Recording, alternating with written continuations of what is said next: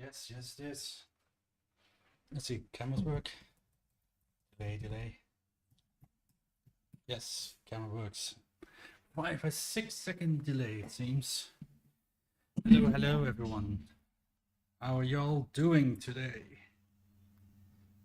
Today is a glorious day. Prusa MK4. Let me just. Actually, I don't need to pull up chat, so I can look at Joey's screen. Yes. Hello. Let's see who is actually here. Joy of Printing. I think I saw Alex earlier. Nobody right now, but that could be because I need to refresh.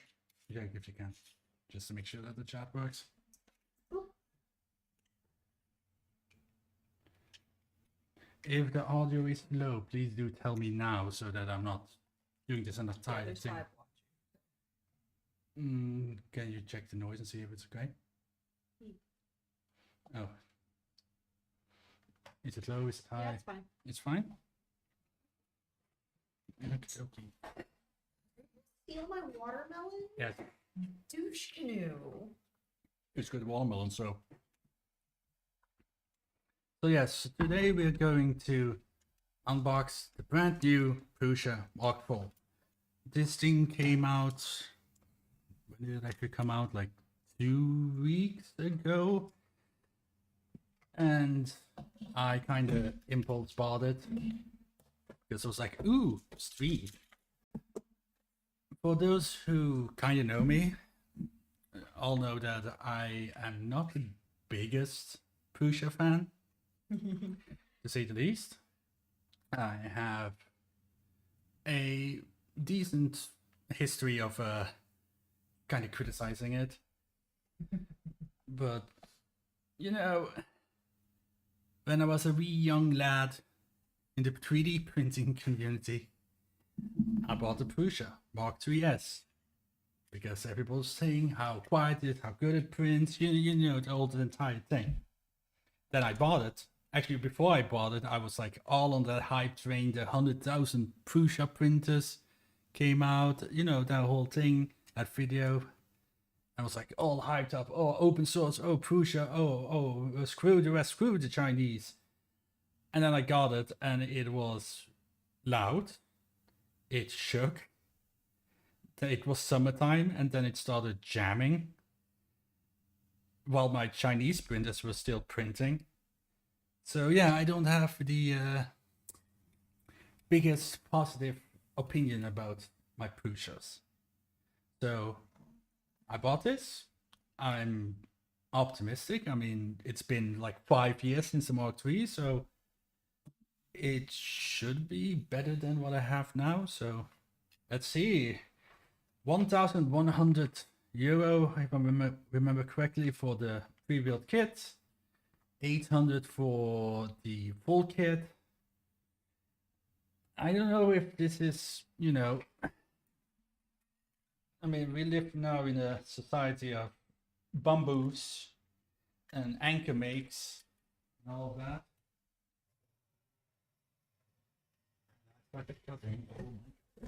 Oh, let's go. It's time. I've opened the seal. It is time to unbox. What do we get in the box? What's the meme again? What's in the box? What's in the box? What's in the box? Let's move this a bit more here without camera. Open it up. And I just realized this is the window outside, so my parents can see me standing here like an idiot. Oh, what do we get in the box? What's in the effing box? Let's see. Thank you for purchasing the original Prusa MK4. Your support allows us to invest in further developments for the next printer in 5 years, including the Prusa slicer. Okay, cool. Okay, latest firmware. Yeah, okay, cool. Building guide. Follow Prusa on every single platform ever created. Happy printing. Date 0304 2023. It's weightless, 0 kilograms. Damn. Oh, the Prusa cheat. Oh yeah, that's the cool thing where you can actually put the screw on the paper. What is it, Kane? And rivets, special screws. Let's see, what's next? I'm very bored. Let's see. Ah, yes. Good old Haribo. Chloe, do you want these? Is the Pope Catholic? Yes. Is the Pope Catholic? Here you go. Enjoy. It's not a kid, so I don't need to eat them. I don't need to put them on the build plate and like grease up the build plate while building a printer. Yeah, the gummy bears are not necessary. Okay, let's see. Here's Beach. This is the Hey, let's go. You got a new laptop. Very this cool. is like the checkup of all the parts. We checked everything. Everything is apparently okay. Let's go. What else have we got in the box? Power cable. Already got a power cable laying ready. What's this? What's this? Oh, Prusa stickers. If you wanted to paste Joseph Prusa's face on your computer. I do like the 3D printing in progress one. What? I do like Oh. the 3D printing in progress one. Yeah, I also like Buddy, his dog that sadly, if I remember, this is, I don't know if this is new dog or the one that passed away. It's not my Open- printer, Kane, Open so... source, printable. Cool, cool, cool. What is this? 3D printing handbook. This is a new one. Oh my god, there's another sheet of stickers here. Nice. No way, double sticker. Oh, the first thing we see is Joseph Prusa. I know it's his company, but this man shows up everywhere. Doesn't he have one of those, like, Boston... Yeah, it's with a Yeah. with a dumpling satin and texture with acetone. Kane, I can't lift anything that heavy right now. This is just a general guide. I think I've been 3D printing long enough to know how this works. You say that. Yeah. Okay, what do we got? What is actually the name of this type of packaging? Like this type of packaging? Like it's not styrofoam. Like this is called. Is it styrofoam? I don't know. So it's on the ground. Oh boy. Boom. Oh boy. What do we got in the box? It's full of Filament. Here we go. I remember when I got the Mark III with some random brand that I think they already had Filament when I bought my Mark III, but they didn't include it. But Prusa What Galaxy, color is it? Prusa Galaxy Black, so it's black with sparkles. I don't know if you can kind of see that. No. You'll see it when it's out of the box. They said it's polyethylene foam. Poly something. Okay, let's continue. I need to make sure that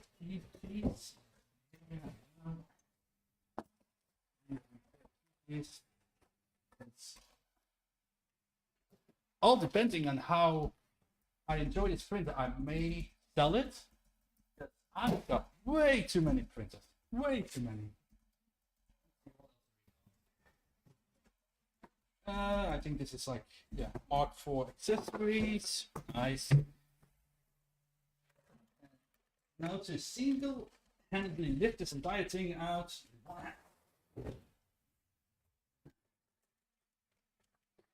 Oh. Help. It's an empty box. Oh my god. It's way more heavy. Oh, dear Lord. Dear Lord. Let's see. Let's lower this camera now since the box is out of the way. Let's see. Yes. There we go. Prusa. Hi, Sony camera. Oh. Yeah. You can see my belly. I think we could just pull this. It is pretty comfy, Kate, not gonna lie. There we go.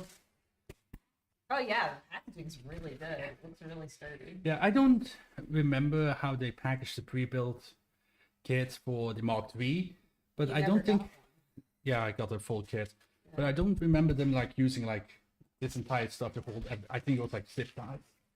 I'm pretty sure it's styrofoam in there, from what I saw from videos. Maybe. So here we go. The Prusa Mark IV. Let's. Maybe I'll drop the camera a little bit more. Bear with me while I finagle with these legs.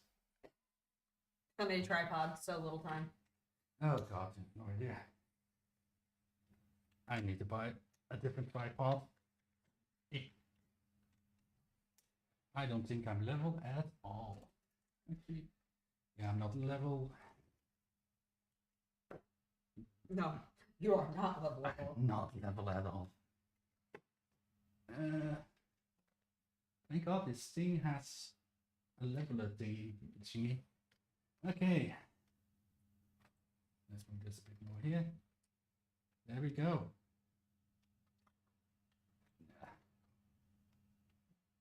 The Prusa Mark IV.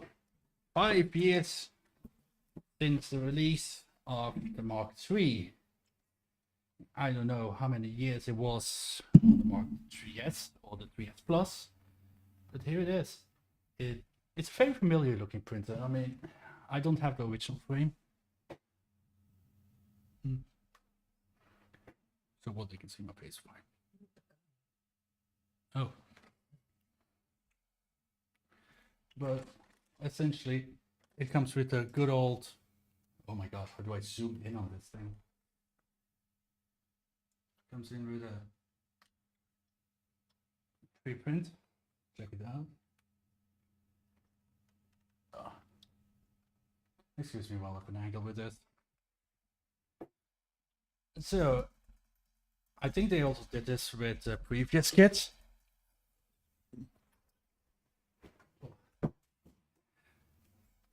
So this is the little test print they include. Let's see if they change anything about the plate. Is it me, or is the printer smaller than the Mark?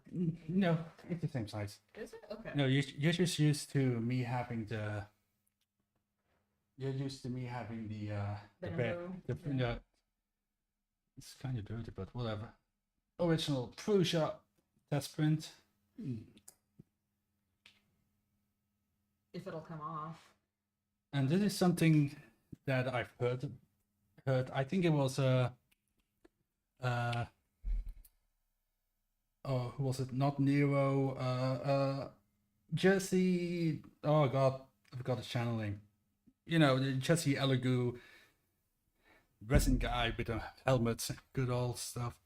But there's something. Oh, I'm just checking. there's something that he mentioned about it would always probe on the same spot, and how there was a mark, and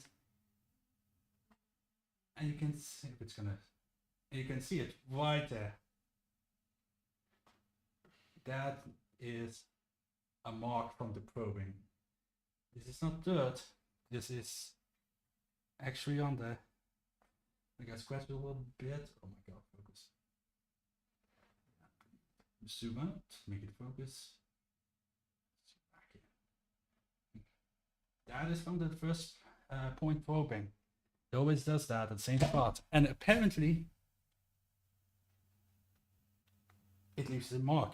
And this is pretty much the first print. This would be the very first and only print this thing has ever done. And there's already a little dot here from the probing. So I don't know what temperature it probes at, but I'm surprised that it's leaving holes. Anyway, Yeah, that's concerning. let's compare bits. So this is an old dissect plate from my Mark III. Still, I'm pretty sure it's pretty much the same size. Should be. I'm not gonna look for other plates. Let's see. They changed this a bit more cut out instead of the little 2 holes. I still would prefer it if actually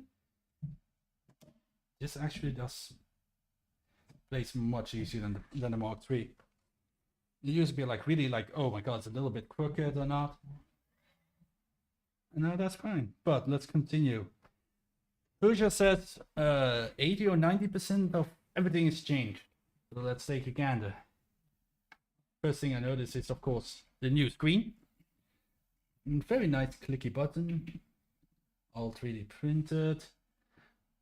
I don't know how they did the text.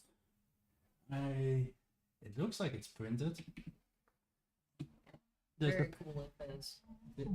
Oh, and Uncle Jesse also mentioned how a cable that was pointing downwards scratched up his table, and it's this ground wire, and just like on his printer, this is pointed downwards a bit. So I'm gonna kind of just bend this back up. It seems like this mine has a 2 and his has had a 2. Let's see what's underneath here. Can I just put this down like that? Let's see, what do we have underneath here? We have the new gantry. It's cast aluminum. Oh, it's like injection molded aluminum. It's metal and it shoot in the machine and it comes out. Let's see. This is all new. This is solid, hollowed out for less weight.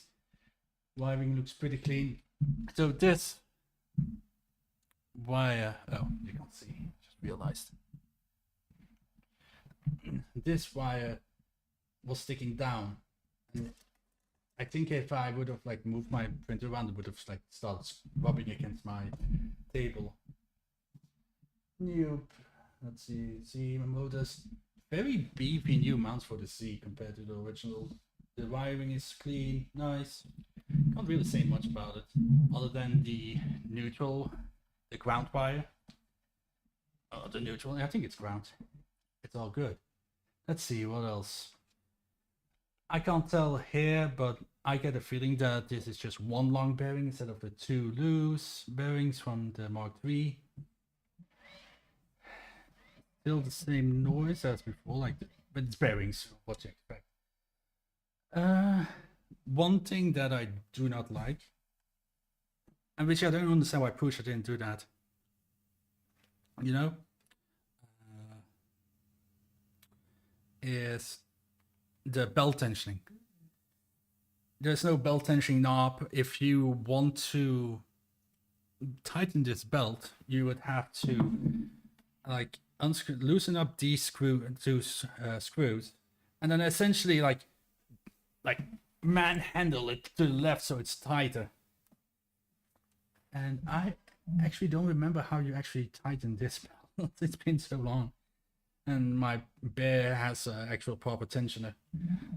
Let's see, Uncle Jesse's belts were kind of wonky. Y feels right. How about C? X. Could probably be a little bit tighter. Let's look around for some more. Is this the cell the same power supply? I don't know if this is the same power supply. You can't really tell because it's all covered up. But I know that the power supply is reliable. Let's look at the back. What do we have at the back? Well, we got the back of the next extruder or whatever it's, yeah, the next extruder. It's very clean. It's just a black plate and the wire, and that's it. Unfortunately, they didn't decide to do CAN bus or like a single cable solution, so this is still like a bunch of cables in it. Let's see. We got over here, we got the Wi-Fi module. I kind of want to, I know that this is kind of weird to do on a printer you haven't turned on, but I kind of want to open that up and see what's inside.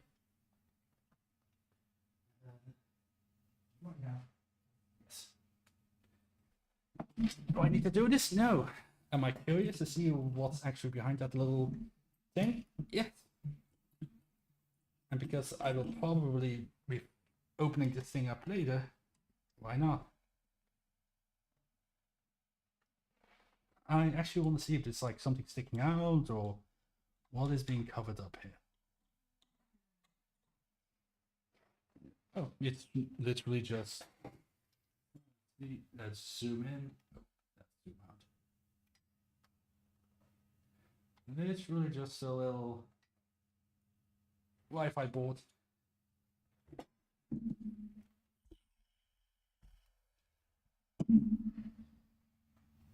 This is just a cable for. Whoop. This is just a cable for the heated bed. Let's put this thing back together. Just gonna grab. There we go. Ethernet jack. So this thing actually you can actually just connect with a LAN cable. So that's something new. I personally don't need it. I'm happy with Wi-Fi. Let's see. What's around? It's a new enclosure. It is actually metal. If I can grab something to tap it with. Yep, this is all sheet metal, I guess it's called. So no more printed parts on this. And I assume that this probably is to deal with heat. This is heat. What's the word I'm looking for, Tori? The moving heat rating, heat dissipation, or what? Essentially, I think it is to keep the heat away from the drivers. Heat distribution words. I know what words are. Something like that. Let's see. No, we've got kind of the actual starter show. Because, you know, in generally, everything is pretty much the same. Still bearings. The C rods are thicker now, though, and that I can tell. But the next extruder is kind of the star of the show. You can, let's see. Let me get a nice shot of this. So now, I'm not going to do this right now because it looks like it's a little bit of a hassle. But you can actually like take the entire hot end out. It's like 2 cables and then it pulls out. It's kind of like a reverb, but not. It makes it easy to swap the hot ends. So you don't have to like loosen up the entire wire loop and go to the enclosure. Because this is all like daughterboard crap. And this kind of just folds. I guess this magnet's here or something because it kind of snaps. Magnets, man, how do they work? I'm kind of honestly surprised by the choice for the part cooling because it's, you know, little, I don't know what's called. Is this an axial fan? It's not a blower type. It's thin like, you know, and the trees and all that stuff. I heard it's a good fan, but it's kind of weird because I'm looking at this because, you know, you've all seen the Prusa MK4 pod cooling shroud, and like it kind of encapsulates like pretty much does this around the hot end. This kind of does if the hot end it just kind of does that. It doesn't really try to wrap itself around. Just kind of weird choice, in my opinion. That's, you know, that's good cooling. Now it is time. Oh yeah, I should have come with a sock. It really should have come with a sock. Let's power this thing on. Let's see what happens. Let's see if it blows up. Please, cheers, don't blow up my house.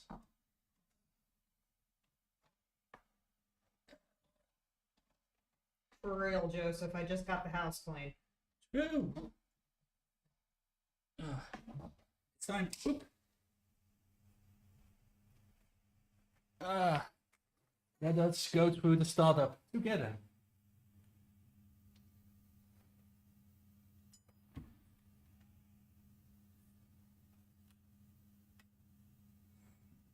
Oh man, I know once again, you know, branding and all that, but do we really need to see full color push, Joseph? It's like that meme. It's like wherever I look, it's the Spider-Man meme. Yes. Wherever I go, I see him. It's pretty much this. Let's see. Hi, this is your original Prusa MK4 printer. I would like to guide you to the setup process. No. Yes. Continue. Let's see. Okay, continue.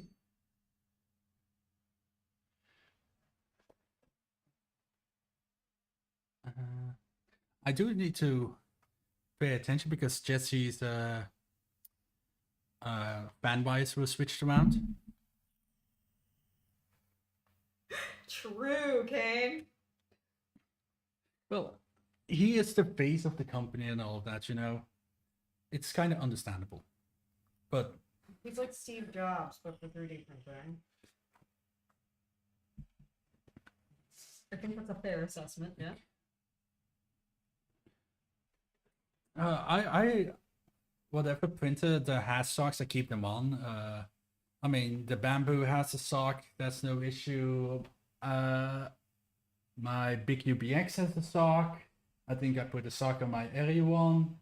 Creality has a sock, the CL6. Oh, it's going to do a thing. Oh, right, this is the thing where they tell you to touch the load cell. Okay, I need to tap the nozzle now. Joseph, why are you making me physically touch this? Okay, continue. I have no idea what you guys are talking about, but I'm here for you. Okay, I need to tap it. 3, 2, 1. Okay.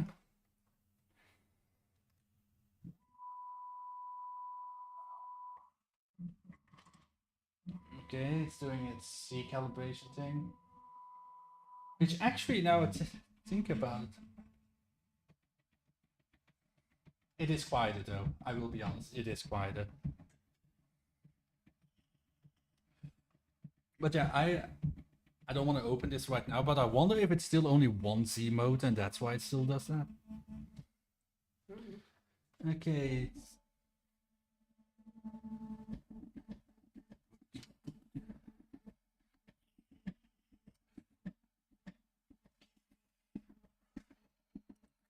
Kind of just hitting itself. Literally, why are you hitting yourself?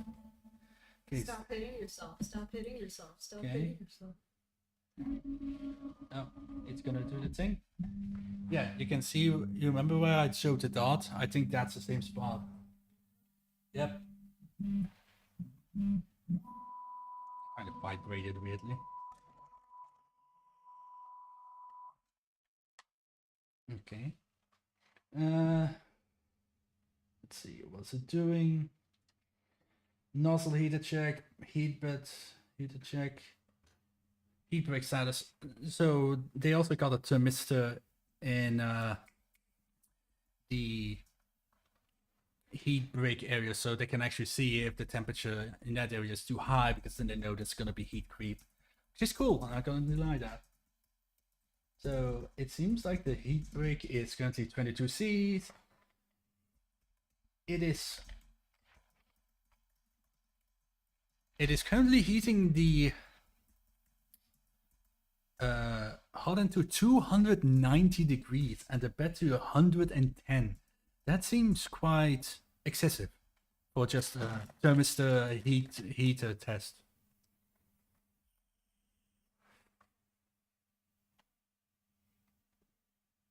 Okay. Okay, they stopped heating. It's not actually going to go. It didn't actually go to 290. But yeah, I'm looking at the hot end right now. The heatsink cooling fan is spinning, so the fans are connected correctly. Okay, seems like everything passed.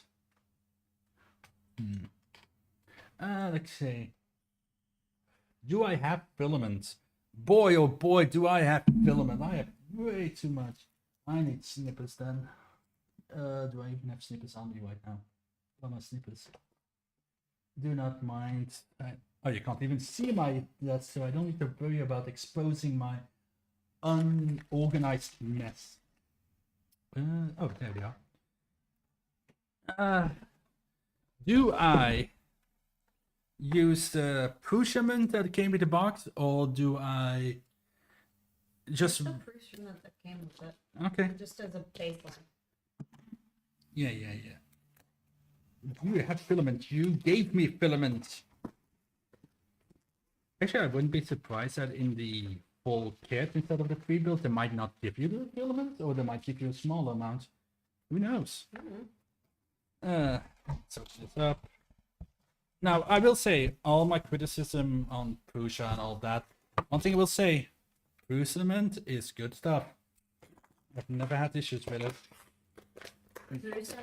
Pretty wawa. Pretty well indeed. If I could open the bag.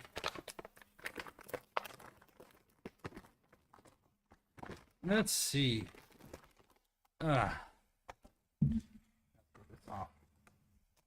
Oh, that is so satisfying to look at. Oh, because the winding? Yes. Yeah. That's the one thing about Filament. Look at that. Oh, it's Look so at that winding. pretty. It's so pretty much. And it's supposed to be glittery black, you said? Yeah, look. Oh my god, I want that. I want everything in my office made out of that. It is really pretty filament. It's pulled so perfectly. And the whole QR code where you can actually look at it. Okay, so actually, why? Actually, how much is the shipping for us since I think I paid €20 for shipping with DHL 3 to 5 days. What about for that one roll that you bought? Well, this came with the print. No, I mean the other one that you bought. I don't actually remember. You don't actually remember? It's been a while. It's been a while. Frogger. It's been a while. Let's see. Where's the end of the spool? Do this. Actually, why are they asking me to get filament? They have filament right on the top thingy here. Let's see. Do you have? You can pull that out, right? Yeah, it needs to unload. Okay. Waiting for temperature. I guess this is I guess this is going to be the filament sensor test. Oh yeah. Fun fact, this display is actually a touchscreen. It is actually a touchscreen, but the firmware isn't ready yet. Ah. So once they update the firmware. Yeah, this is kind of what I've been reading up, and this is kind of a warning team with not ready yet. Input shaping that they advertise on their video, advertise on the website, is not ready. It's not turned on. Oh jeez. Okay. Okay, little man, instead of Can I get it? should Yeah. just come out already. Let's. I don't know about. Oh god, that is going to be hard to focus on. You can focus. That's kind of mangy looking tip. This is not the same amount of quality on the tipping. What a word, tipping as the Mark 3. Okay, no filament in the filament sensor. Okay. Okay, turn it, stick it in. Okay, continue. Finish.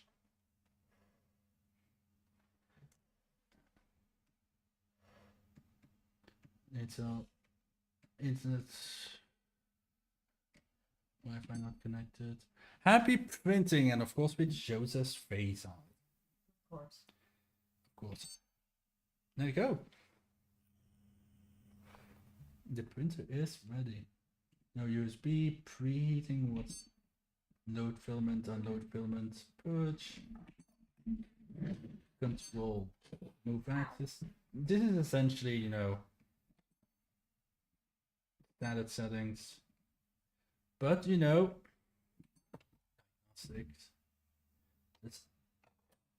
Here's all the testing things you can do. That's cool. Settings, filament sensor on, MMU enable. I don't have an MMU. Fan check, user interface language, network hardware. Oh yeah, you can change the diameters, filament auto loading on, system. Cool, cool, cool. I mean, I'm not gonna deny it is a very polished menu system, and somehow it actually knows the time, so it is off by an hour because it is currently 31 degrees. Port temperature, bed temperature. Oh yeah, the load cell values, you can actually read out the values of that. Zoom out, zoom in, zoom in. It actually tells you all the values on the load cell. And also temperature, filament sensor. Oh, I can have some hydro. Let's see what else we've got. Print fan, heat break, fan, heater volume. Like this all has like, you know,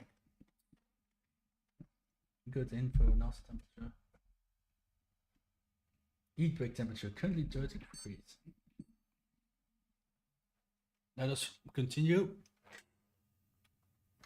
Baker Viking asks if you've destroyed it yet. It is not destroyed yet. Yet. But, Qualifier. Yet. but I will destroy this box. Yeet. Yeet. Let's open up the accessories. Let's go. The big box of baggies. What do we got? Ooh. Let's see. You get some long nose pliers. Oh my god, I'm actually a proper Phillips. This is Phillips, right? I think so. Let's just open it up and let's see what's in it. Let's see. A proper screwdriver. Actual good screwdriver. If I do sell this print, I'm keeping the screwdriver. Screw it. Some new tools that's like for heat breaking stuff. Allen keys. And this is the long nose pliers. I might actually keep that screwdriver. That's a screwdriver. Let's see, what's this? Filament guide fasteners. Oh yeah. This is a print you can print out. Let's see, accessories. One IPA plus needle kit, lubricants. So this is for the bearing. Actually comes with a 3D printed lube thingy-majingy. Some IPA to clean the build plate. Wait. Oh yeah, no, I'm wrong. I was gonna say, wait, aren't you supposed to not do that? But then I remembered acetone you can't use. Spool holder. Injection molded. We're gonna need that. What else have we got? What is this? Oh, you don't have to print it out. It's actually ready to go. Nice. Ah, yes, the Uncle Jesse infamous USB drive, 16 gigabytes. Apparently died after using it a couple of times. What brand is it? A-Data. There you go. That's all of the boxes. Let us quickly set this thing up so we can actually start printing. How does this fit? There we go.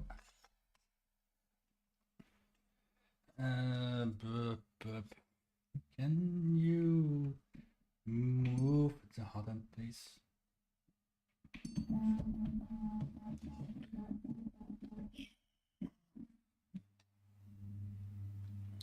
Thank you.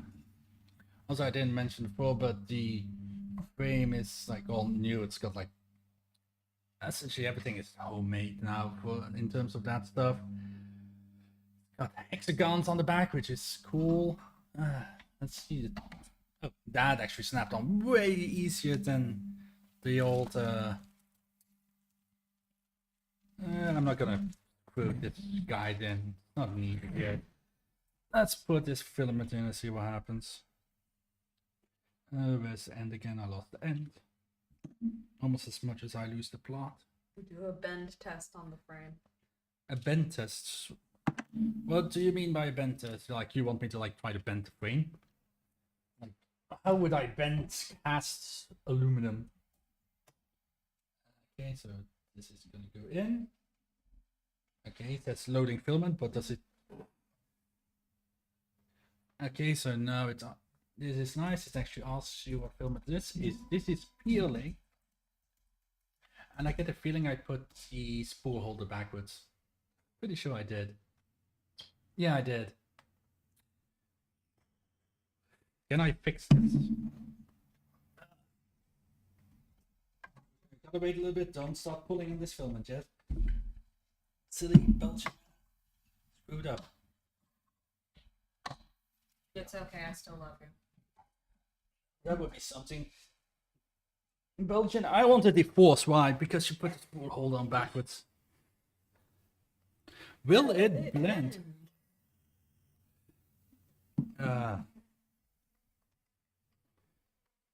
If it does, throw it away.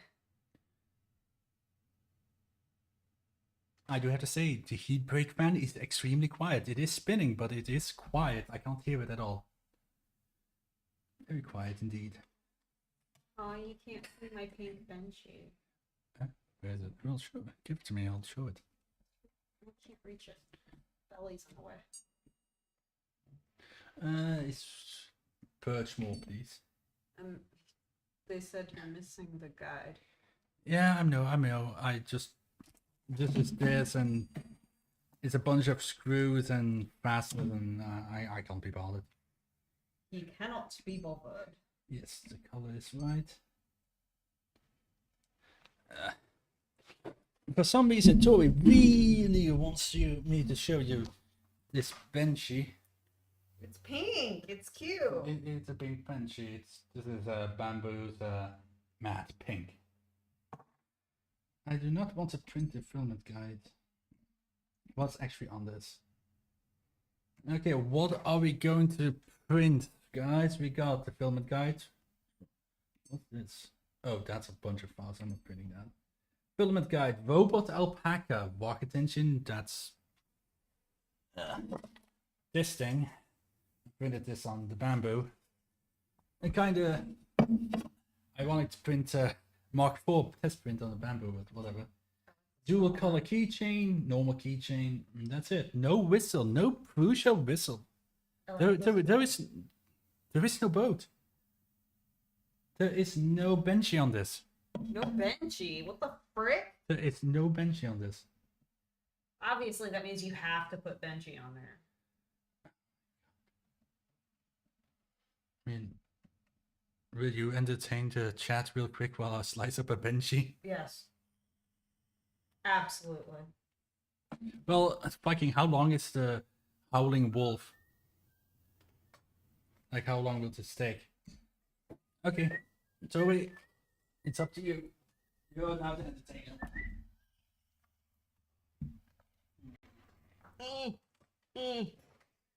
Hello, the wife is here. I love this guy. He's so cute. Look at the little benchy. Look at him. And he's pink. Belgian actually printed me like an entire like desk organizer that is pink. It's pink and black. It's got a little kitty face and it's adorable. It's absolutely freaking adorable.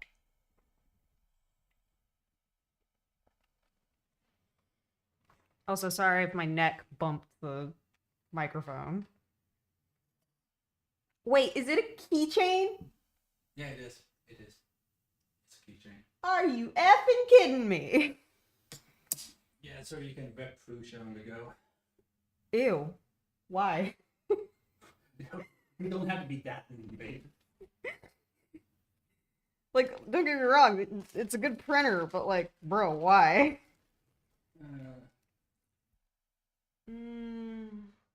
Ooh.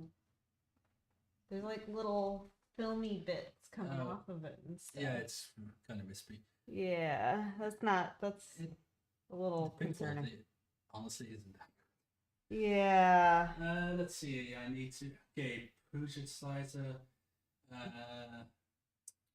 5 seconds of torching or like blowing on it with a friggin' Oh, yeah. hot heat gun probably would have fixed this up really nice, but Well, it's got little Prusa MK4. Okay, for hairy bits.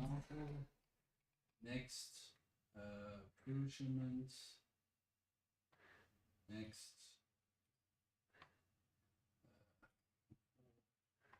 Filament PLA. Next, this is resin. You get a car, and you get a car, and you get a car. Expert mode. Okay. Who's Oh, okay. I was like, what the frick is in there?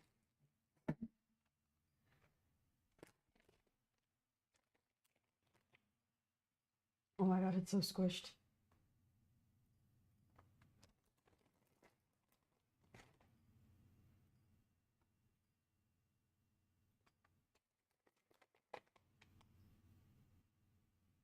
Okay, what are we doing? What's the nozzle size? Are we doing 0.2 quality, 0.2 speed, or 0.3 draft? No, the green one. What are you doing? Don't question my line of bears.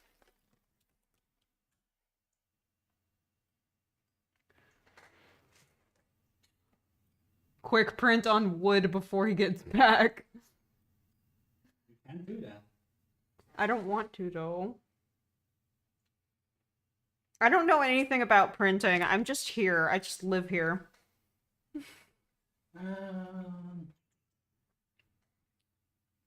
Let's do 0.2 speed. Why not? We can't be waiting here for 2 hours. Oh my god, the green one keeps on falling over. Thanks you. He hates me.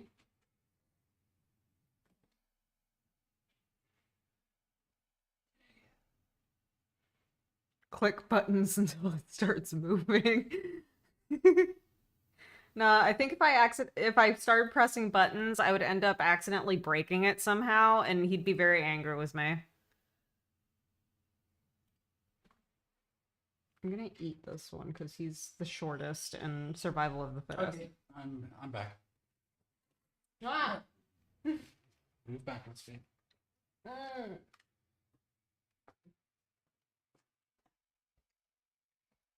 Okay. Let's move you a little bit forward. Zoom out. Okay, I don't know why there's bears on my printer right now, but sure. Also, slightly missed opportunity to do a USB Type-C connector. Oh, unless this has no.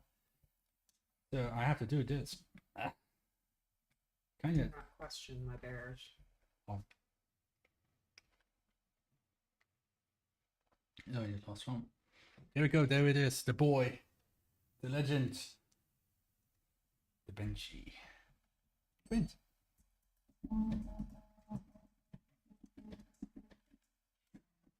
Can I have my benchy back? I don't know where it is. I'm gonna swap this camera a bit more. Oh wait, no. I never mind. I already put it back. I'm silly. Just a little goober.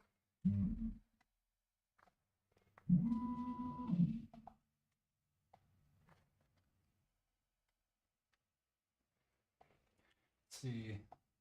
Remaining time, good. Kind of wish this was a little bit bigger, but that's whatever. Tune. It's not a touchscreen. I keep on thinking it's a touchscreen. Print speed, nozzle temperature, okay. See, this is gonna be an issue because it's preheating the nozzle at 170. And I am pretty sure that's why there's like dents.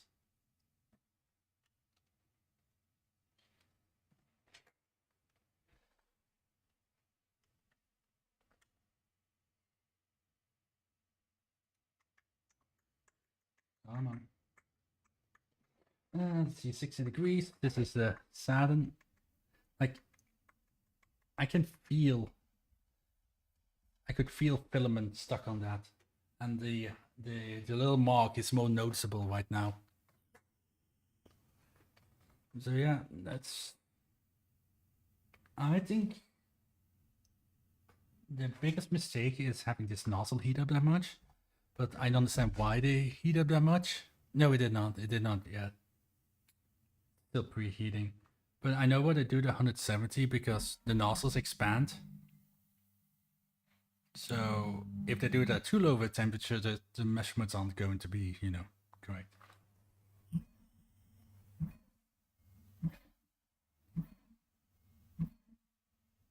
That is deep. It is very looped. Everything is extremely looped. There's loop right there. I'm pretty sure, yeah, there's loop over there. And loop. Oh no, I can't see anything on it. I cannot see anything on X, but Y and Z definitely have looped them all over. Oh, you can play Call of Duty now? No. Oh, it's doing the thing.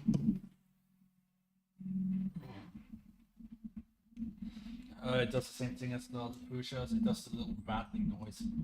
I'm gonna try and get you guys closer. Let's see. Let's want this camera all the way down almost. So you can see my ugly face. I like it. I think it's handsome.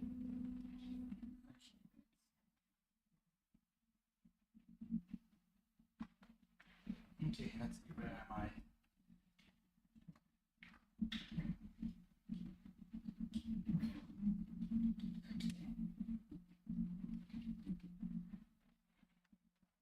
I? Okay, let's give you guys some lights.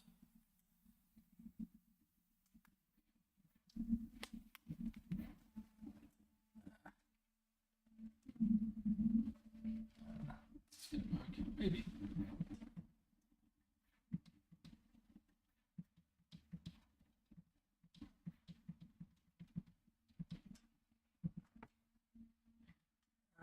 First layer looks. I mean, we've all seen the videos. The first layer is good. It's that's kind of the point of this whole load cell thing. Man, I do have to say the fans are extremely quiet. Both fans are on right now. It is so ridiculously quiet. Holy crap! The layer lines are bothering me. What? On the actual like fan. Yeah. Yeah. It bothers me. So many layer lines. So the Mark IV is out, but there's quite some features missing from it. Input shaping isn't turned on. It's not even in the firmware. Like it's a hidden, oh, you can turn it on right now thing. Even though they advertised it, which is kind of a really shitty thing to do. And it's like, oh, like I checked the website earlier. I was originally planning to like go on their website, but I can't be bothered moving my microphone. But like I went on their website and I was scrolling throughout the page, and like the first thing they advertised was input shaping. And if you actually like go all the way down, that's when they're like all the way down the site, and they're like, oh hey, coming soon. In the advert, in the reveal trailer, it just said input shaping. Oh, look at this 20-minute benchy. But they never mentioned on that, hey, it's not ready yet. Kind of crappy thing to do. Especially when you release it and the first thing you say is, it's out now, limited numbers. What do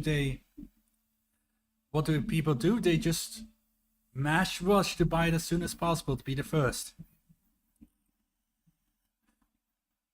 But it's whatever. It's kind of crap thing to do, but I've heard Stefan mention this, but on the Excel, it can detect when there's a jam with the load cell. It should be able to do this too, but not turned on yet. And apparently something about pressured fans are being turned on in the firmware, which is really weird. But the load cell is cool, but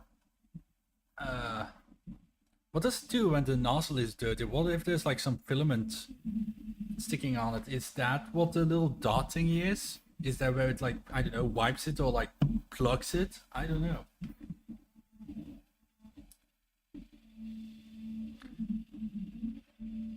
But in terms of noise, it's not that bad. It really isn't that bad. It's a lot quieter than the Mark III. The Mark III, I bought it. Everybody was talking about how quiet it is and how silent and how you could have it next to you. And I was like, holy crap, this thing is so loud. I couldn't have it printing on my desk because I would literally hear it rumbling in our bedroom. I got my Mark III's on some special foam, sound dampening foam, and then pieces of granite, and I can still hear it in the bedroom. But then of course I have the Bamboo X1C, and that thing is loud. Like, the fans are loud, the motion is loud, but it's less annoying than the Mark III. The Mark III had that really vibrating, weird bearing noise. And even if I have that printer running just on this tabletop, which normally the Bamboo was here, I couldn't hear it in the bedroom. Like, we didn't hear it. Yeah. But Prusa, goddamn, even though it's on foam and paver stuff, we could hear that crap. So I wonder if this thing will be as loud. But yeah, the printed parts look like they're like probably 0.3. It's probably in the 0.3 draft profile to have. Well, I do have I have a noise cancelling thing running on my mic, so I mean I could try turning it off and see what happens. Oh.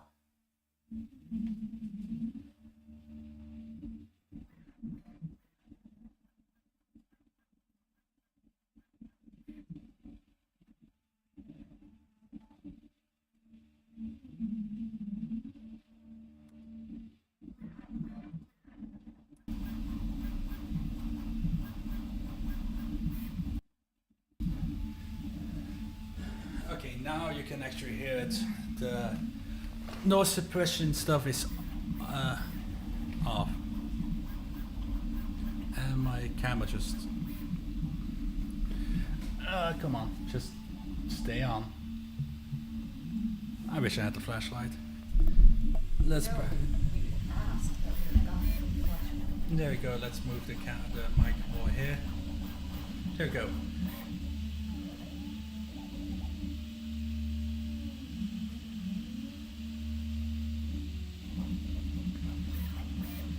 I can hear the fan now. I guess the pod cooling fan wasn't all the way up. It is very satisfying watching the layers go down. It's like toothpaste. Do you have the sound on? No.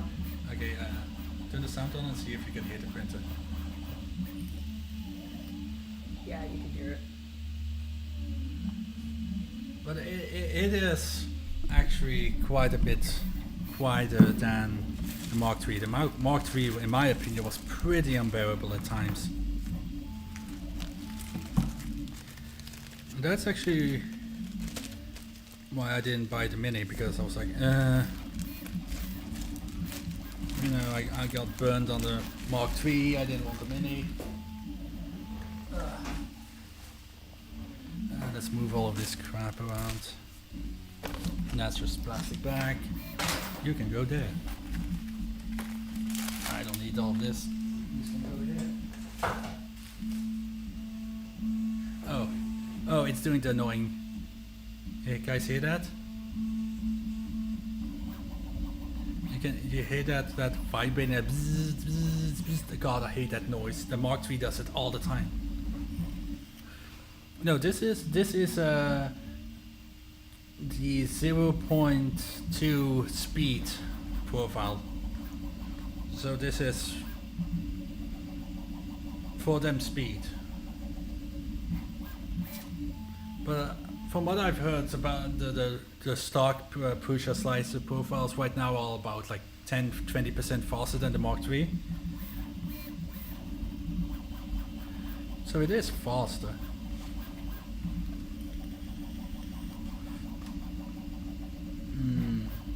Can I actually see print fat speed, flow factor, fan check, user interface network, time zone offset, message history.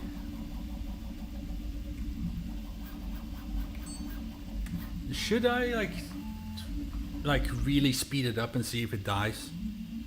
Like, I don't know, like turn the speed at like 200%.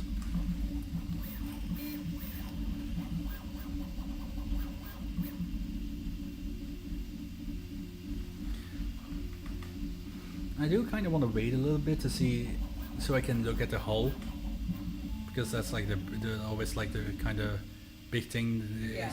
Is the hull correct?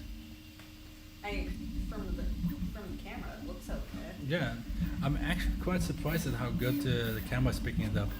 I really like that filament. It's very sparkly. Oh yeah, it's a pro. Like I said, I love Filament. I don't buy it often. I have like 5 or 6 spools.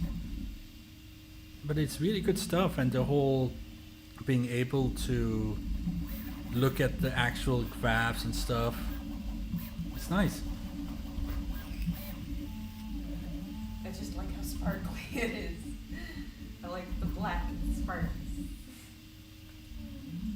Also, it's kind of, as far as I know, they make the nozzles themselves now.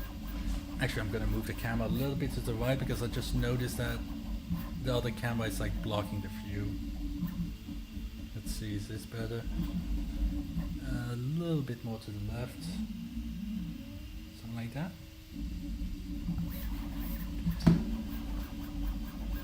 No.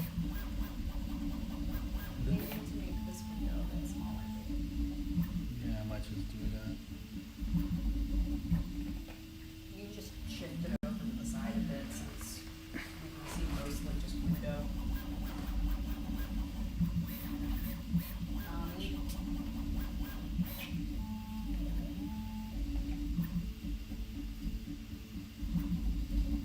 There we go. This is a 3D printing thing, not look at camera. Okay, there we go.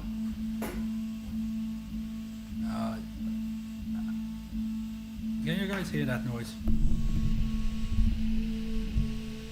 It sounds like a inkjet printer. Yeah, it does sound like an inkjet printer. It sounds funny. That is the noise I hate from my Mark III. That's the noise the Mark III makes a lot. That weird rattling, the light. That weird rattling thing. And that's something like all of my other printers don't really do. But then again, all my other.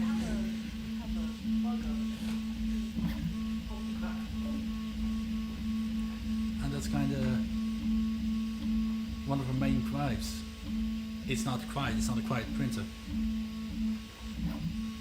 But this rattling noise is so annoying, and I can hear this in my bed. And this table isn't like, you know, some cheap IKEA plywood. This is like solid kitchen grade cabinet with a proper German kitchen thing.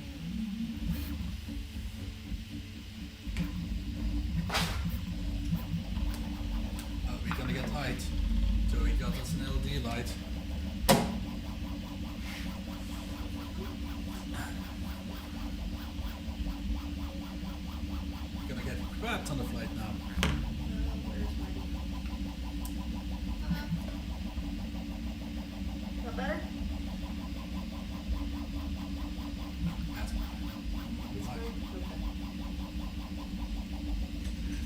yellow, but it's meant to be a reading light, that's why. I'm gonna move this a little bit back. And let's move this backwards.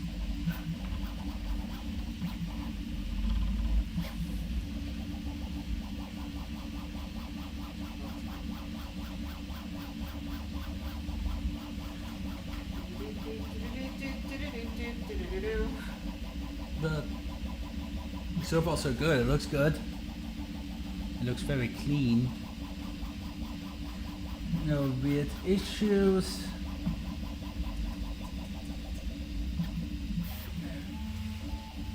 Yeah.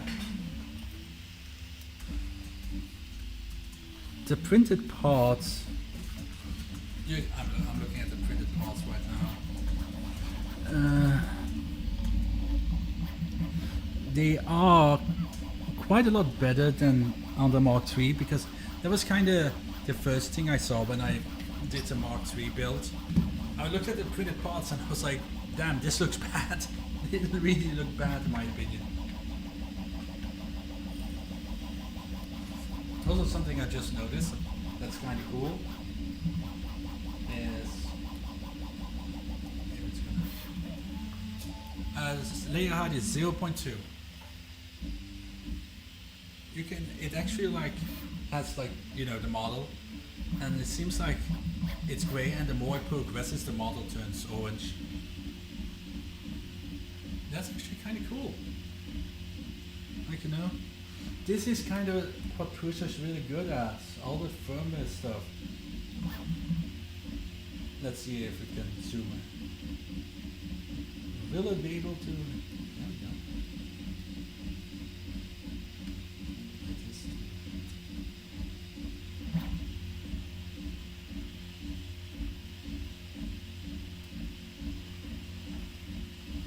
Man, this Sony camera is so good. This is the Sony Handycam.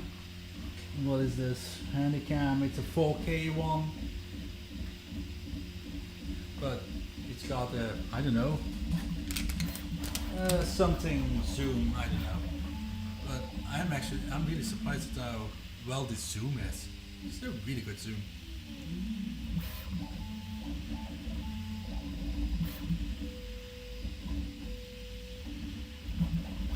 Yeah, I don't remember. I think this was like a 1,000 euro camera. I don't remember. I bought this like a couple of years ago.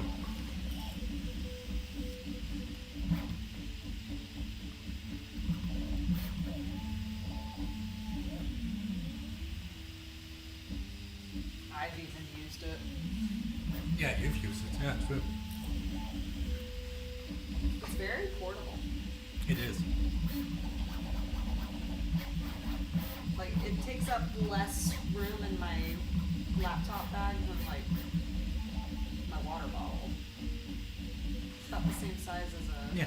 can of soda. Yeah, it's pretty small.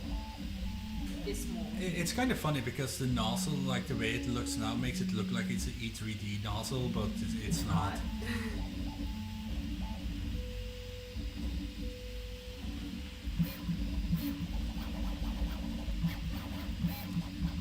But this is once again from Prusa, a very good setup. The wizards is cool. It's something that they only really do. The whole proper. They might have this. I don't remember exactly. I'm pretty sure E3D doesn't make this. They designed it with E3D maybe. But I'm pretty sure they make this themselves.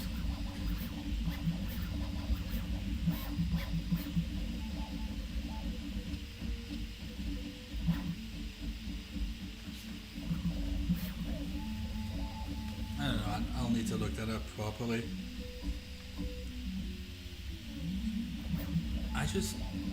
They make the frame themselves, the printed parts of course. If I remember correctly, the stepper motors are all LDO, which is good, LDO king and based. I don't know if they went through back to Misumi bearings and rods. Because that was what they used originally, and then they started using a different thing instead of Japanese or Vietnamese Missimi. Don't know what it is now. I think they make the PCBs, like the boards themselves. They don't make the power supplies. They make the extruder. I know Prusa has become really self-sufficient. It is really good. It is very good quality.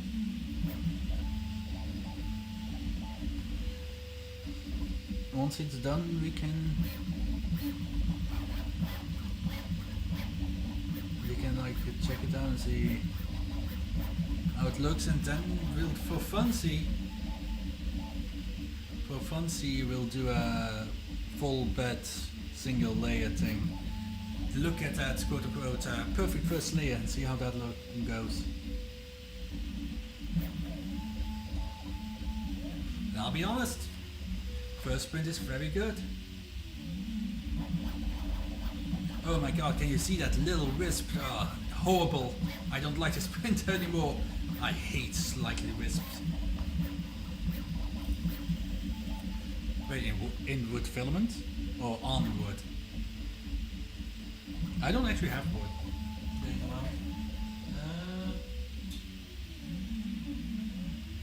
With fabric. We have fabric. With silk. Yeah, let's do a print on top of silk and see what happens. That's silk organza. That's mesh enough. Yeah, let's 3D print something on a shirt. Stringing, throw it in the garbage. Throw it in the garbage. Crap printer. Shit printer. 0 out of 10. 0 out of 10, only worth $20. Only worth $20. Not Okay. even worth $20.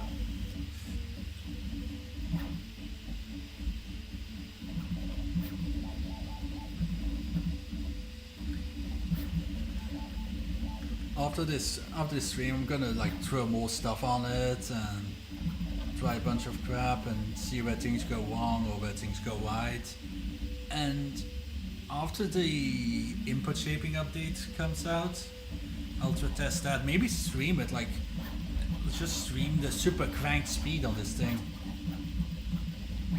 And after that, I'll make a decision if I'm going to keep it or if I'm going to sell it. Who knows, I might keep it and just sell my Mark III's. See if it can print underwater. I think electricity is going to be an issue. Man, imagine printing underwater and then just being like, you need to dehydrate.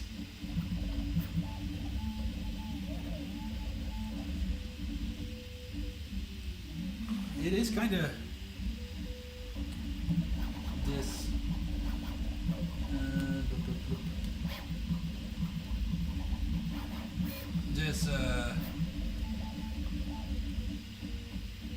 The way this filament run out kind of looks like weird. It's like I don't know what all of this is. Put it in rice.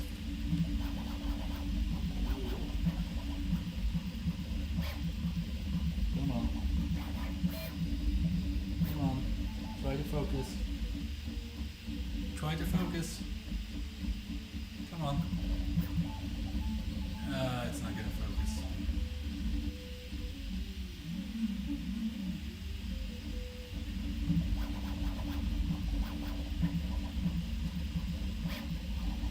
Come on.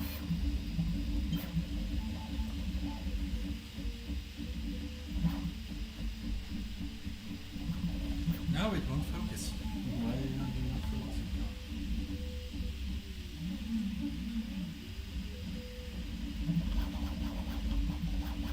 Okay, so now it's focused.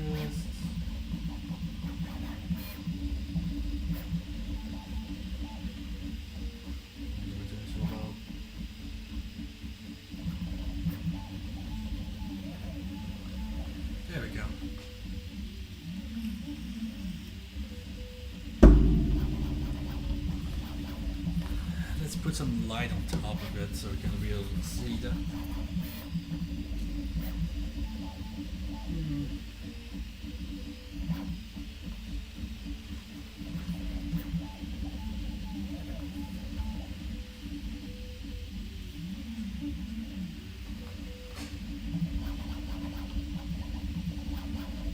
Yeah, there is. There's a little bit of whiskey hanging off.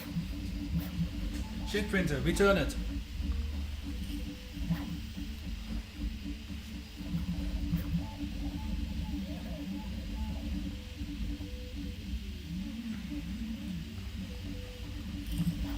I originally had the XL pre-ordered.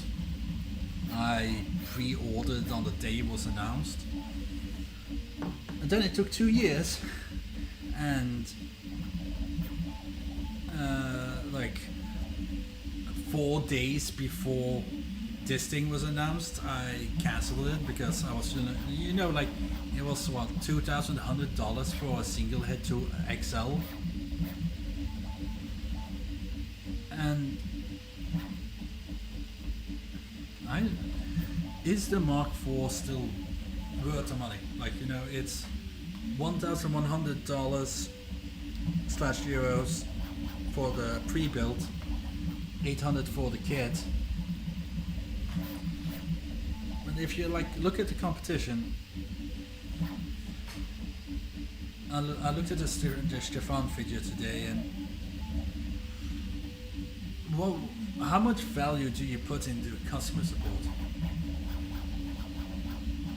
Like I will admit, Prusa has the best customer support. I had a scratched rod on the Mark III, and they sent me a new one and bearings. Yeah, there's a thread hanging off the fan. Yeah, there is.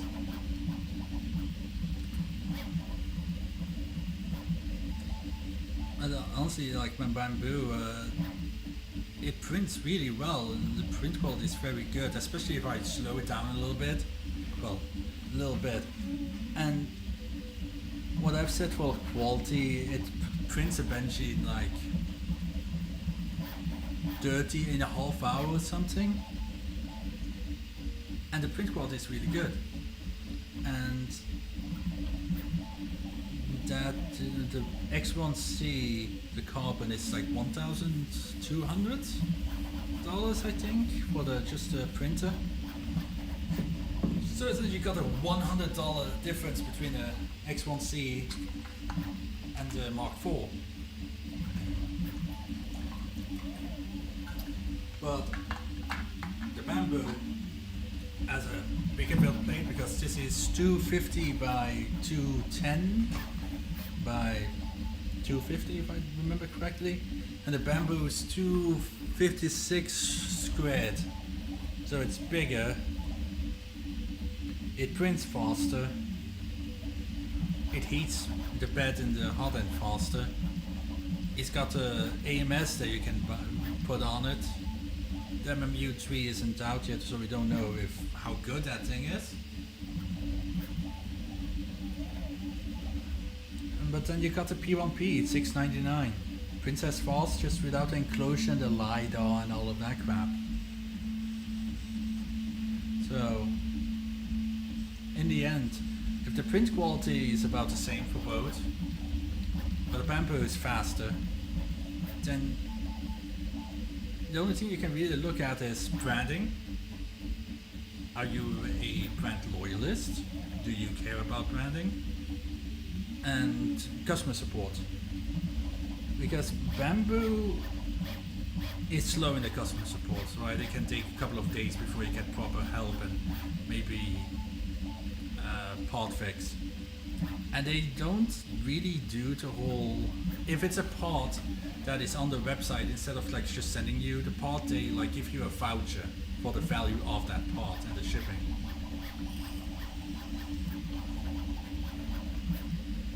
But Prusa got 24/7 customer support every single day as far as I know. I don't know about New Year and that stuff. And if there's something wrong, they'll just give you back, to make you send back the printer, and they'll send you a new one, or they'll just send you a part.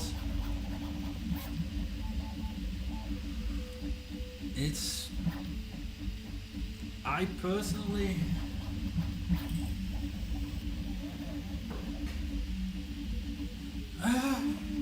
yeah, that, I mean, that's true. That's very true. But who knows what might happen? Who knows? They might start just sending, instead of like doing like, oh, one rod, it's like the assembly or whatever. Who knows, really? That's the problem with the glued parts and all of that. I know that they're doing like pattern stuff, and there was like a pattern that looked like replaceable, like entire gantries where you can just take it off in one go. But in terms of like longevity, like let's say bamboo isn't around or bamboo support really sucks, there are already people who are recreating all the stuff where the rods go, like what's the word I'm looking for? The carriage, like all the carriage stuff is already being made in like 3D printed parts, so you're not stuck to the injection molded parts. There's apparently a group of people currently reverse engineering the motherboard and the firmware.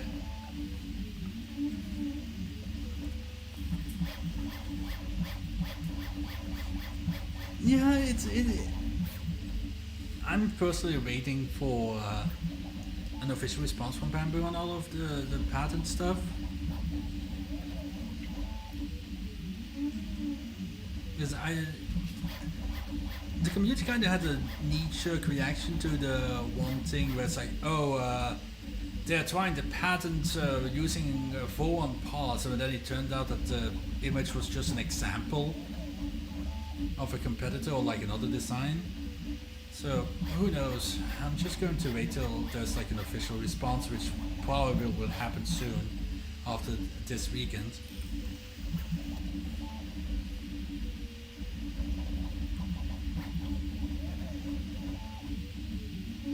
Yeah, that's the problem. What are you gonna do?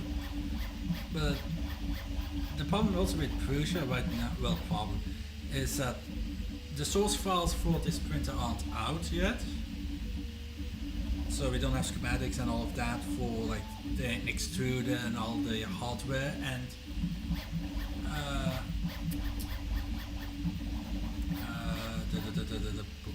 I lost my train of thought. I know that in an interview or a video, Joseph said that they won't fully open source like the XL until all the supply chain issues are gone, because they don't want cloners to start mass ordering the parts they use and like get priced out, which is like fair in terms of like business. You don't want to suddenly not be able to get parts anymore, but isn't it like the whole thing about open source that the moment you release the product, you're supposed to put all the files, you know, online? You can't just decide to wait.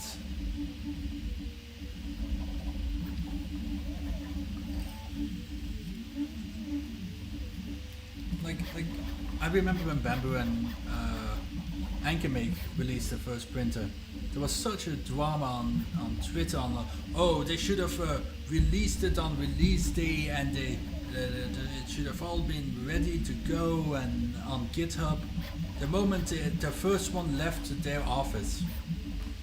How about the files for this one? I mean, by their own logic, they should have released all the source files for this printer and the XL. So it's kind of,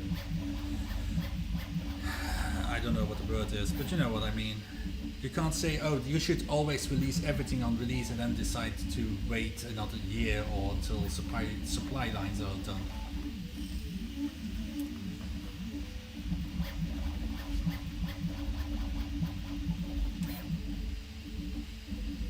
I don't think people need to worry about the patent stuff on Bamboo. This is probably only going to be like really involved in China, and you know China doesn't really care in general.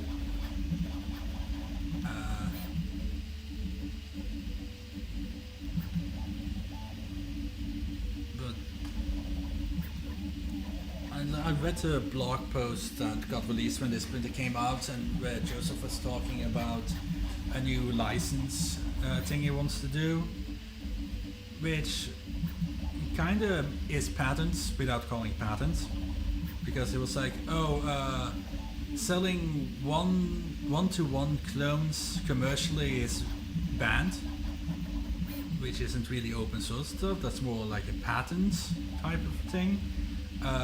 If you want to create replacement parts of consumables and stuff, so say like fans, nozzles, you can only sell it after you send samples to Prusa to make sure it's up to their standards, and otherwise you can't sell it. That's patent-like behavior, that's not open source behavior.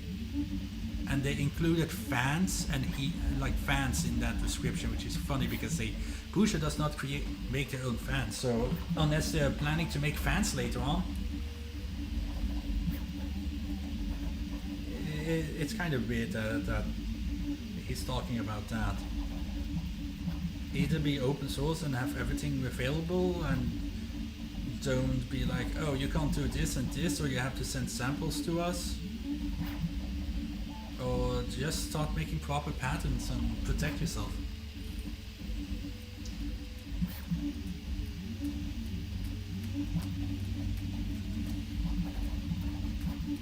Yeah, it's technically kinda.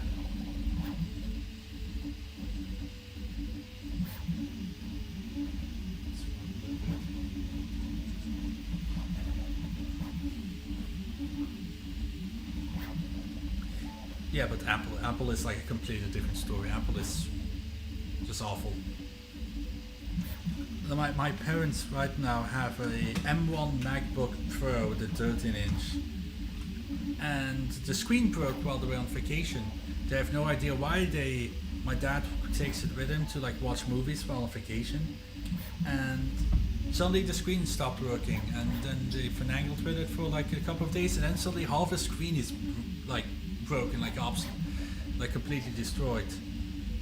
And I was like, hey, fine, we'll look for like to get the screen fixed. I can't even find the pricing from Apple, and then I looked around for like, you know, third-party repair people, which tends to be cheaper in general, and it was 650 euro to fix the screen. That's like $700+ to replace the MacBook screen. So my dad is literally like, I might as well just buy a new goddamn laptop instead of spending like 700 euro on a new screen.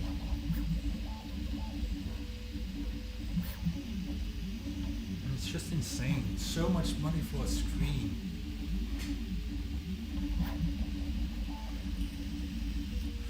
Also, Alex, if you're still there, why did you ask me what grit sandpaper I use? Because I don't use sandpaper on my 3D prints, because sandpaper on 3D printed parts tend to make it look dull and like it's really hard to like properly sand this stuff. It's like when you try to sand anything plastic, you never really get the micro scratches out unless you start like using polishing compounds and all that stuff.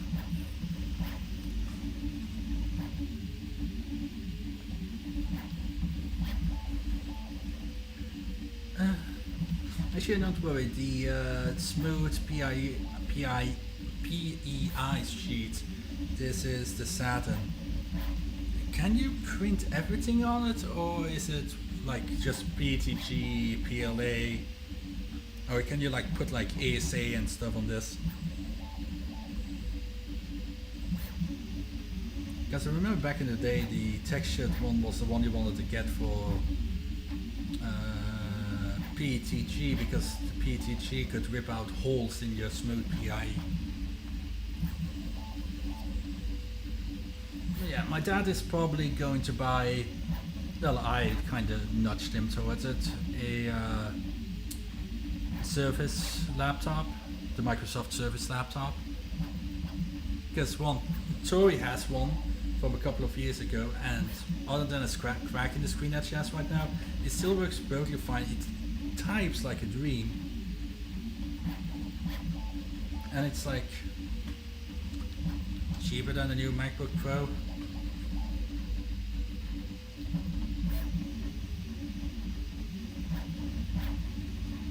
It's mostly because whenever my dad has an issue on the MacBook, he calls me because, you know, he's a boomer, he doesn't know how computers work, he just knows move cursor to movie title and double click, that's all he knows.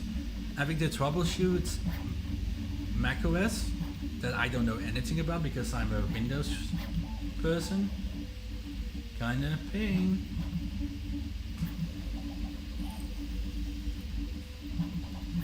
I am actually really curious to see how this thing handles bridging.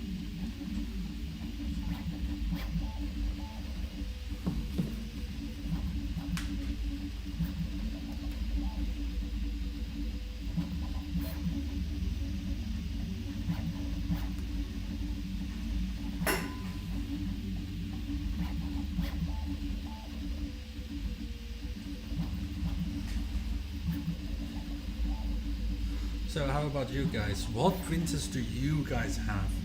Might as well flip the table and start asking you guys to see what y'all have.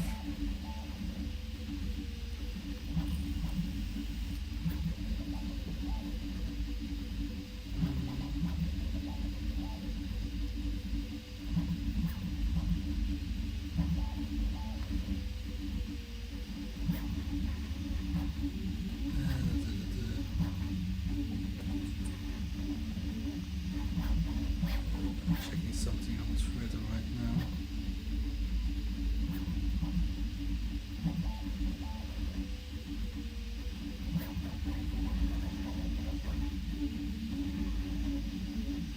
There we go.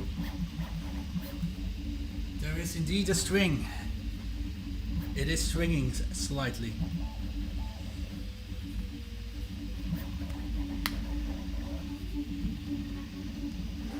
There is indeed some swinging going on. How unfortunate. I swear to God, if somebody sees that little wisp of swinging there and just tells me to try my filament, I'm going to scream.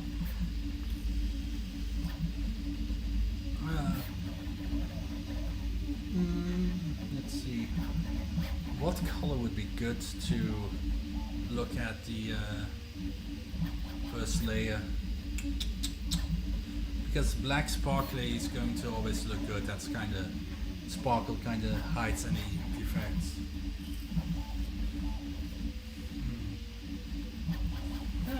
Let's see.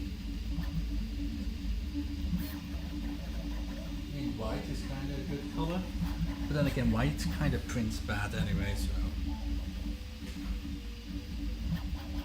I'll just print it in this. It's on it, so whatever. So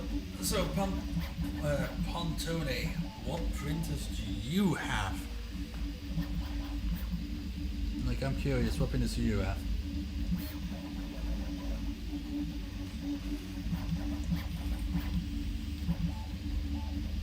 Let's see. Da Vinci, Mark IIs, N3, Mini. Oh, the KP3S. I really want a KP3S. I really do, because I've always kind of wanted a cantilever printer. I love interesting motion systems. That's why I love Delta printers. I love cantilever printers. I love watching CoXYs go. And I kind of want to, I forgot what it's called, where the CoXY, where the bed is on 3 lead screws and you can like do a funny little dance on it. It's kind of cool. And do y'all know that the Polar motion system, the one where the heated bed like turns around and the nozzle just moves in like Z and I guess Y, but like the entire bed like turns around. Unfortunately, there's only like really one printer that uses it, and it is literally a piece of crap.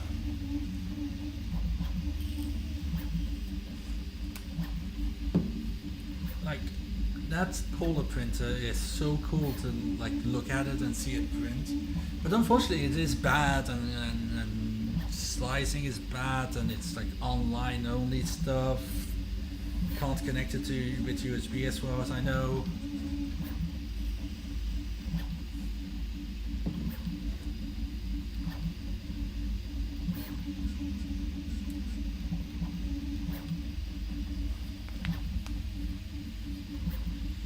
Yeah, the brand is King Rune, right? That's the name of the brand. Like they are like slowly starting to like show up more and more, like see more and more people buying their printers. So I'm kind of curious to see how far they will go. Because as far as I know, the only really like big cantilever printers is the Mini. The Mini is a cantilever. The Ender 2, if I remember correctly, and King Rune. Like those are like the three main cantilevers I can think of. Oh, Radwig also has a cantilever one.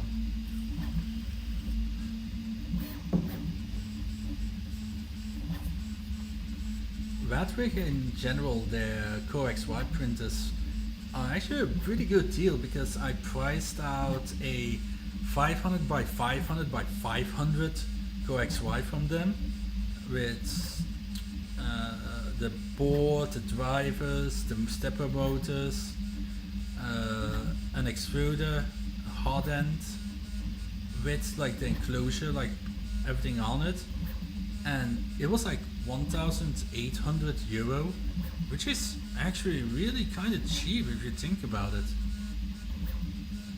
Like if you want to get a 4-1 at like 350, it's about the same price, I think. So Radwig is kind of actually a really viable option if you want to build a Core XY.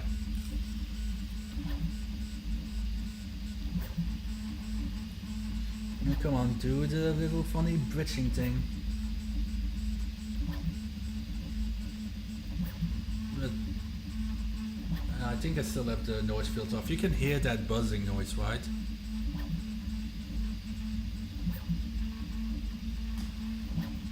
I can feel it vibrating the table.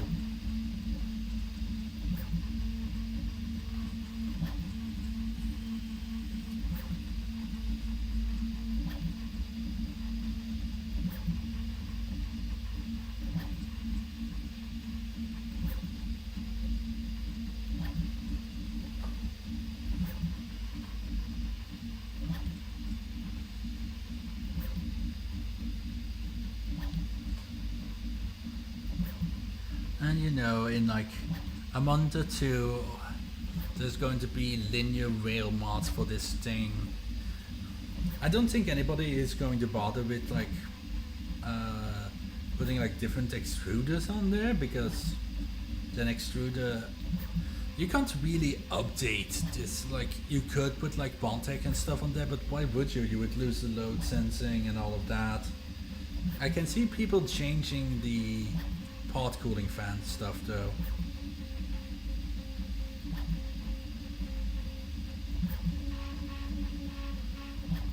There's probably going to be a Prusa MK4 bear. This noise is annoying.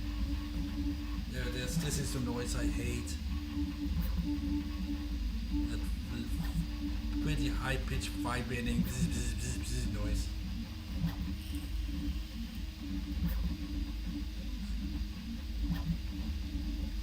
Yeah, I am still thinking about buying it for 2.4, 300 by 300 by 300 version, because I talked with Jason and he's giving a pretty good deal on it. But you know, still quite a bit of money. Oh, it's lifting. It's curling a bit. Now is it gonna do it?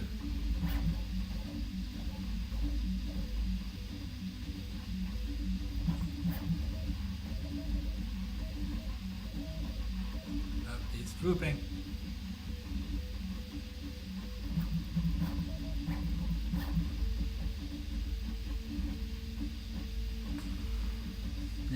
bridges has been made. Looks pretty good.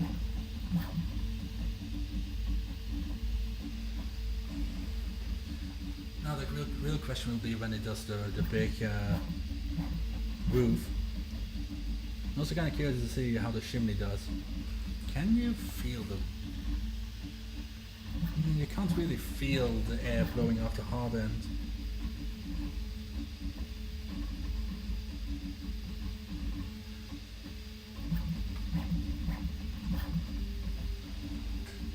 I'm kind of looking around and see if like there's some way to put like dual fans on this, but it doesn't seem like you really can.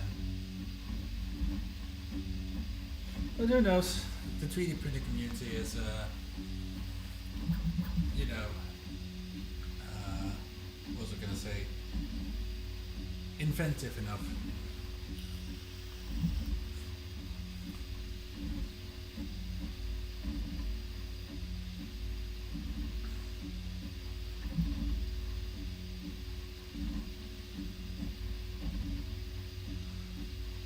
Since this is nearing its end, already got like 18% left. What should I do? I'm gonna do the whole layer test. Should I do it on the satin build plate, or should I like wrap a different build plate, like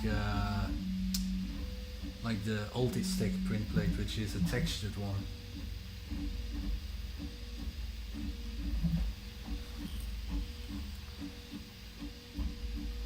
Actually, let's do it on the satin, because that's what you're gonna get with the kit, so wanna be fair. Be fair to this.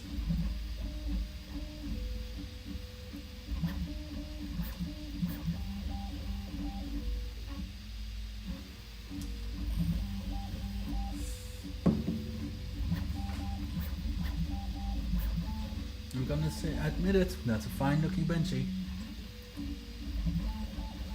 Can't fault this Benchy at all. Come on, do the funny roof.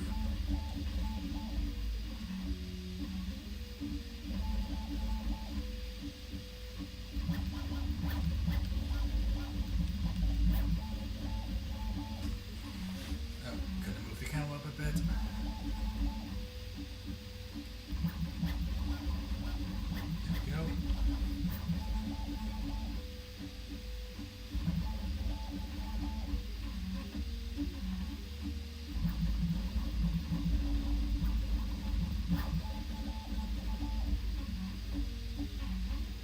So I'm gonna take a look at how this fan shroud is, because am I the only one who thinks that this fan shroud is kind of high?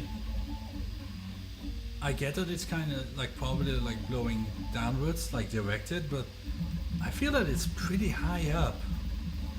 Like it's above the nozzle area. Well, isn't like the whole thing that you're supposed to get as close to the nozzle as you can without, you know, hitting the build plate?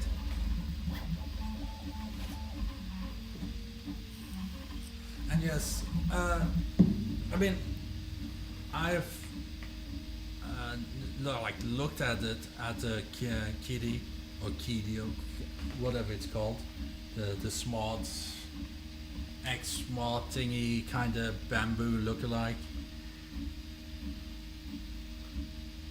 But honestly, it looks like a pretty good printer, though I've been hearing that it's got a typical kitty issue with like firmware kind of being weird and all of that stuff. But it's one of those, you know, Chinese companies tend to have this issue where they'll make really good hardware, but then the firmware is kind of wonky and stuff.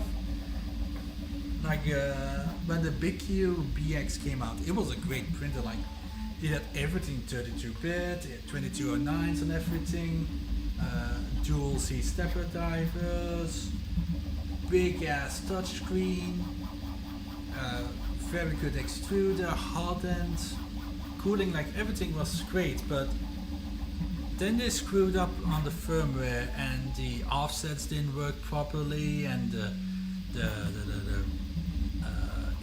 it isn't inductive or whatever the probe is using. It was kind of like a pinder.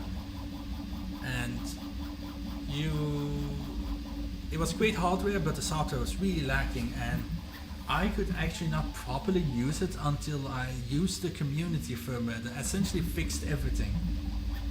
And then it was a great printer. But like, Chinese companies have so much potential to just make an excellent printer, but they always like lack it something. It's always something that ruins it. Like my Area 1 ER20, very good budget printer. Only uses a single stepper driver for Z, and it kind of starts getting crooked easily, so you have to like manually check it every single print to be sure. The Creality CR6, pretty good hardware, but uses the kind of crappy extruder, and the bed leveling is also kind of wonky until community firmware. And Prusa firmware tends to be extremely well tuned and everything. And that's why kind of Bamboo is like an outliner, because while it's not perfect, they have done their firmware so well into integration, the entire ecosystem, that's why they're so good. Like, that's why they're so popular, because they just work. There's no obvious quirk that you need to like upgrade. If you buy an Ender 3, you know you need to upgrade it. And no joy of printing. There's no issues, no issues at all, except for earlier there was a little bit of stringing. Yeah, I think it was Jesse or Nero that got one, and yeah, it's essentially just bare bones clipper. I actually got clipper on a lot of my printers right now. The Big U has clipper, the Area 1 has clipper, my Mark III S Bear has clipper, my Creality CR6 is clipper right now. And then after like months of not using it because Bamboo happened, I updated all my clipper installs, Moonraker, like I updated everything, and now I can't connect to my Prusa. I can't open config files. Like I can open it in the UI, but it's just blank. But if I download it, all the text is there. So the G-code viewer is broken. For some reason, it doesn't wait anymore. Like it just like, you know, heat up the bed, probe, and then wait for the harder to get hot. And now it just, because hot and not hot, and it just aborts.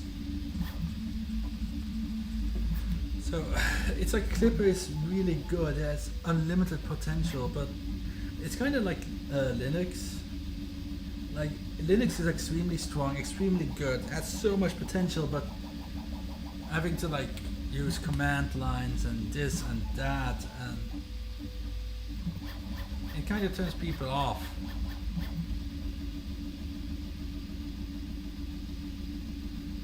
And you know, I've been in the 3D printing community for several years now. I mean, I technically got my first printer like, God knows. Was it a ShareBot NG2 or something like that? I think it's almost like 10 years ago. Didn't really start printing because there were no proper YouTube stuff, and like I didn't know what was doing it, so I just kind of put it aside. But I've been active, like actually properly active in 3D printing since like 4 years ago. And it's only been pretty recent that I actually started doing like streams and stuff.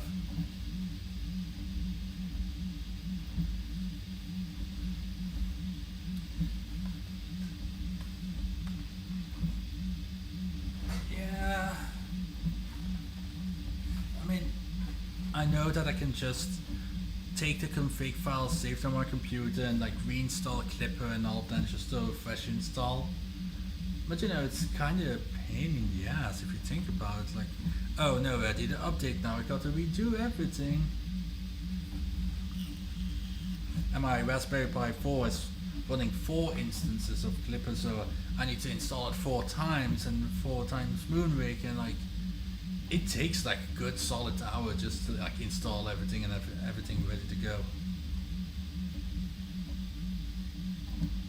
And like, you know, like basic stuff like an M500 filament swaps, you need to like go Google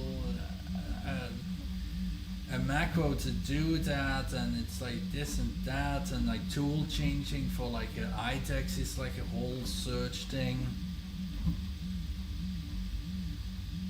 You know, I wish it was kind of more like Octoprint, where you have the UI and you can just search for a plugin.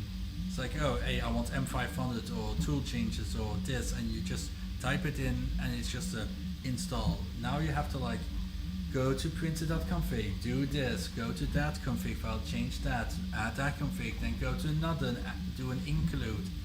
And you know, stuff like that. It's why Clipper won't become super mainstream. Like it's become mainstream like in like recent months. But you know, people like convenience. You know, and having to deal with coding, and like I added what was it, the Clipper adaptive mesh leveling thing where it only probes a certain the area where you're printing. Oh boy, this is why you need the filament guide. It just kinda wrapped itself up there. Kind of spoiled with the AMS and the auto retracting it does. And go. That's one finished Benji.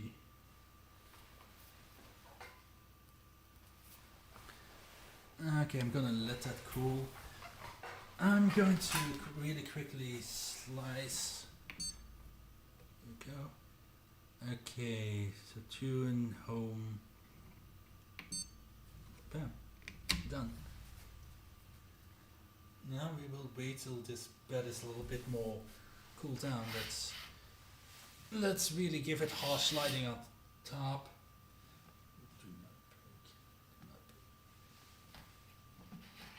Let's give this thing some harsh up. Come on.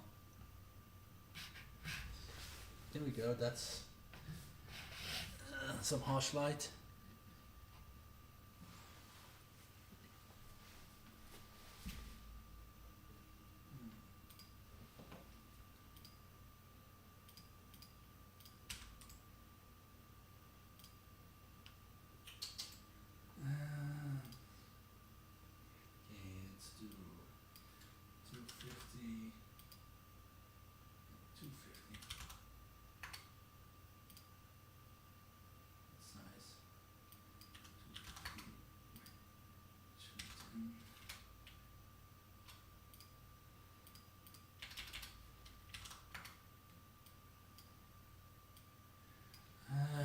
I'm sizing up the full bed thing right now.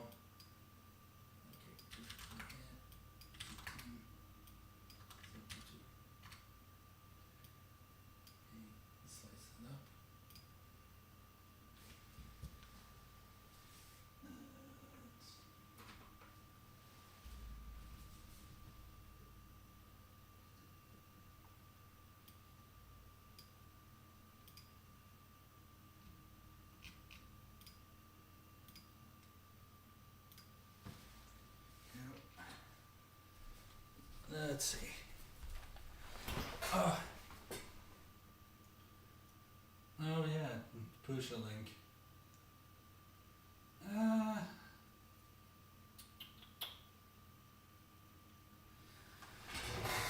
mean, I heard Prusa link is, I mean, it works, but people are kind of like complaining about some stuff. I'll probably use like the I don't know if I will actually use like full-blown Prusa link. I'm pretty sure you can just send print jobs to the printer without using it. So let's see.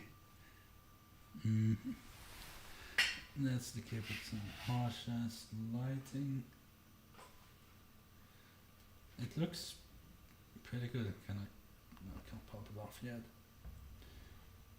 It's really giving me like some on top lighting here, and it looks pretty good. I'm not gonna lie.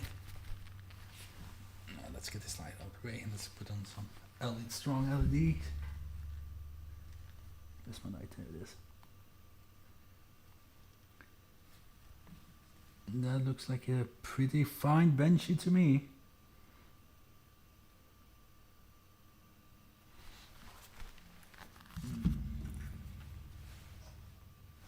Actually, let's take this off. Let's take this. Let's just flex it. Oh my god, just. Oh my. So he was putting those stupid bears on the build plan. I just noticed you can actually see where she put on those bears. Oh my god, I'm gonna have to clean this thing. Oh, there it is. Pop.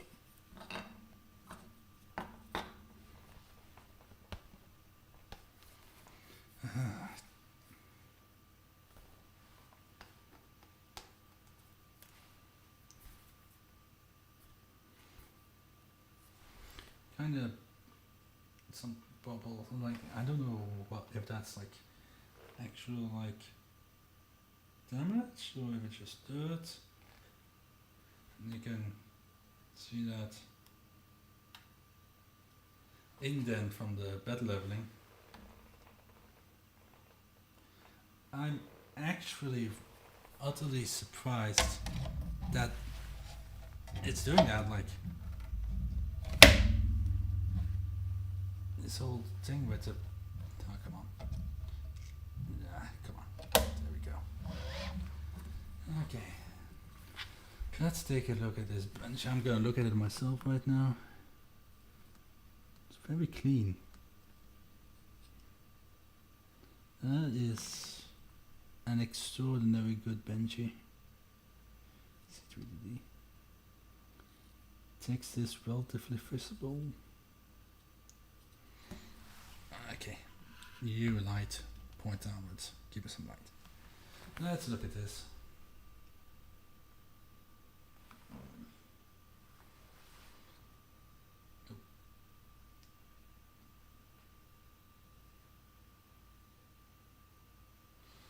Firstly, it looks really good. Just like advertised. Come on, zoom. Come on, focus. I can't really fault it, really. Come on, fingers.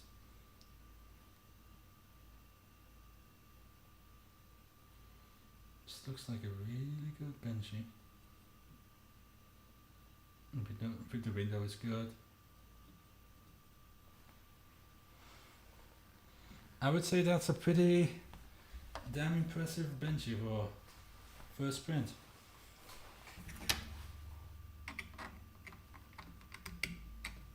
I hate that it's USB Type C. Okay, I need to remember a data goes in front.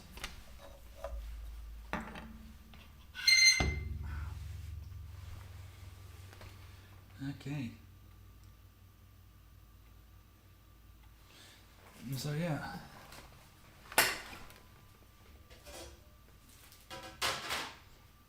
This. Okay, let's go. Boop, boop. Move some stuff. Let's move this a bit to the side.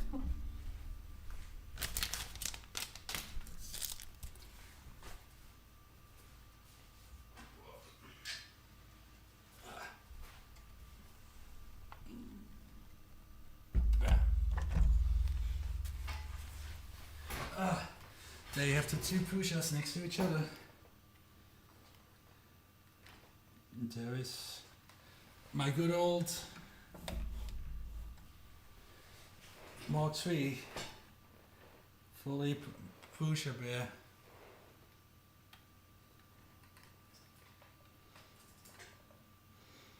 And put a lot of time and money in this. I put like, let's see, SKR I think this is a 1.4. The full bare frame. Still the original screen though. Got these little cool trays for it. Well, the build plate is currently off. Bare things. I got the full Bondtech kit on it. I got a copperhead on this with a vanadium or vanadium nozzle or whatever it's called. I got 0.9 stepper motors on X and Y, 2209s. Got the whole reverse Bowden thing going on. So yeah, this is essentially the good old bear. And I don't use this thing anymore. I don't use it because it's so loud and annoying to use. It vibrates, it buzzes, I can hear it in my bed. And it's just not a fun printer to have running.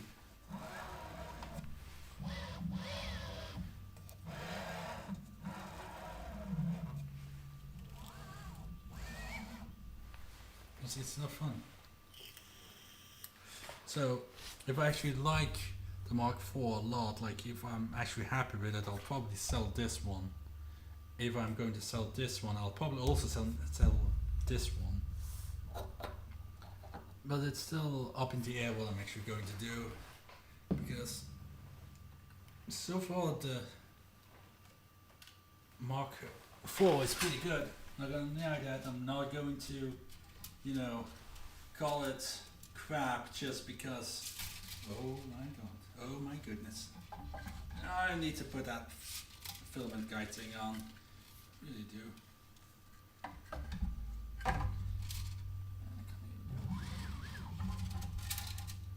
Oh, oops. I have no idea what's going on.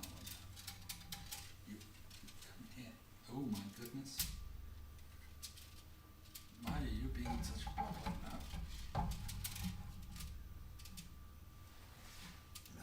There we go. Okay. Yes. This is the one that's really loud.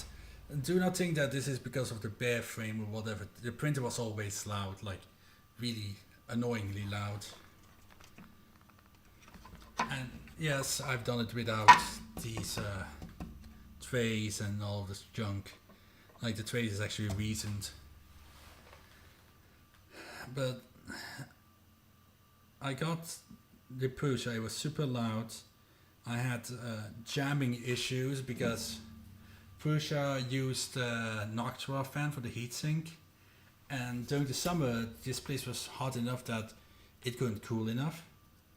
It's because Noctua doesn't have enough static pressure to actually push through the E3D heatsink. That's why E3D standard has that funnel thing that wraps around it and a really loud high pressure fan.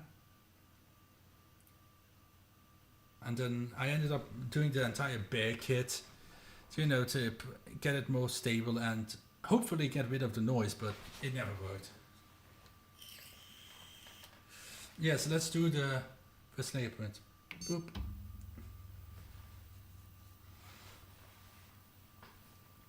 I'm actually I'm gonna pay attention to what it does, because what if the nozzle is dirty? What if there's some filament droop on it, right? The bamboo does the nozzle cleaning thing. What does the Prusa actually do? Can it? No, it's stuck. Actually, there's a QR code on the build plate, and I should probably move you guys up higher now. I guess we're gonna do, you know, first layer, so you kind of need to see it from the top, you know. Whoop. No, whoops. You guys are getting really tall.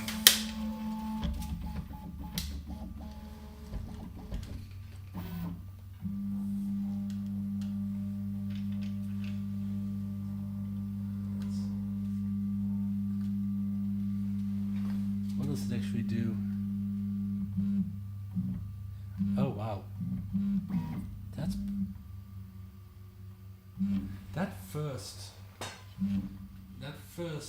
probe is extremely violent. Like ridiculously violent. I just saw that.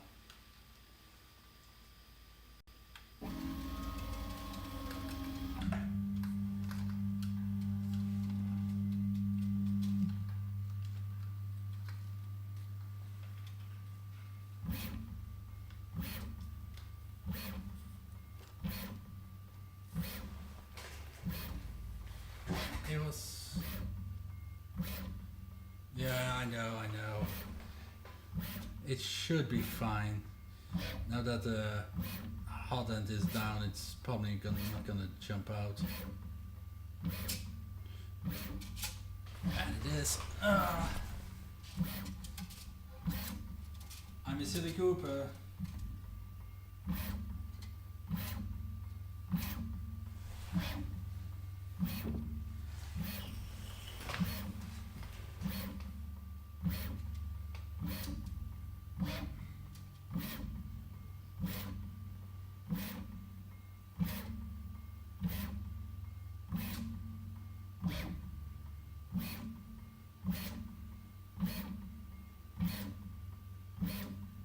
But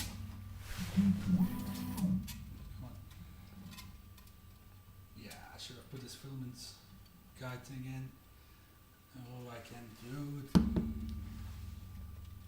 Let's see. Let me try to fix this. It's spinning this way.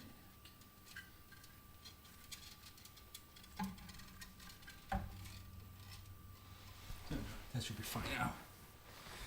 But what was I saying? Oh yeah. So I now know why it's doing that indent, because when it does the first probe right here in this corner, it really pushes it down. Like I saw the entire bed just do this. It probes like 3 or 4 times, and like it's so hard that it was actually like pushing the bed in. It's like really violent for some reason.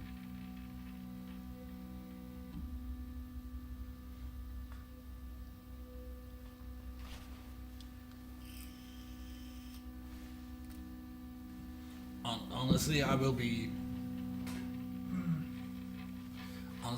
very honest. I don't know if don't buy a Mark 3S Plus. Really don't. If you're gonna buy a Prusa, buy this thing.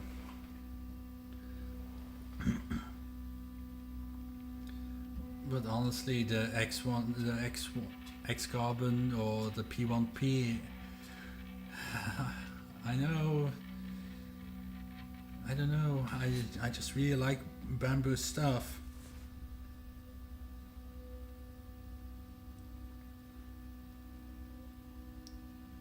Oh god, it's doing the annoying vibrating thing.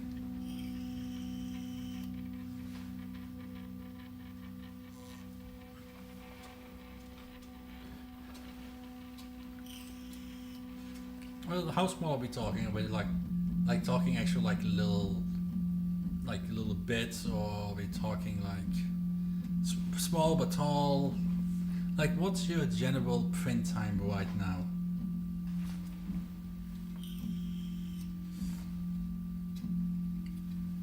Honestly, yes, X1, the bamboo lambdas are pretty loud, but honestly, if the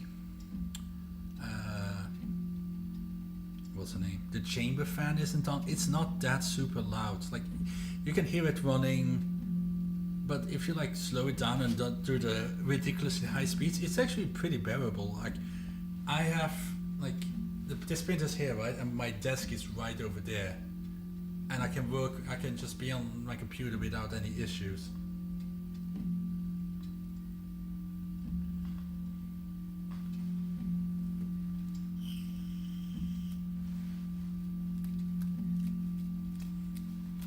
Honestly, open source is cool and all, but sometimes I wonder if open source is kind of holding 3D printing back in a weird way, because why would you as a inventor / company invest tens of thousands of dollars or hundreds of thousands of dollars doing R&D on something new and something extremely good, knowing that in the end, if you don't patent up and don't protect yourself, somebody's just going to steal it and clone it. You know? I can understand it from a business standpoint. Like if you're just a dude that's just doing it for fun, or you know, I can understand that, but like open source and all. But for a company, sometimes it's weird to say it, you know.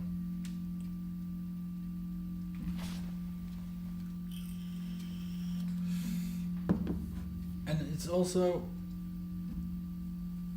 I have had some like Twitter threads and like stuff online on socials, and like the way some people in the open source community talk and tweet stuff makes me like dislike it, you know. It's kind of like with Prusa, when I first got it and I had issues, I got the condescending, oh, user error. I had the jamming issue during the summer, and I was like, I made a post on the Prusa community Facebook group, whatever. You know, I was like, hey, this is the issue I'm having. Is this normal, or like whatever? What can I do to fix this? And I got Joseph Prusa himself essentially showing up and telling me that user error, this is not normal, this is something that you're doing, this can't be true. I mentioned that the extruder motor was unbearably hot, like I couldn't hold my finger on because it felt like it was burning me. And then I got, he essentially went, your fingers feel things hotter than they really are. I actually had like a rudimentary cheap heat camera thingy, and the extruder motor was around 70 degrees hot. And since the Mark III in stock is direct connection between the extruder gear and the motor, so that piece of metal that's hitting the filament is getting like really, really hot, and it was mangling up the filament and causing jams. And essentially he told me, it's your own fault, it's your fault, you're not correct, this isn't possible.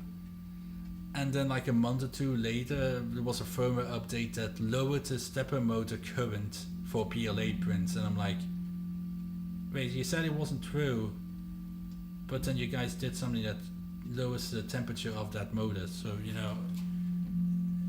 know that's, if your first impression with Prusa after getting hyped up, the 100,000 Prusa printers video, everybody's talking about how quiet it is, and then you actually get it and it's much louder than you expected. You start getting issues, and then the owner of the actual company tells you that your problem isn't real and that it's your own fault. You know, that kind of makes you not have a good impression of the company, you know. And then there were like small things, like when Altistic first came out with a build plate, Joseph essentially thought, oh yeah, so I think it was Filament Frenzy that made a tweet like talking about the beautiful golden color of it, and Joseph showed up out of nowhere to essentially talk shit about it on the release date, saying how the gold means that it's uncoated, and Prusa, the research has tested this and this doesn't work. And they're like, yeah, our coating color is gold, but it is coated, and stuff like that. When I see that, I get so mad, you know. And like, this is very controversial, but design prototype test, if that's correct. in the end, this entire crap that's happening with him and like his Prusa hate and his claims of like Prusa, the fan base, like, you know, sock puppets and everybody's like attacking him. All Joseph really needs to do, in my opinion, is make a public statement that people shouldn't attack other people just because they don't like the product, the brand, or him. He doesn't have to like be like, oh, this is my fault or anything. He just needs to make like a statement like saying this, you guys shouldn't be doing it. Like, don't attack people in my name. But it's whatever, you know.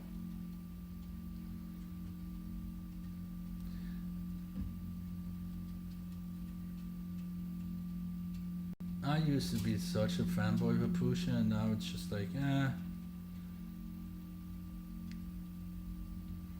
Plus the Prusa face on everything was kind of getting old, for my opinion. I like Printables though. Printables is cool, it's a cool website, it's good. I use it now all the time over Thingiverse, because Thingiverse is pretty much dead, let's be honest.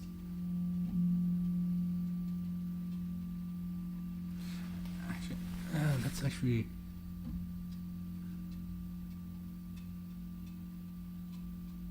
I'm like feeling up the step and wanting to try the... It's not really moving, just it seems like it's pretty flat.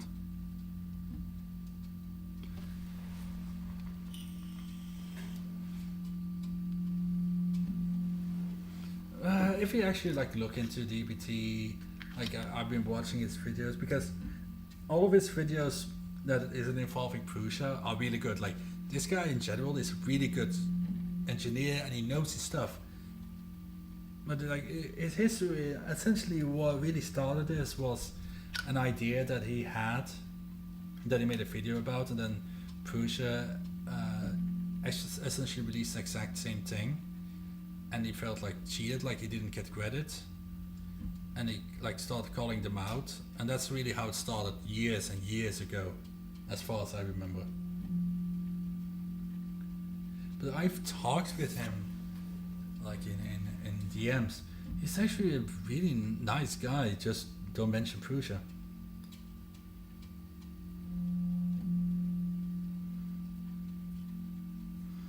But it's kind of tiring, like...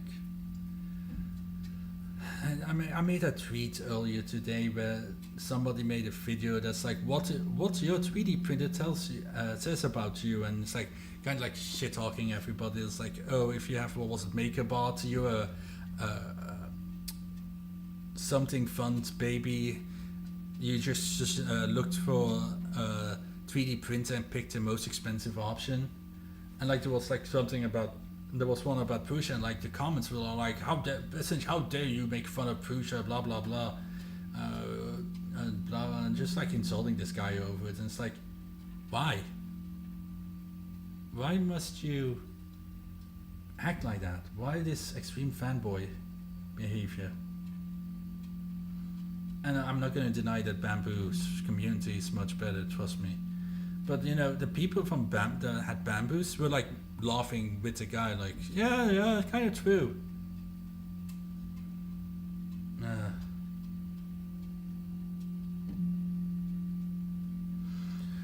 This is gonna take a while.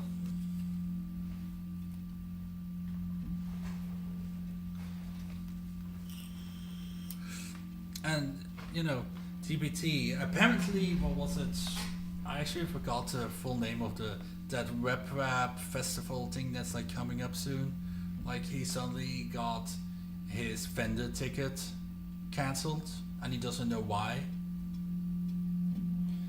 And I get the feeling that they purposefully cancelled his ticket. And that's kind of a shitty thing to do. I know what it is. Oh, he's a controversial person, blah blah blah. But you don't do that. Yes, he has beef with Prusa, but you know what? I don't think this guy is going to come to the Web Festival like, I don't know, attack Joseph Prusa.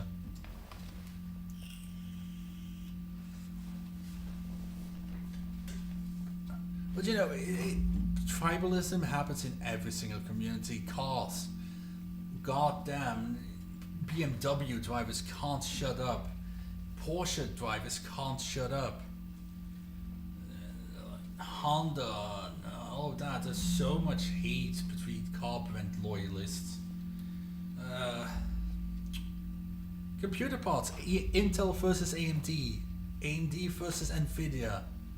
Hell, I've seen beef between like hard drive manufacturers.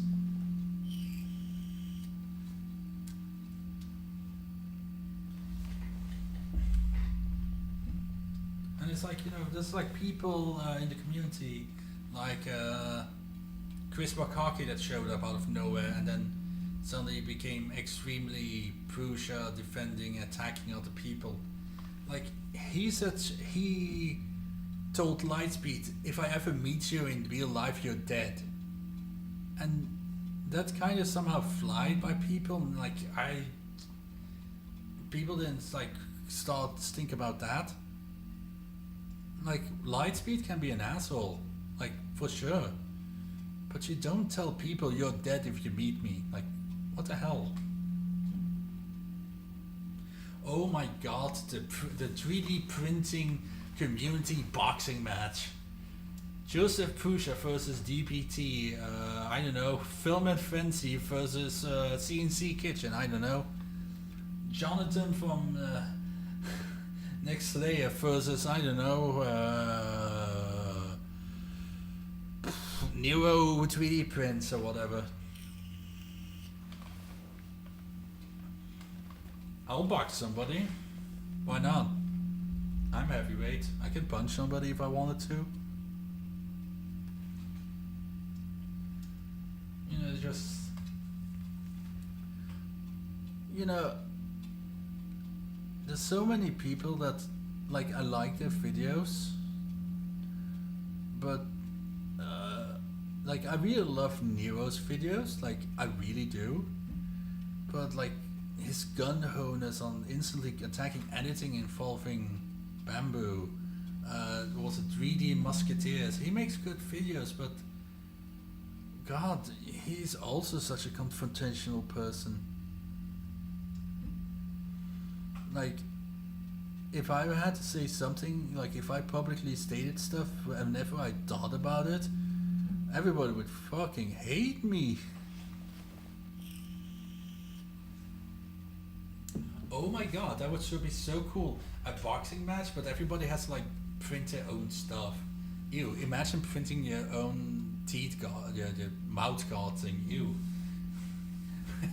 Is this boxing safe material? Oh my god, imagine somebody showing up with like an ASA boxing glove. Yeah, this boxing glove is made out of carbon fiber nylon. Carbon fiber nylon versus glass filled nylon, let's go.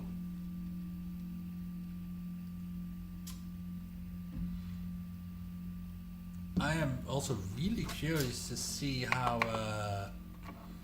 the QLT K1 is gonna end up, because let's be honest, that printer is pretty much a clone of bamboo.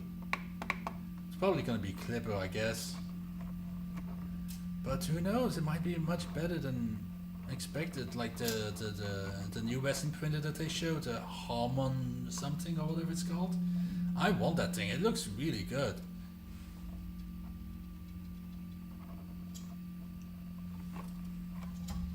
It looks really good, and I know Anycubic is going to really announce their bamboo solution,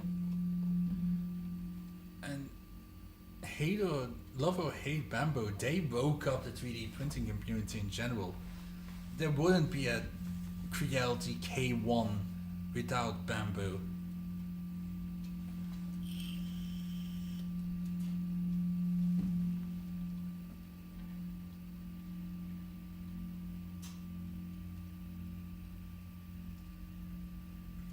I'm still sad about RE1.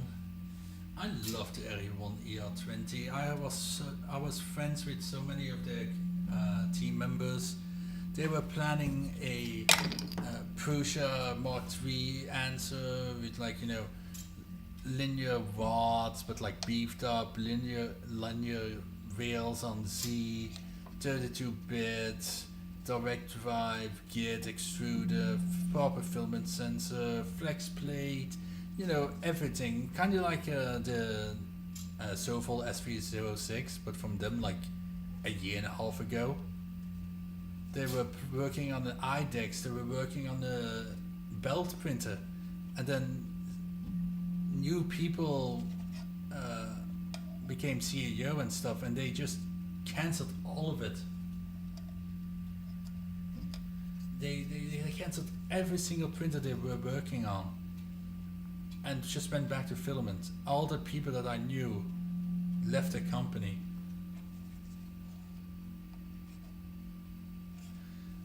And you know, it's really sad because I had some of these people like sending me like teasers like in DMs and stuff of what they were working on.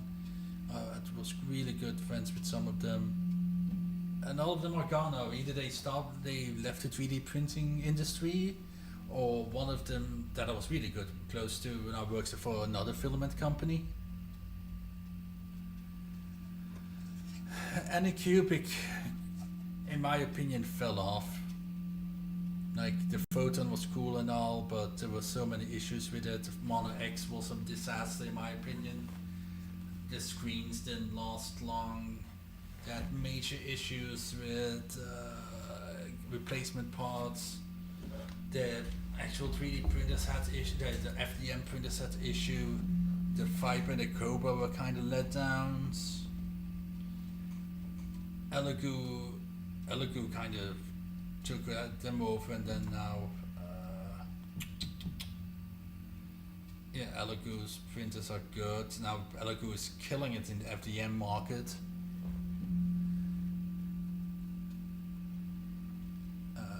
Oh god, what was it again? Oh, the printers that can't fire ANET, right? They don't really release anything new. They just have a Ender 3 clone.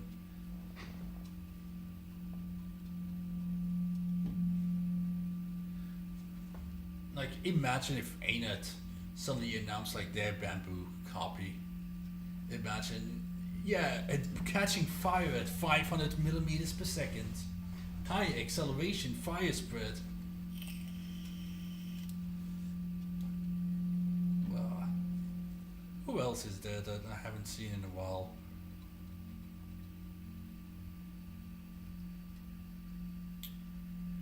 But you know, people are like, oh, why don't these companies like create new stuff?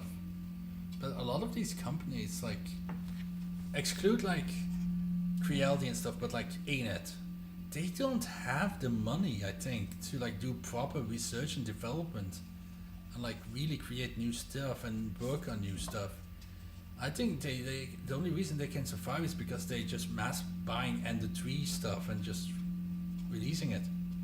They never had a really big breakthrough that Creality and in a lesser extent Anycubic had. Sofol has been killing it lately with the S306.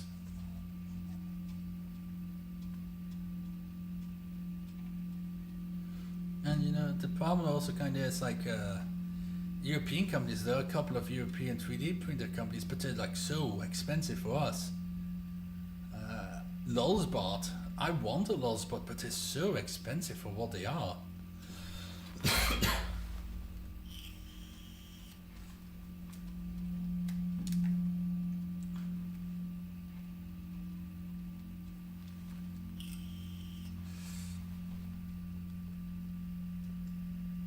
I just know that the amplifier.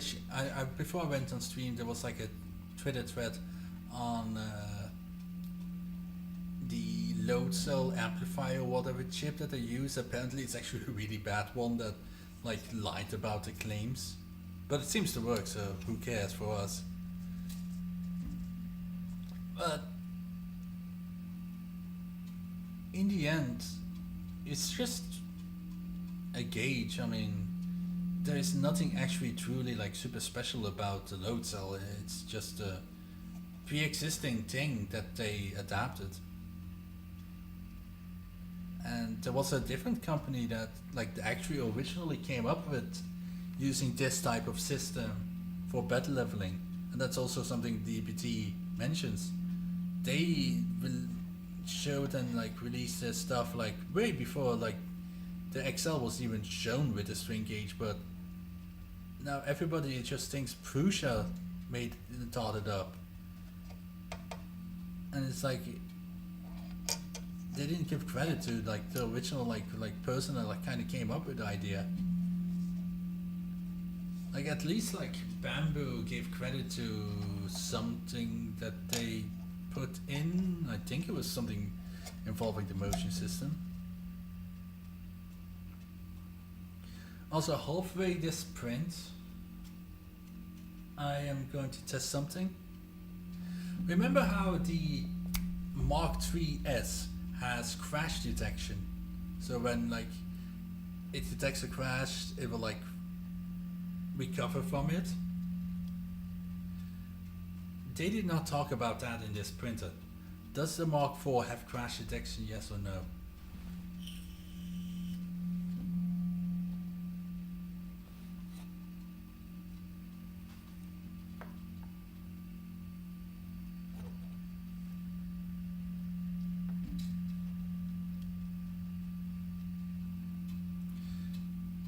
Let's give it a little bit more so we have like a proper view of the first layer. And I'm going to touch it. That is smooth.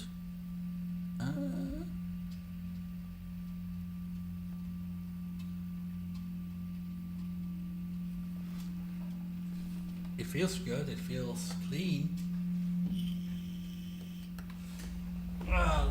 Let me actually, I'm kind of just sitting in my chair with my legs on the other chair, just kind of vibing. Let's see if I can like make this work. Oh, I was like, what's a shadow on it? And, let's do this.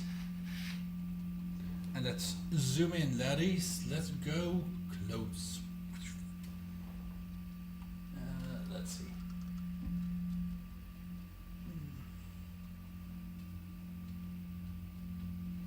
Can I go closer? Can I go closer? Oh my god, it's Prusa enlarge. Can you please? Autofocus, please. I can't even see what I'm looking at. That's not what I wanted.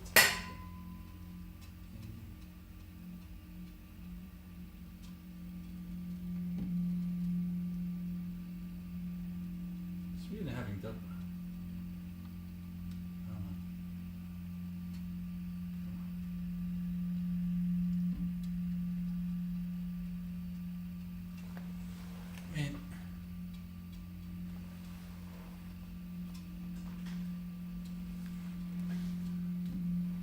It looks very clean.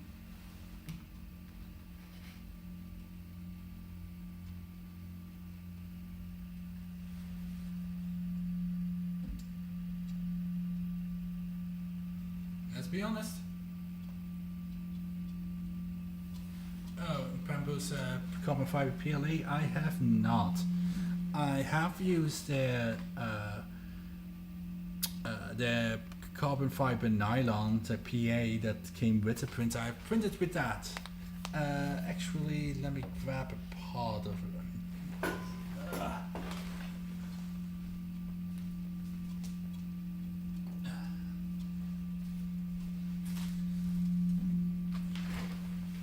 Let's see. Let's zoom out. This is the nylon carbon fiber. It is it's really gorgeous stuff. Like, I love this stuff. Like, unfortunately I didn't dial in settings, so this gear thing is stuck, but this stuff is extremely strong. I don't know if you can see. Can you see like the indents on this, like here? I literally grabbed like big ass pliers trying to like break it free, and it like really dug into it and like Let me see if I can get my thingies. I found you. Can I get you out? Okay. So, I grabbed these. I was like, I need to get this crap free. I want to use this. This is for my filament spool thing. I'm like, a bit bigger piece. And I just like grabbed it and I just squeezed it out. It does not break. Like, I am putting considerable force on this. Like, I'm like really squeezing this. And this thing just doesn't break. I grab it here, it doesn't break. I grabbed it on the thread over here, didn't break. This stuff is so strong, it is incredible.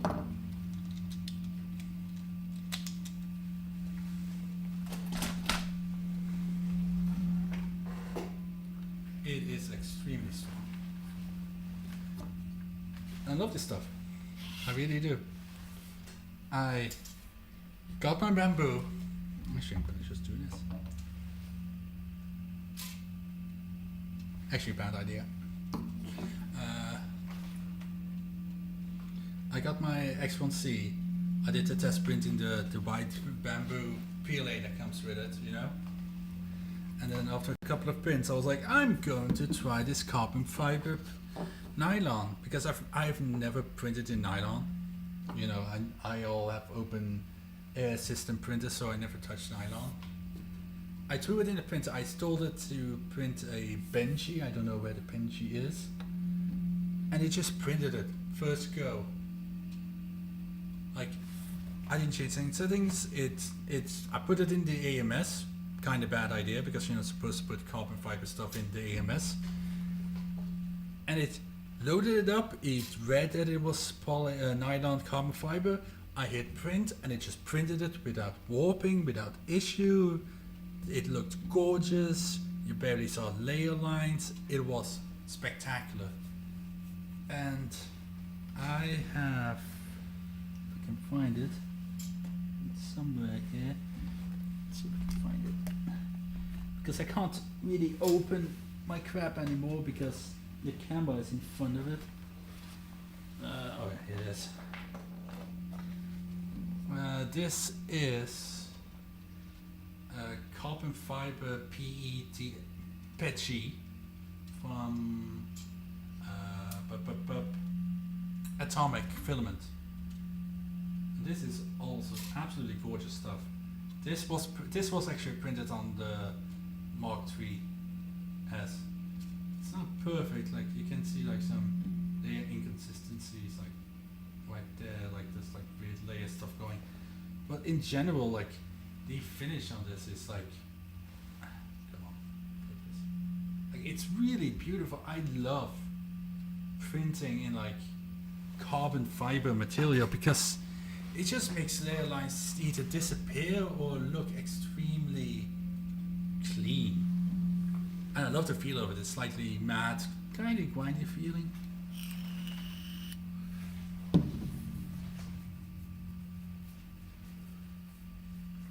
The carbon fiber PETG I did not print in an enclosure because, believe it or not, carbon fiber stuff you tend to not need an enclosure because the carbon fiber fibers actually like make it warp less because it has like something that kind of holds it. So it is actually easier, apparently. I haven't tested it much because I don't have normal nylon laying around. It is actually easier to print carbon fiber nylon than just straight up nylon.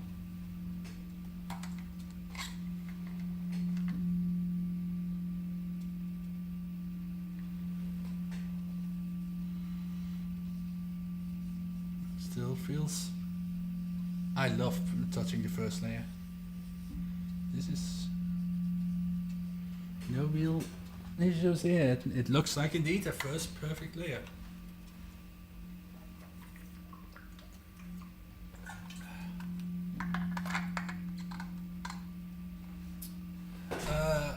I I've printed ASA on my printers before, like the Mark III I printed ASA on. I printed ASA on the Big Q. And actually ASA doesn't warp that much. That's why people tend to use ASA over ABS these days. It has a lot of the same properties as ABS, but it doesn't warp nearly as much as ABS. Like I've printed it open air without any issues. Just kind of depend. They do need to have a good provider, because I forgot the other brand. So far I've only used Filamentum ASA, Extruder ASA, and I think Polymaker ASA, but I'm not 100% sure on that. But there was another brand, I forgot the name. Their ASA warped as all hell. Like, I could get it to print small parts, but it warps. But the Extruder and the Filamentum ASA did not warp nearly as much. Actually, Extruder I've never had warping issues with. Filamentum once, but I think the offset just wasn't that good.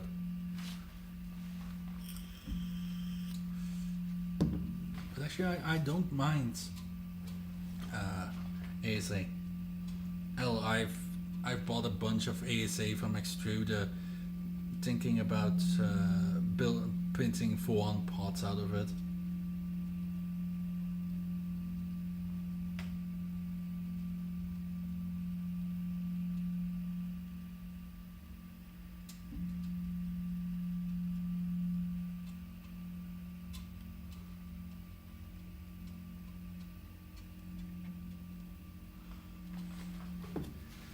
Let's see.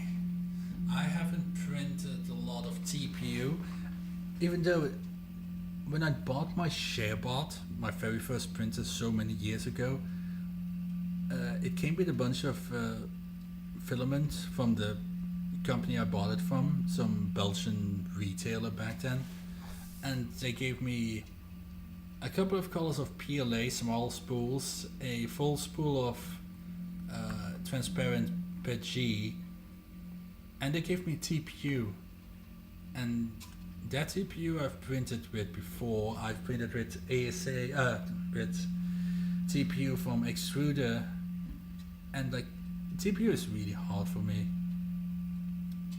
but I've done it on the Bamboo X1. I had to use I couldn't use the AMS because, you know, too much movement. It really stuck on the build plate though, like, goddamn. Apparently this printer, the Mark IV is actually really good. Oh, on the smooth sheets, yes. I don't know about the high temp one, but it does need it on the cool plate, like the one that's meant for PLA.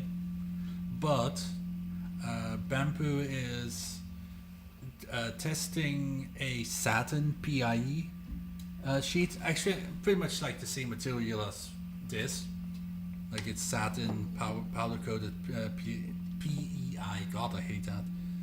Actually, I don't know if it's powder coated or not, but it's essentially the same as this sheet, satin textured, and that one doesn't need glue or anything.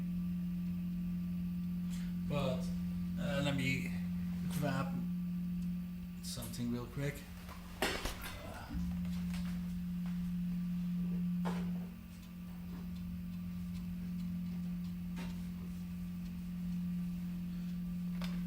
This is a Garolite plate that I got from VPS Data, who is a guy from Belgium. Lucky me.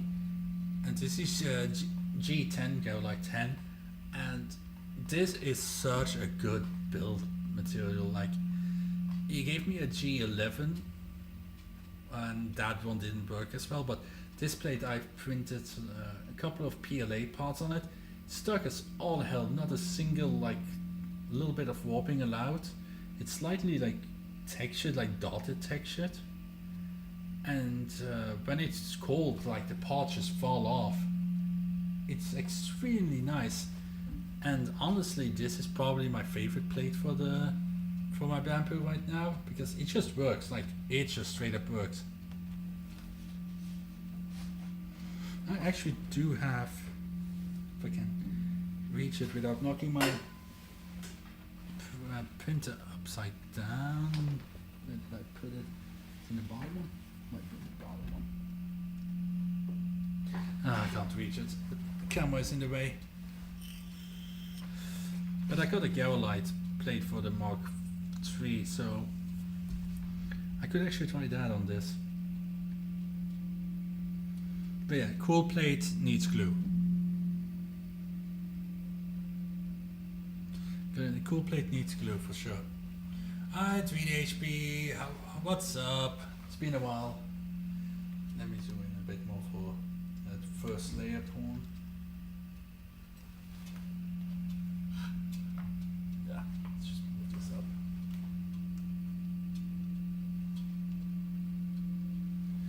But we're also saying again.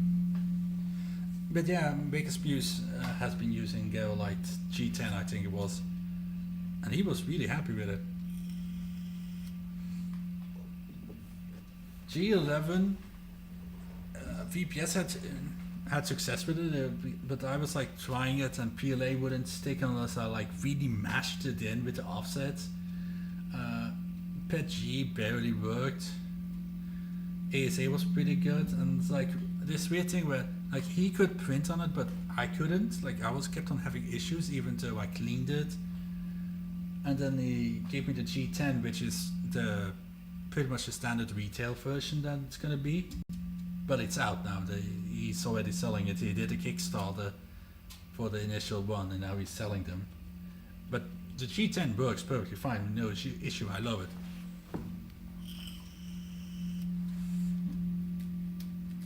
Oh, Print Bites, yeah, I've heard about them.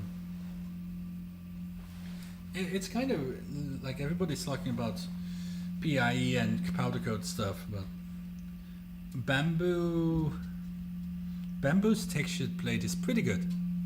It's pretty good, and I had to give it a good clean, and now everything pretty much sticks to it. It's a pretty relatively rough powder coating too, which is, you know, causing issues with the LiDAR, and that's why the LiDAR doesn't work, because the pits and stuff in the texture is throwing off the readings.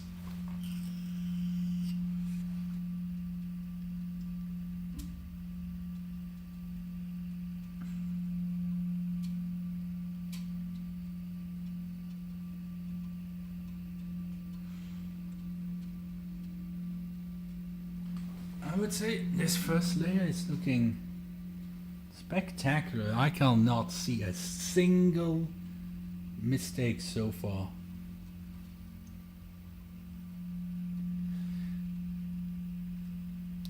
Yeah, damn, you know what this printer is going to be? It's going to be relatively loud and not that super fast, but it's probably going to be an extremely reliable printer. But then again, Jesse already like had so many issues with his, and I've seen some other people with like issues, especially related to the extruder jamming. Oh, is that a blemish? Oh, that's a blemish. Just like a little very tiny, like maybe a line or two that's slightly scuffed. I also kind of wonder, I was messing around with the spool earlier while it was probing, and now I wonder if while it's probing and like the filament has some like something tug on it, if it throws off the reading. Well, we will see. This was somewhere near the... Oh, I just 3D print for a hobby. I do not do this for a living at all. I just do it as a hobby. Normally I don't even do streams, but you know, the Mark IV is such a big event, and the Bamboo was such a big event that I decided to print it, stream it. if you want, I could turn on my webcam real quick and show you guys around my quote-unquote makerspace. Yeah, I'll just do that. Give me a second.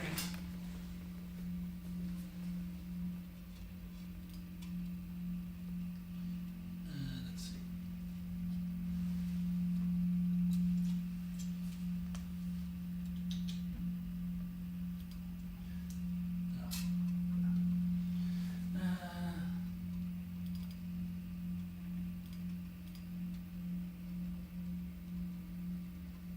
Oh well.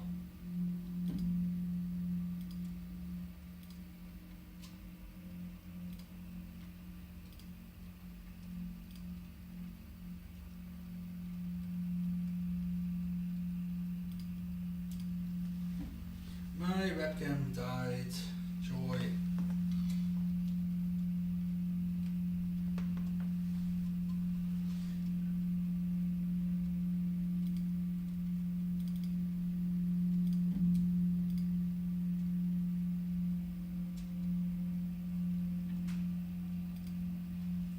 Oh. It's alive. It's alive. It's alive. It's alive. So let's see. Got this stuff going on. I can actually do this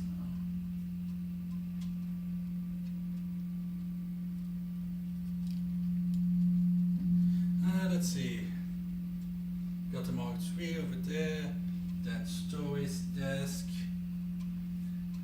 The bamboo is over there because I needed to put it both sides. We got some filament over there. We got the T-Rex. Let's see.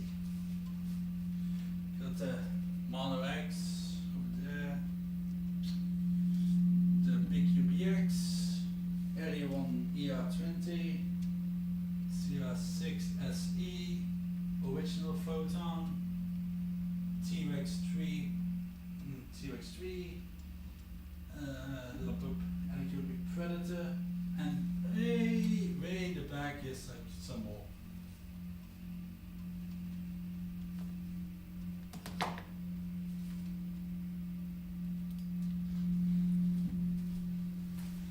Man, that webcam died again.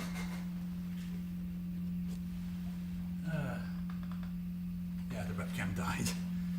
I was moving and then it just stopped. Yep. Welcome back. Damn, I should have stolen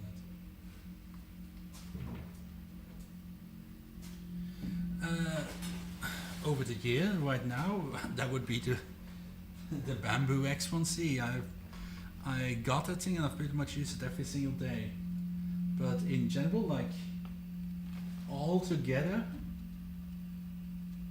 I would have to say the Mark III, of course, and the LE1 ER20. So I really was a fan of that printer. I used the Anycubic Predator a lot. Well, my first three printers was the Photon, the original Photon, the T-Rex 3, which is a 400 by 400 by 700 printer, and the Mark III and the Predator. In hours, it would probably be the RE1, the Predator, and the Mark III, because I've had those the longest.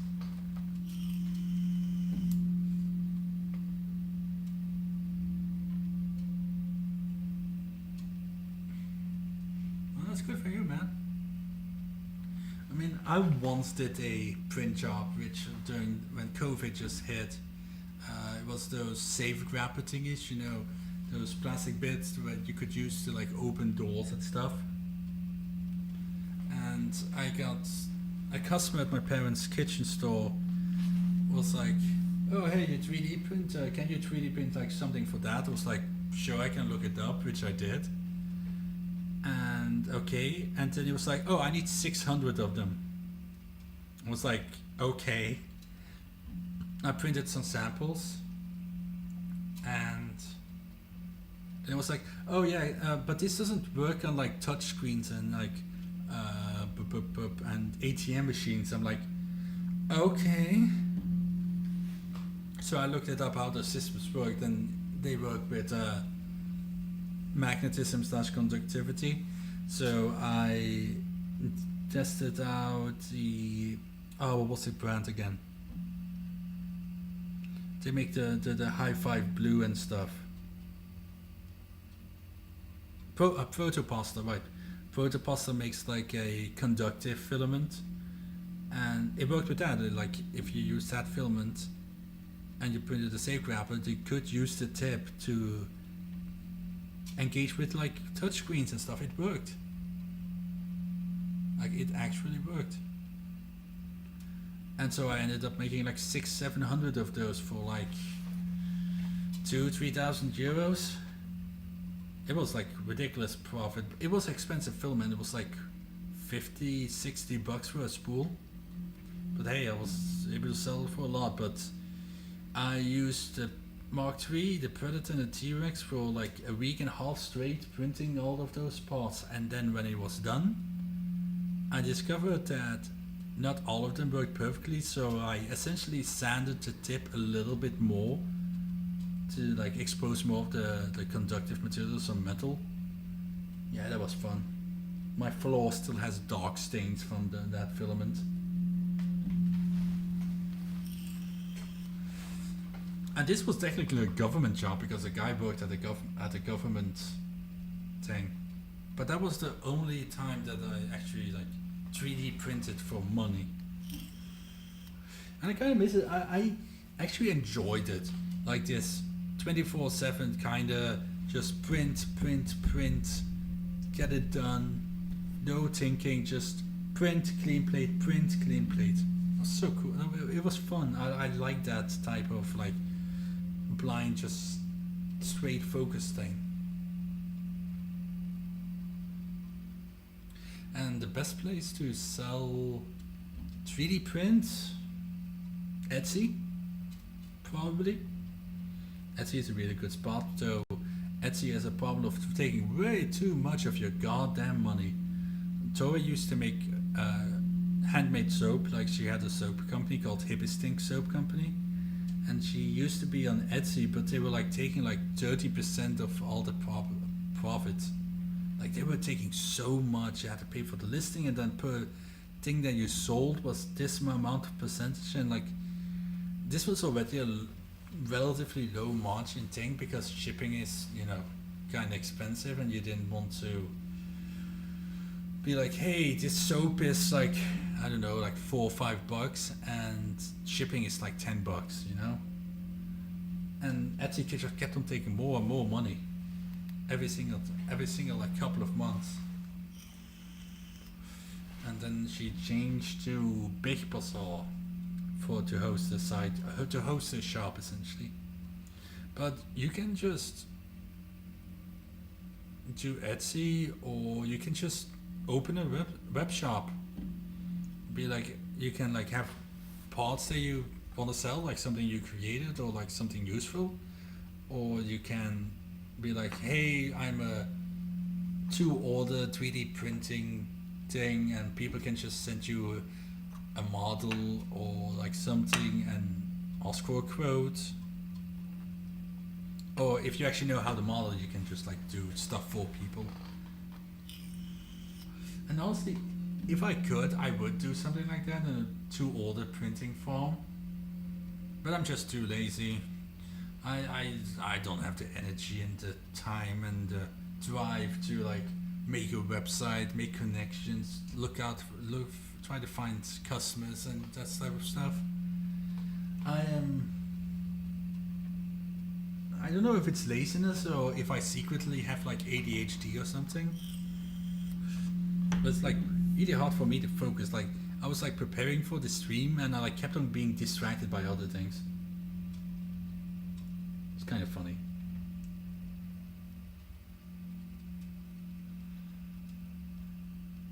And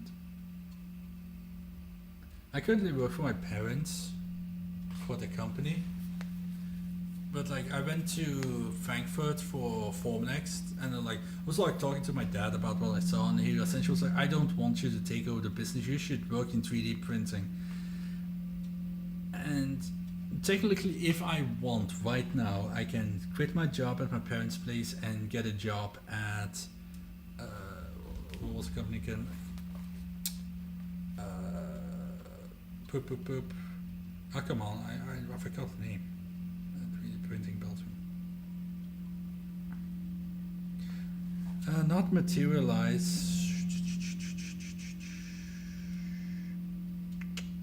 Looking it up. Oh, 3D systems.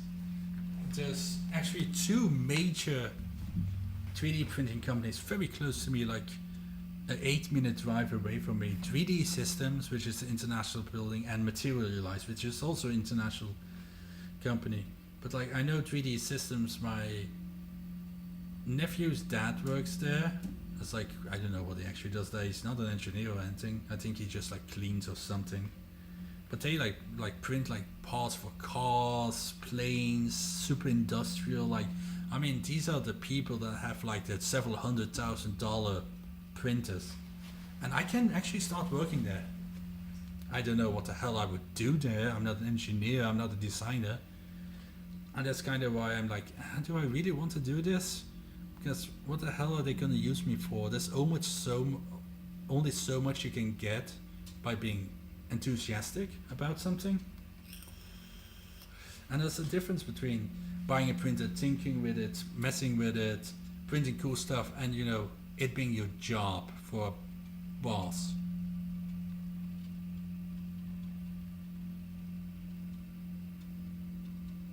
And that's kind of what I think a lot of people don't understand. Like they all want to like work at a 3D printing company, but it's a job. It's not a fun haha I can mess with printers all day.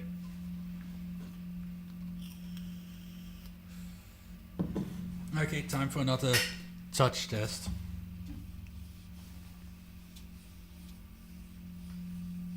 It feels a little bit rougher over here, but like barely. The edges on the perimeter is kinda like slightly rough, like you know, the slight touch of over extrusion on the ends of it. What's this? There's some roughness here. Like actually I'm like touching stuff and you guys can't even see where I'm touching. This is a little bit rough. God damn, this vibrates. Like this is all like super smooth. But over here it's kind of rough.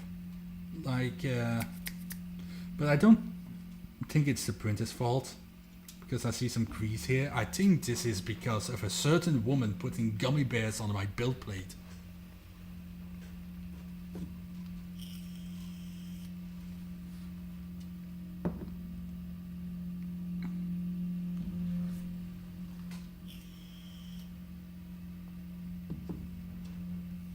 Okay, so should we do the crash test? Should we do the crash test? Like the print is halfway. Hi Lightspeed, what's up? It is currently at 58%. So it's a little over half. Let's see if the Prusa MK4 has crash detection. Okay, what should I hit? Should I hit X or Y? You guys can pick. I don't know. It was kind of something I was thinking about, because the Mark III has had it, and it's a feature of the like that they touted a lot. Like it was like one of the selling points for the Mark III. So it would kind of be stupid that the Mark IV doesn't have that, since they also have sensorless homing, so they should be able to do the same thing. Okay, let's well, we will find out right now. I'm gonna karate chop it this way when it's coming back. I'm so sorry, Prusa. Joseph, please don't hunt me down. It does not. It does not have. And now I wonder because it does not. No, we know that.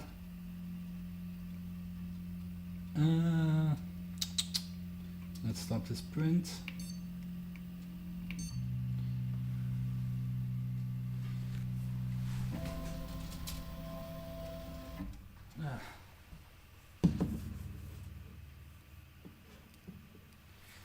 Kind of disappointing. It was one of the features super touted by the Mark III. It should be able to do it. I've had it work on the Mark III. Yeah, it's gonna be in a later firmware, just like input shaping. And you know, when I first bought it, I was kind of like, wait, it doesn't come with a accelerometer. And then I heard that it doesn't have input shaping at all. So now I'm wondering if Prusa is going to sell like an accelerometer, speedy thing on the website, like something that's like pre-made. Because, you know, it would kind of be stupid to have input shaping as a feature and not have it with your printer or the tool used to get that. So, and we know that it's not on this thing itself. So I wonder how they're going to do it, if they're going to like start selling it. Okay, let us inspect this first layer. Let's see. Come on. Kinda, I don't know if you guys can see that. It's like this little slightly darker spot over here. But honestly, that's just nitpicking at this point. It looks really good.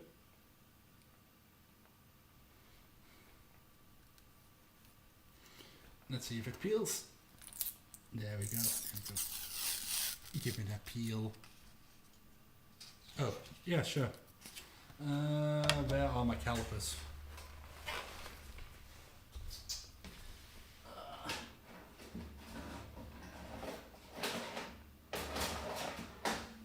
Let's see.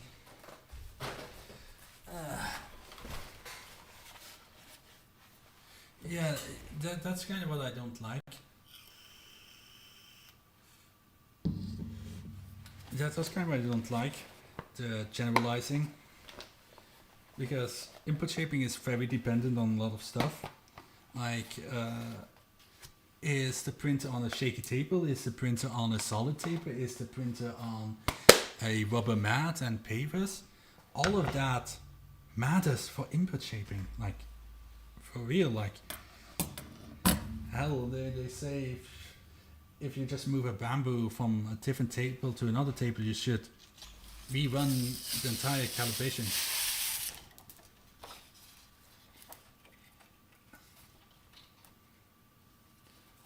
You want to see the first layer but have it run at 90 millimeters per second. Okay, let's see. We got calipers. These are not like high-end calipers, but they work. Make sure it's zeroed. Come on. Let's do this.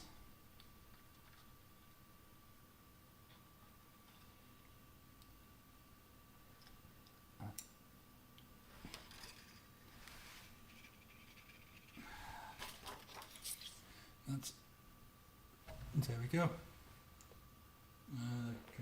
don't know if you guys can see that, but it was, when I first measured, it was 0.2. So that's pretty spot on. I told it to have 0.2 first layer. When I first measured it, it was 0.2, but then it like kind of jumped. Let's just measure it on different spots. 0.21.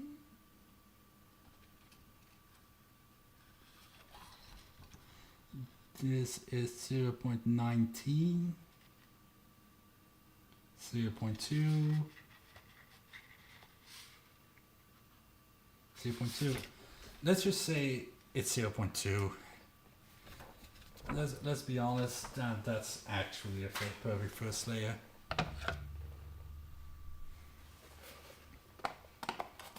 So you know what I'm going to do now? I'm going to do something blasphemous. Going to do something unheard of, something actually problematic. First, I'm going to unload this filament. I'm going to do something very problematic.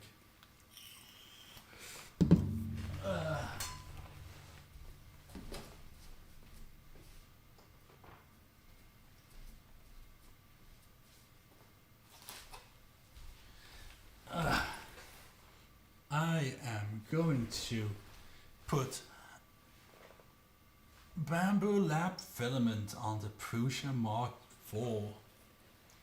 Let's see what happens. Is it going to literally explode?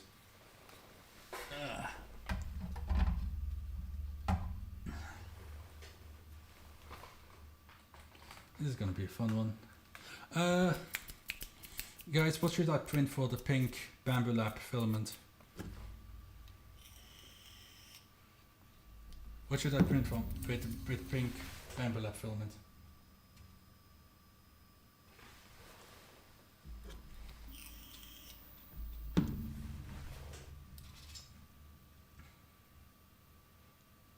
The tip is better on this one.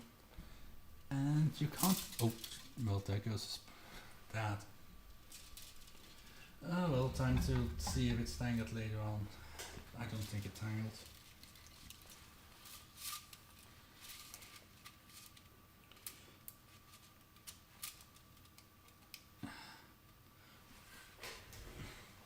A chip cube? Sure. I'll need to download the chip cube first because I don't have that on my computer, I think. Okay. This is kind of something that I've noticed on a lot of Marlin.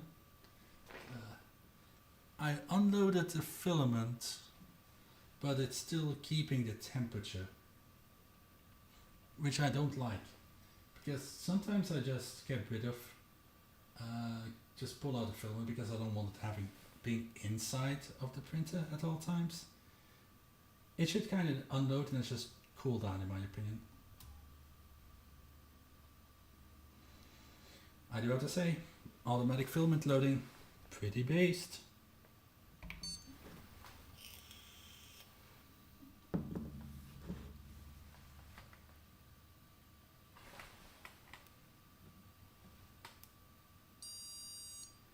Purge more, please.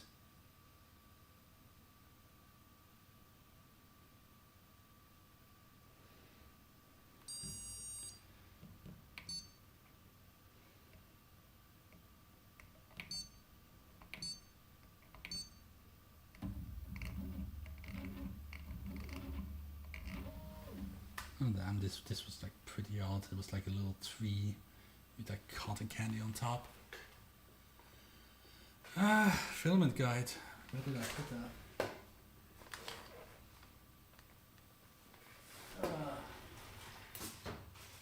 Filament guide. Filament guide. How do I even install this thing?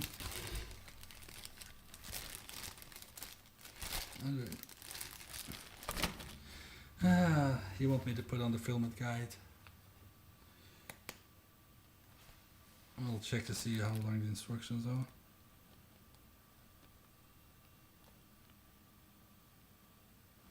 Okay,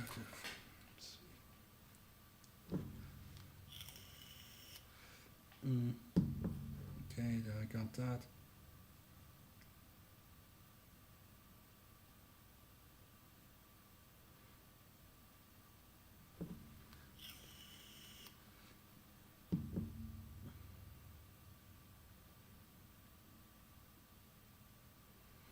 Okay, so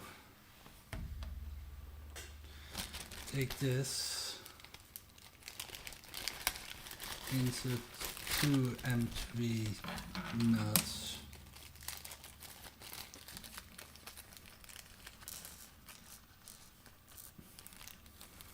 Okay, so let's see. I put the two marked openings, so that would be here.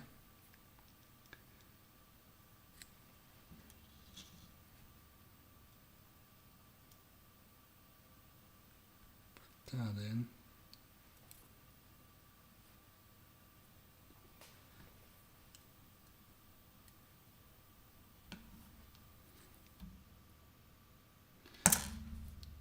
Let's see. Okay, so I need to put like different little things in here. I'm gonna zoom out. Put this in here. Then you have to put a hex nut in. Put that in. Put in a little hole. And then use the short screw. And I need a thing to wrench this in. And use this. It's too small. Yep. Bigger. I need bigger. This? No. No. I think this should fit. Yep. Then I guess you're supposed to like tighten this and just kind of like. Okay. That's not tightening.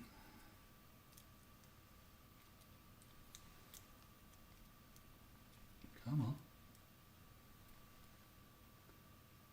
Just not long enough.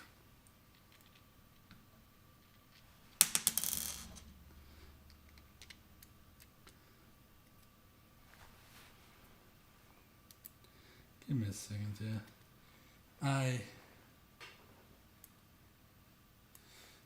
Bye, Jamie. Have a good one.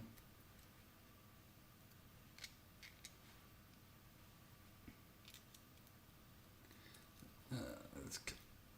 Jesus.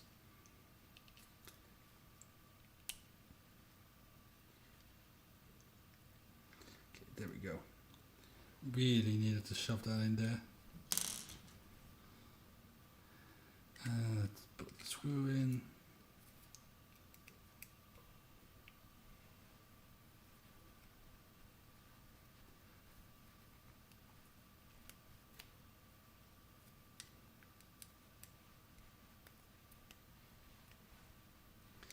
There we go. So essentially it's just you put the PTFE tube in, you put a nut and a screw and then just kind of tightens up here. Pretty simple. Pretty effective. Don't need anything like super special.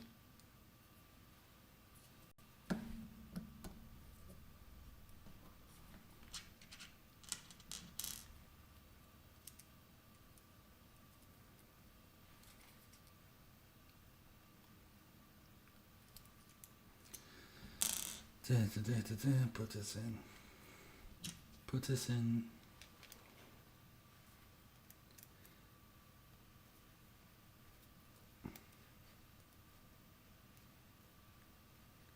Okay, so I got one long screw left and one short screw. Okay.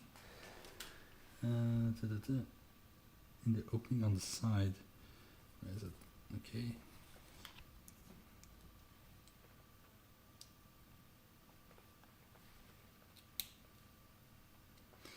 Okay, next step. Okay. Client on the black, yep. I should probably unload this filament then.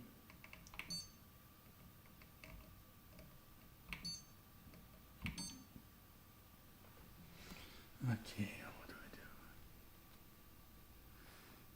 I do? Attach to the. It should click in between the top.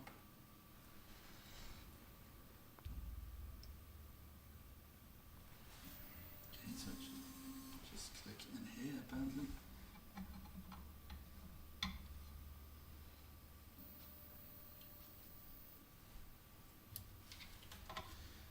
Let's get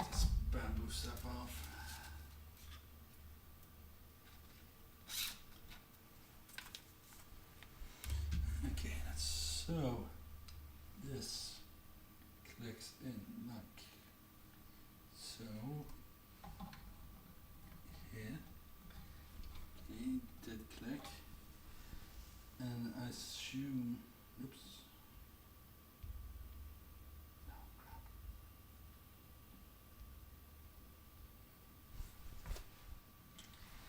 Assume that need as long as for this, yes.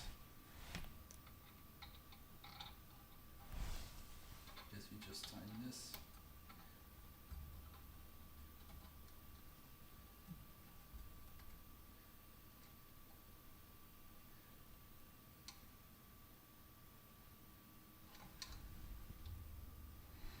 I think that's it. We got an extra screw and nut, but I don't know what if it's needed. Let's see. Open the web page.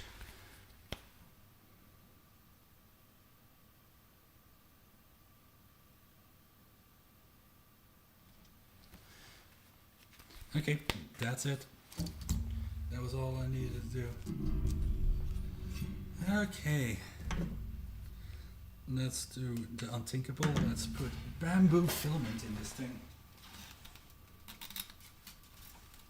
So you put this in, you feed it through the spool holder like so. You put it in a little filament guide. You take it down, you stick it in the printer.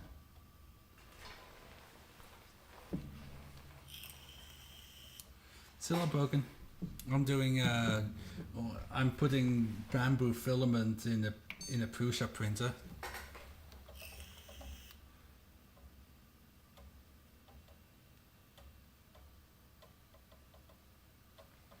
So yes, filament is loaded correctly. Aha, the nozzle is slightly dirty now. Let's see how that affects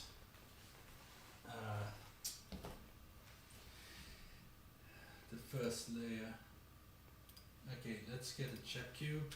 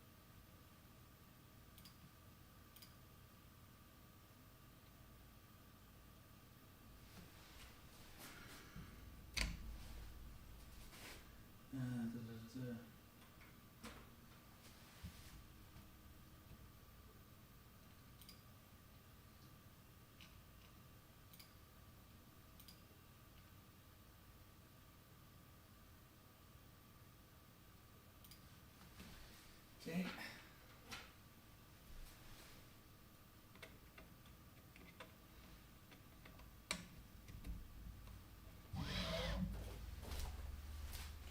Okay, we got a chip cube. Let's print this. But now the problem is the printer's got filament on the nozzle. What is it going to do?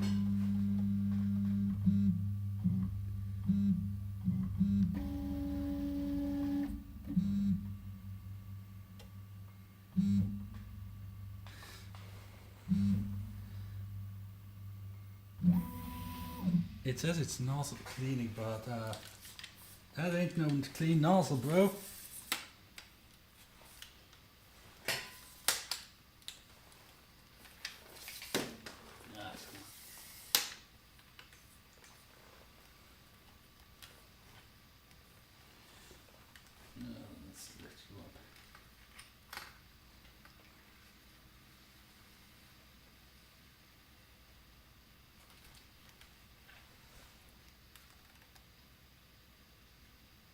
That is not a clean nozzle.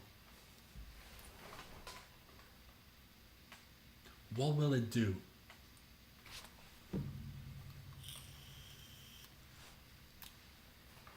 We now got an exact amount. I loaded a filament, I did not touch it. I went to a computer, got my file. So it was still hot, so it was able to leak. So what will it do now? It said nozzle cleaning, but it was just kind of tapping 3 spots on the middle of the bed.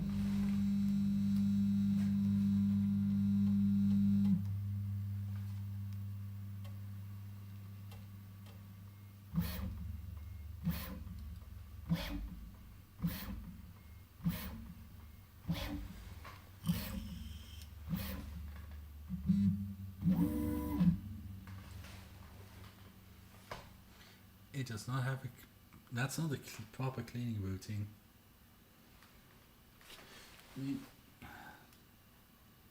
Let's see.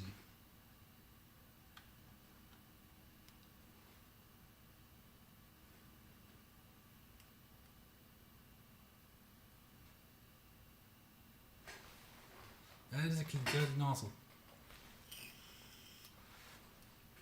Okay, it's gonna stop printing now.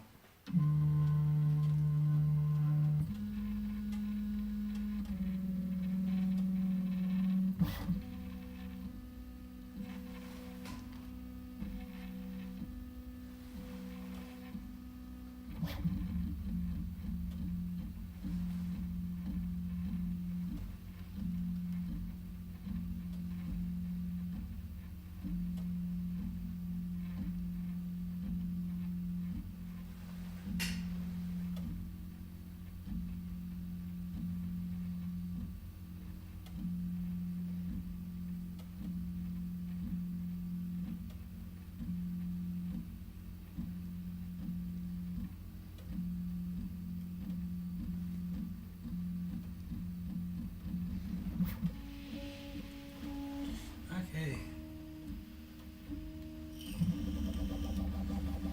It looks like it survived it. Is that a little bit of...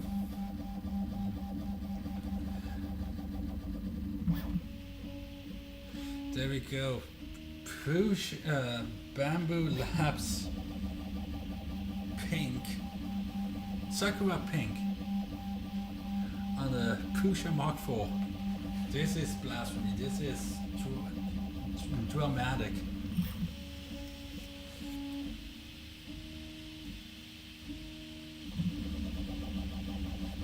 After I'm done with all this, I should probably print the same cube with the same filament on the bamboo and see how it works.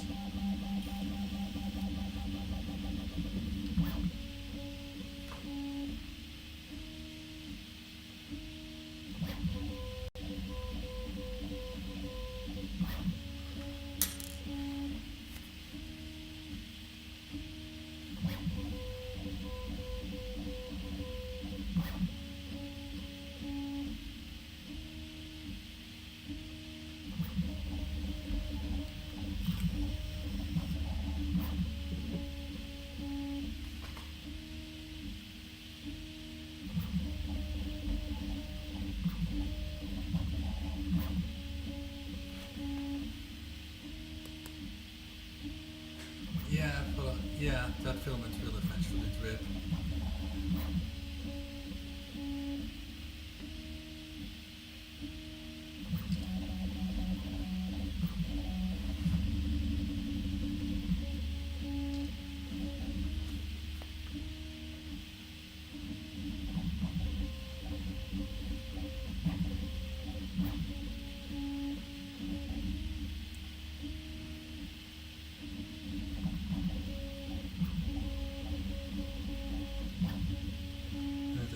Make a banger tweet.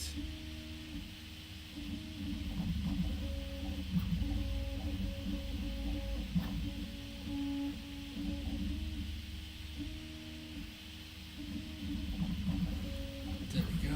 Banger tweet mate.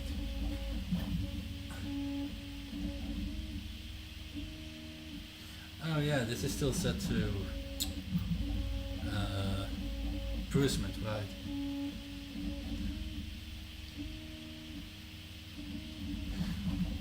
Actually, now I think about it. Tune. Use interface, soundboard, filament, and flow factor.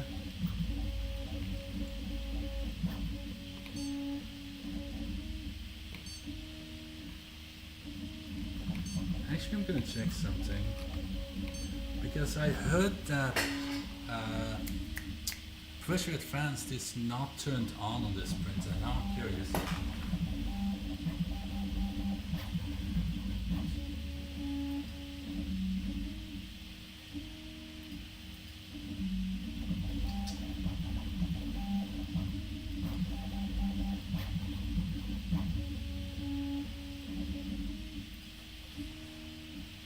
No, it's turned on.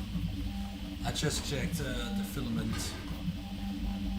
on Prusa Slash, and it does give a K value, and it also gives a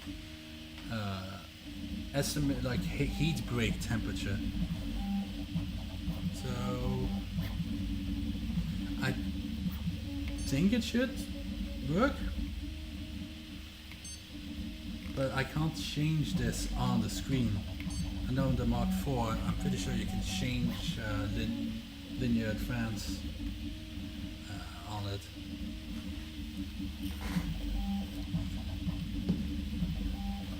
It's like this printer is so well polished, but why couldn't they just wait a month? Like they're saying that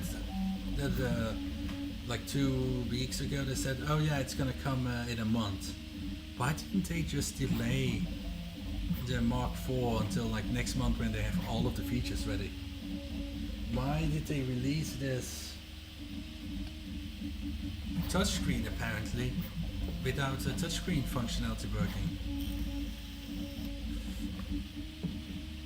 I mean, Marlin, as far as I know, supports touchscreens.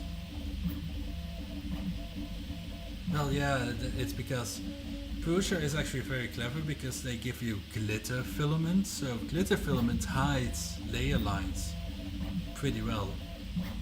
So, you know,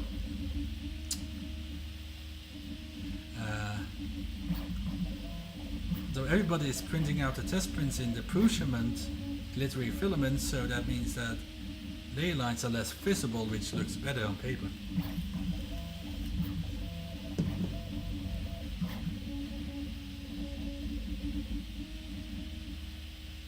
It might be the filament, it might not be the filament.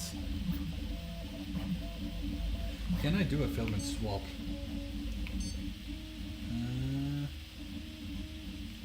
Print speed.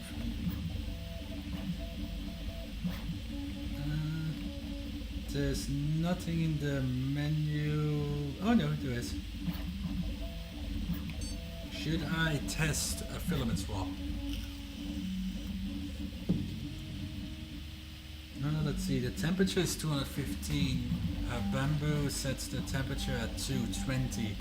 But then again, Bamboo is also printing much faster, so they probably need that for the flow.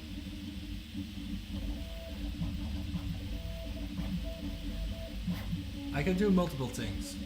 I can just let this print finish, or I can do a filament swap. I don't know, throw in some other color like Prusa and see how the filament swap procedure is. It's currently printing at 215, so it's not too obnoxious. I can do a filament swap and see how it does that.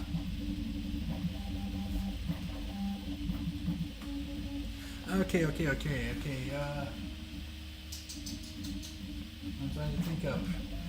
What color would pair well with pink, guys?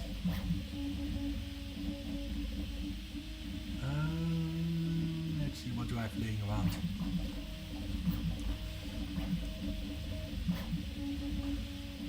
Okay, let's wait until it's at purple. Okay, I'll get a purple. Let's wait until it's at 50% and then do a filament swap.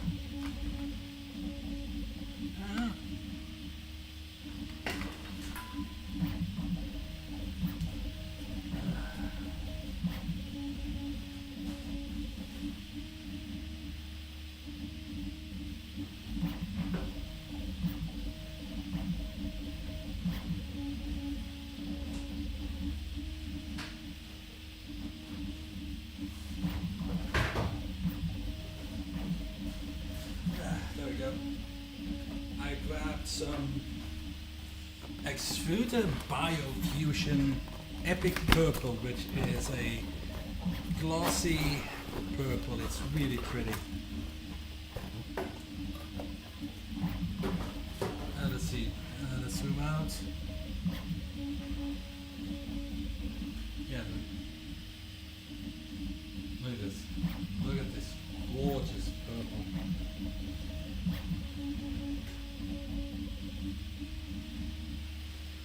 Okay, let's snip this off.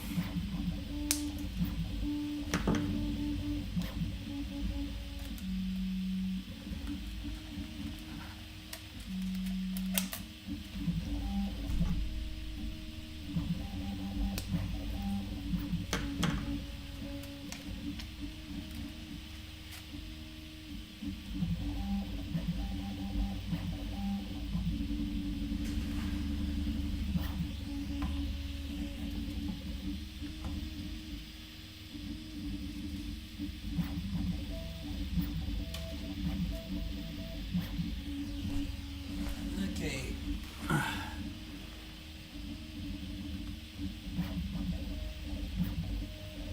Okay, let's see. We're gonna hit 50%. 50% tune. Change filament.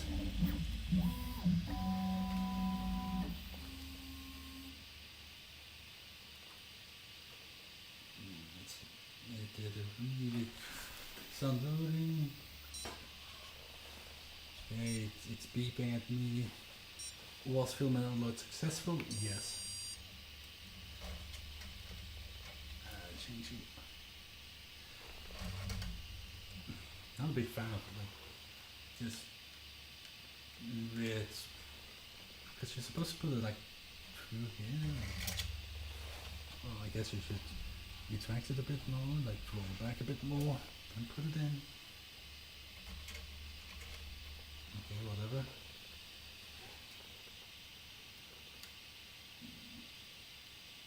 Let's put this in. Huh. Press continue and push filament into the extruder so it's not.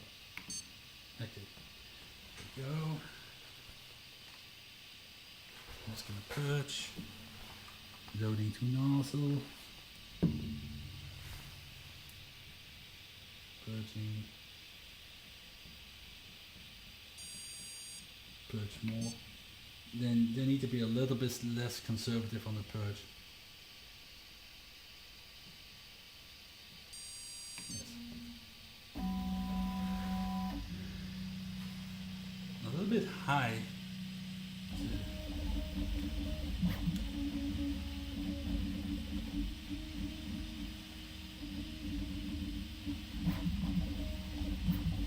But it seems to have worked.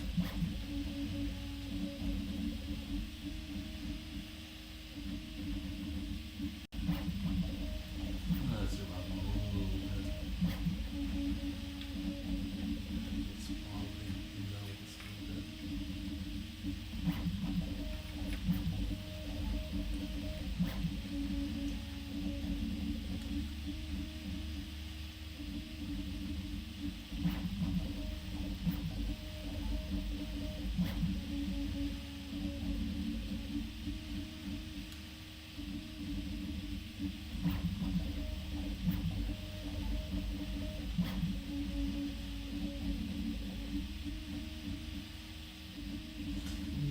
There we go. Now we have purple and so on a bit more. This is struggling.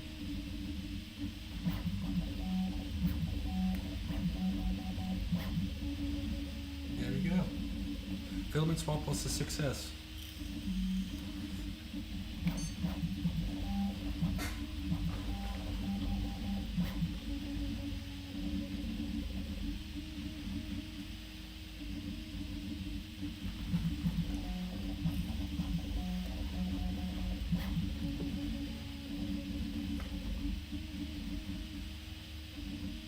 Man, I love that purple. It's such a pretty purple. I do not print enough with that filament.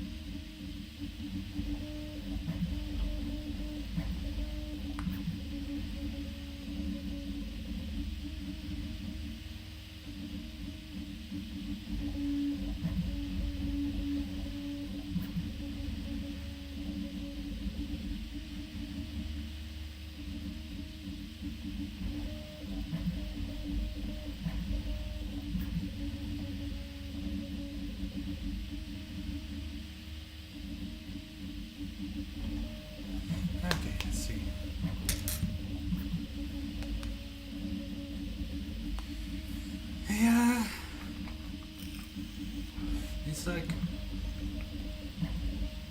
I think this will be a pretty reliable printer. I am slightly worried about a planetary gear extruder because it's a lot more complicated than what else has been used. But in terms of the rest of the hardware, the extruder, the gear, the main board, the general motion system is probably going to be very stable. I also just noticed that there are no zip ties to hold the linear watts this time on Y.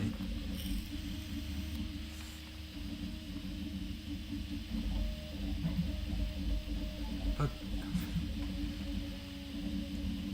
if this didn't have the next extruder, if this was just a Bondek hard end or whatever, this would have just been like, oh hey, he's a Prusa Mark III Ultra, it's like better stepper drivers, the pretty parts are a little bit more robust,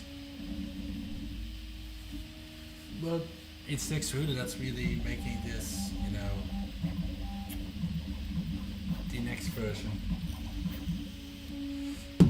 And would I have preferred to see like a small coax-wide printer from them? Yes, absolutely. I would think that would have been a much better printer than this. But blah blah blah, i3, blah blah blah, Mark III people would have been angry, I guess.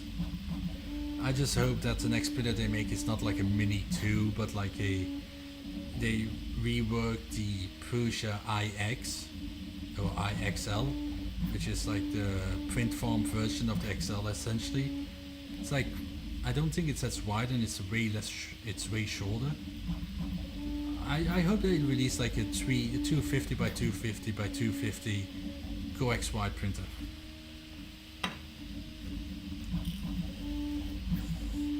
But will they? God knows. How much is it gonna cost? Probably like 1500.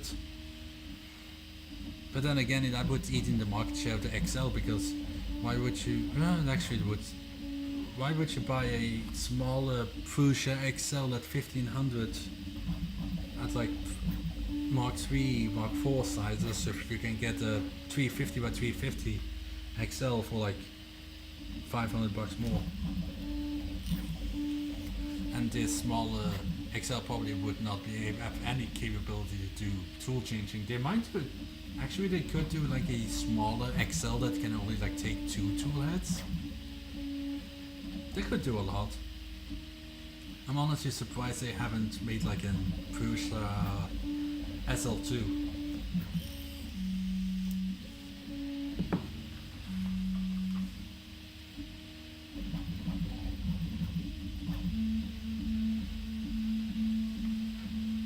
Let's look at the top there.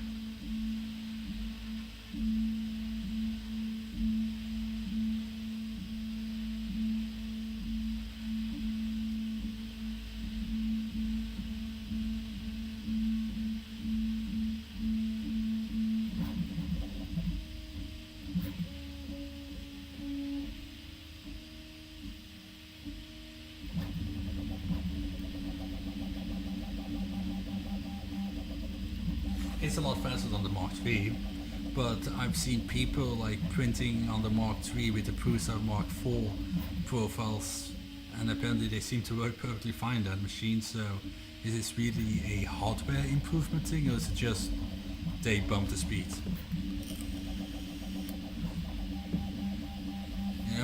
That's... But who knows? Maybe when input shaping is implemented and like it's actually ready, maybe it'll be a beast. I mean, I've seen that Anchor make with a new update pushing like 300mm per second on a bed slinger with like good quality. So who knows?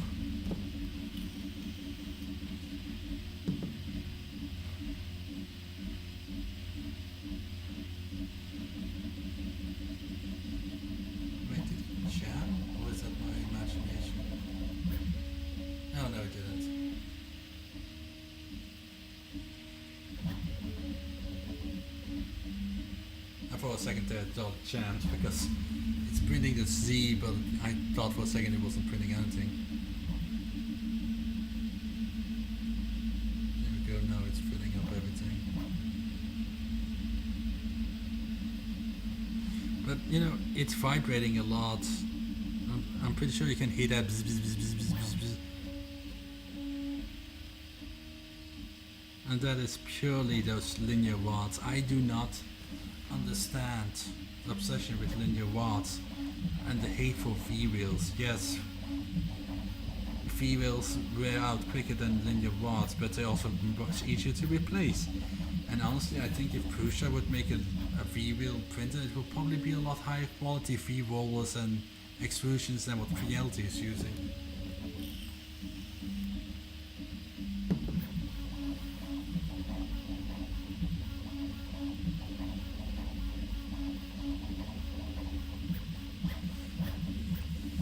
Yeah, I also would prefer linear rails, but I don't know how much the linear rails cost for the XL. It could be that the provider that they're using for the linear rails just would be like, I don't know, like 100, 200, 300, 200 bucks for linear rails for everything.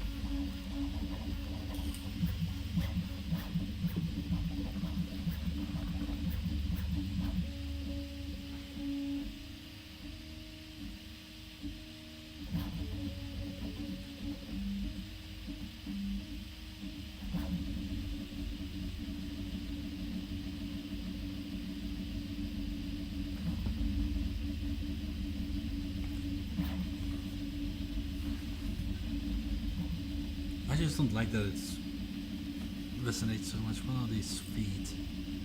Rubber feet. Okay, there we go, it's done.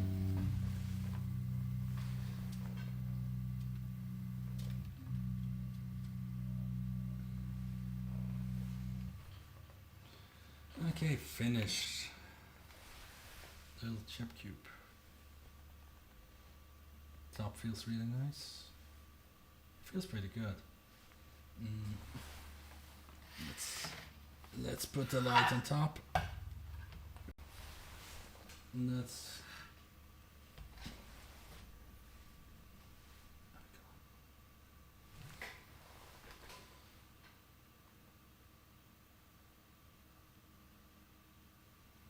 honestly,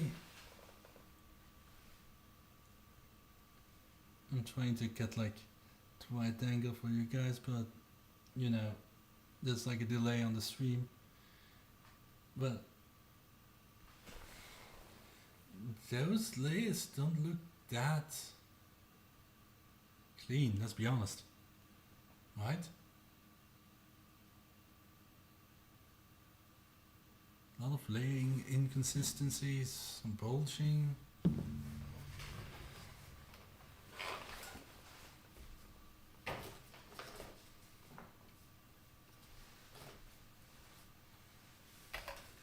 That is kind of disappointing. And this was sliced in the, I'm gonna double check, but I'm pretty sure this is 0.2 quality. It might actually be speed. I'm gonna check real quick. I need to be sure that I'm not lying to you guys. Nope. This is printed on the 0.2 quality settings. No, because if it was just a filament on the nozzle, it wouldn't like extend like all of this line and like this waviness. That is nothing to do with like the first layer. Let's see.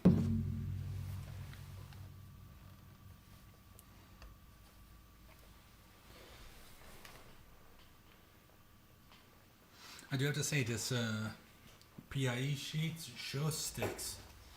Like it sticks.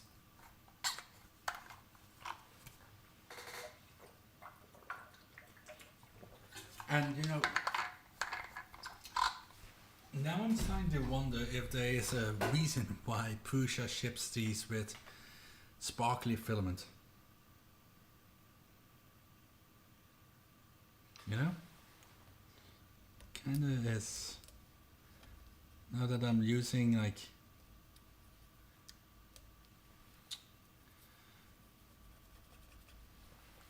I'm like using I mean I could re-slice it with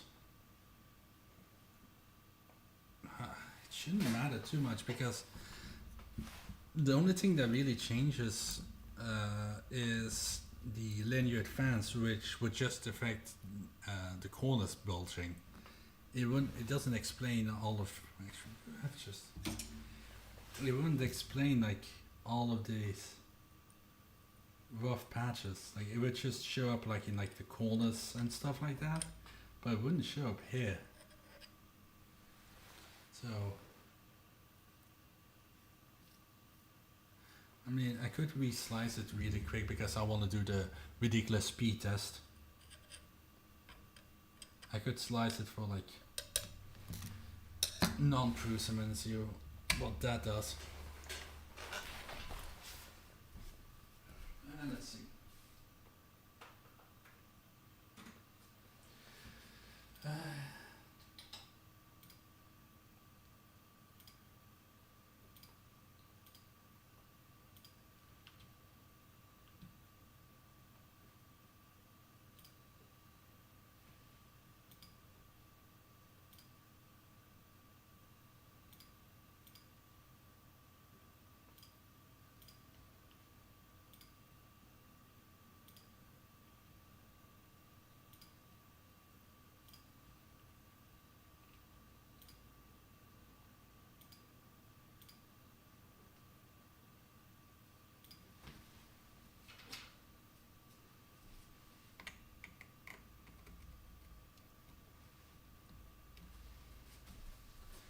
Okay, let's see, because in Prusa Slicer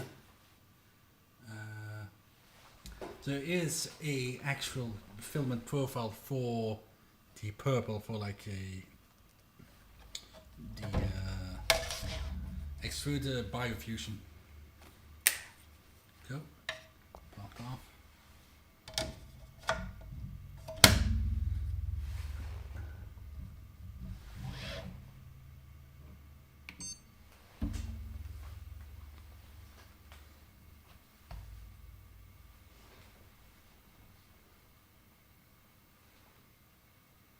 So this is actually sliced with a profile for this specific filament.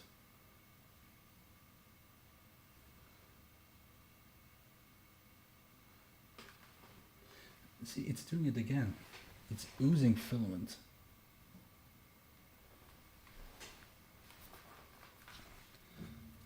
I don't understand why. See, this is the issue with nozzle probing based systems. If the nozzle is dirty, it will affect the readings. And I don't understand because they said nozzle cleaning.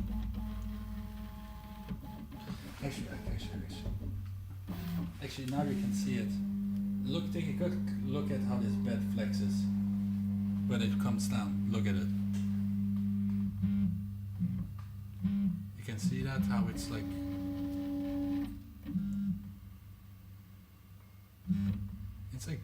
it pushed the entire bed down. And this is supposed to clean the nozzle, those few tabs.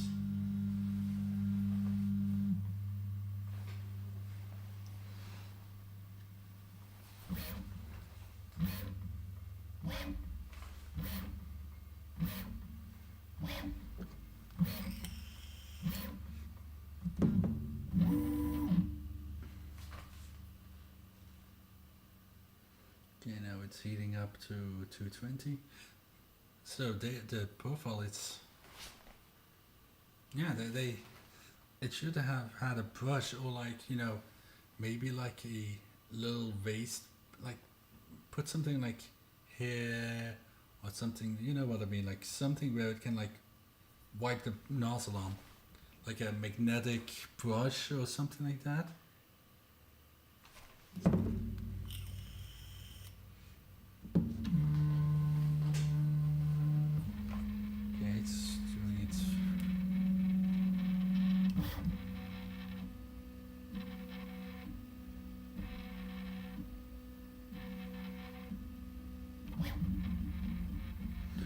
guys, you guys can hear that rattling noise, right?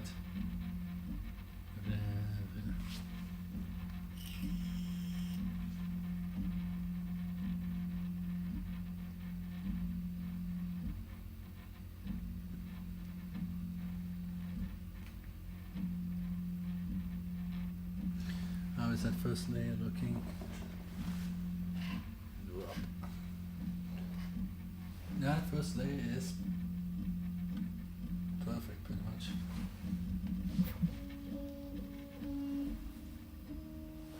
Yeah, it's perfect first layer. I mean, I'm not gonna deny it. The first layer is perfect.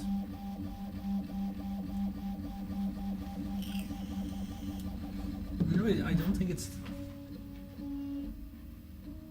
it's the bed, because the noise is happening when the X is moving.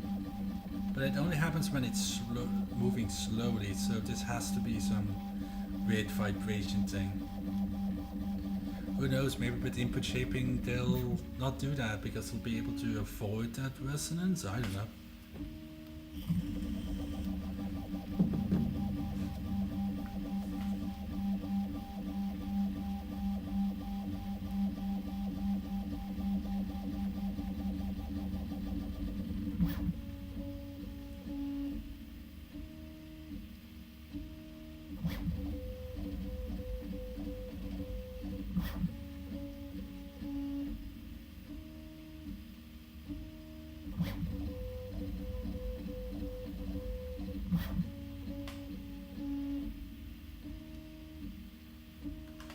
Also, I'm kind of questioning the...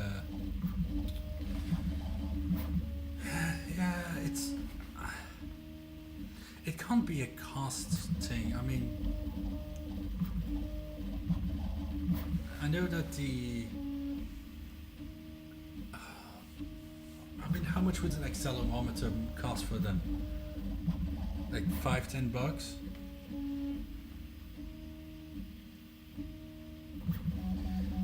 But they can't have it in the tool head. You know why? Because on the tool head, like the like bamboo, the entire hard end moves in both in X and Y, and for bed flinging you need to have a reading on X and a reading on Y. So they would have to put two accelerometers in this printer.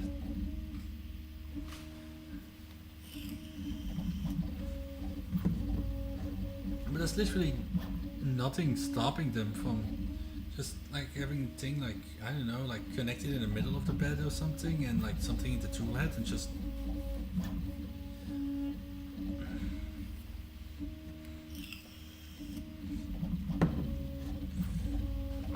I just think it's weird that they didn't include at least the board. Be like, okay, the firmware isn't ready, but here are the boards. Once we enable the firmware, attach it to these points and run these menus. And honestly, stuff like that, like, hey, this is coming in a month, just makes it sound like they rushed this release. Which is kind of funny, because apparently this thing has been seen in the Prusa forums for like a year and a half, year or two, I don't know.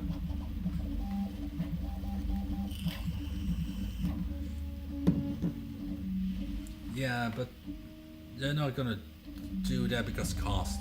Because these PCB beds, they're, as far as I know, exactly the same as the Prusa Mark III, so they would have to like make separate beds for the Mark IV. And in the end, I mean, I'm looking at the printer. I mean, if you take the build plate off, you can unscrew something and screw the board on it to do the test and then take it off.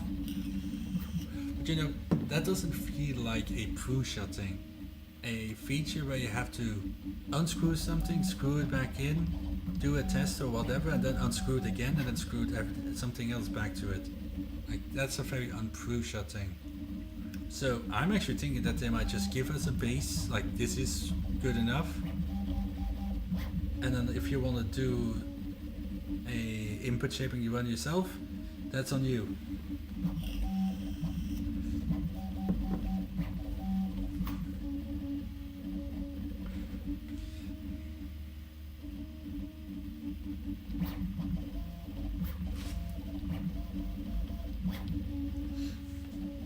Okay, when it's at 50%, I'm going to bump up the speeds to like 200%. And let's see if it starts, how bad the rigging becomes.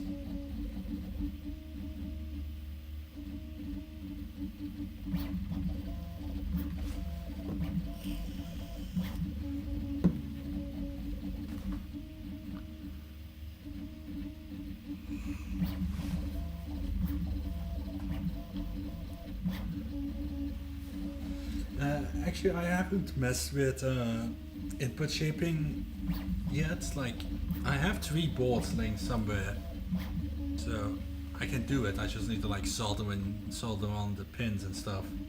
But like, when you do the input shaping, does it pick the correct value automatically, or is it like something you have to physically look at the chart and pick?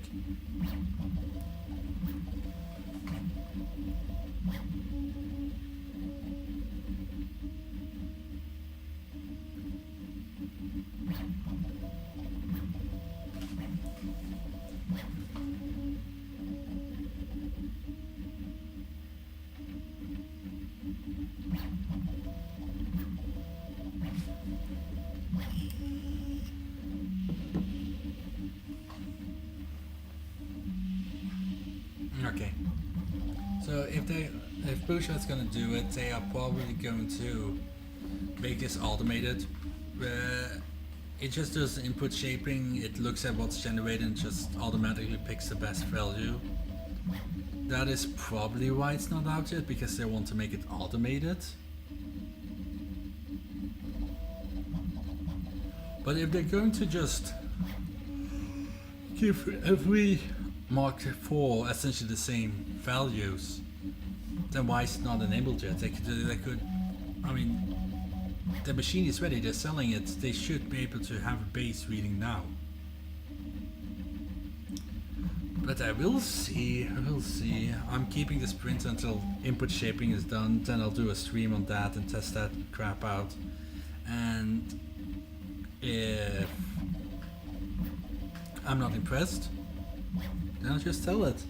I mean, let's be very honest, I can sell this printer for the price I paid for it. Hell, I'm pretty sure that if I put this printer on eBay right now for instant delivery, that I'll probably make a profit on it. Because I looked at eBay yesterday or the day before and there was no Mark IVs on eBay.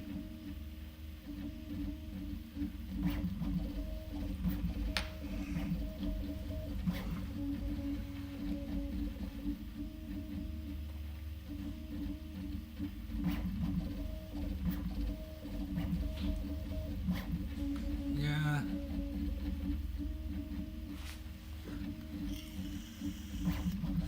It's also kind of weird that so many people got the Prusa XL beta, but nobody apparently got this printer. I mean, this is their mainstream printer. Like, most people are going to buy this printer. Why wouldn't you have people beta test this?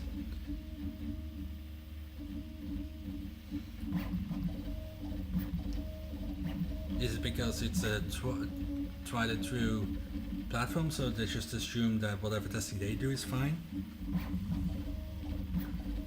But like, looking at the printed parts on this, which are not as bad as the Mark III, but especially on the fan shroud and stuff, you can really see a lot of ringing and like weird layers. So it's like, oh, 1 billion hours tested. But yeah, like the print quality on the printed parts sounds like the best, bro. You know?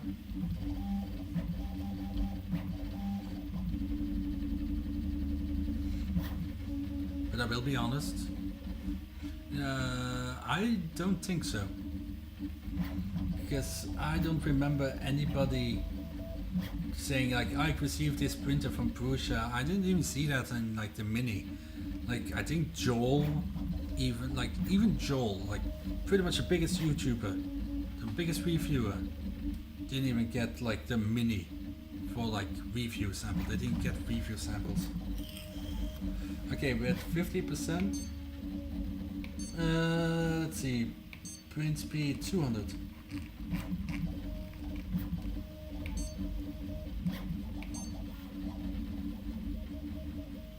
Oh, that didn't do much, did it? Oh, never mind.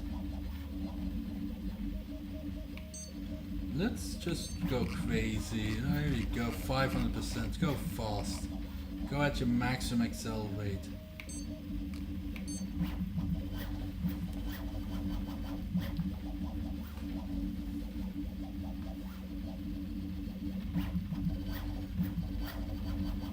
Oh, it's making some weird noise.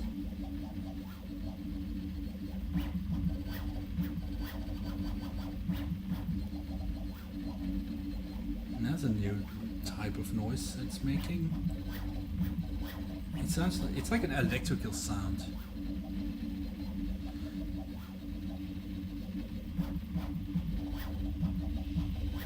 It's like a high-pitched electrical sound thing. I don't know if you guys can hear it. It's like it's kind of weird. But I don't think it's gonna skip.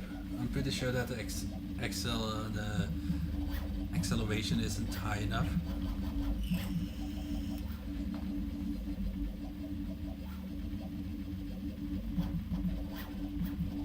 And it probably has like a minimum layer time set up, so it's probably slowing down anyway.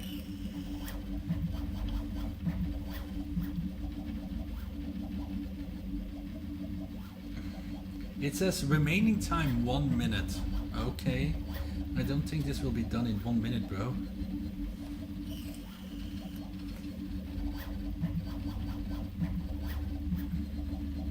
Yeah, but the light is like on its sideways, it's not on top, so...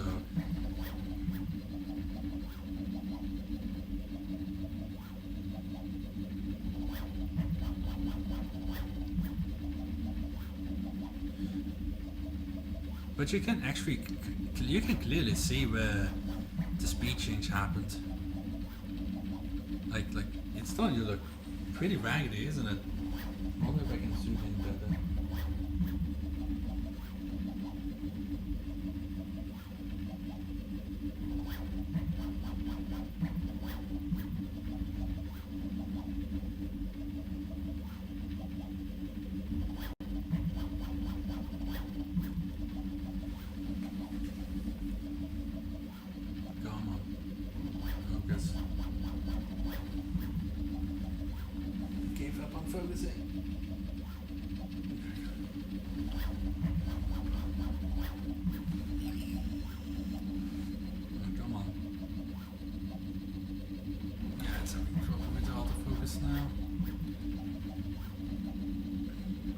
I don't know if that's under extrusion or if that's just really bad ringing.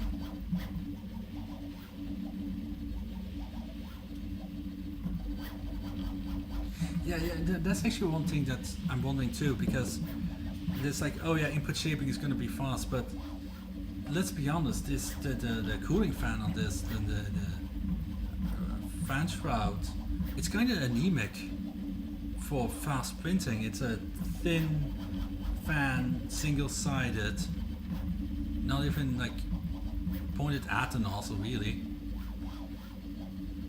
So, you know, is it going to be able to cool enough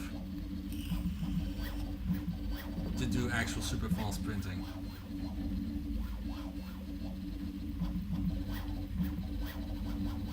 And I'm kind of wondering, people are going to see that it's going to be ugly or not good, and then people are going to be like, see, this is why fast printing is not good. And bam, they win.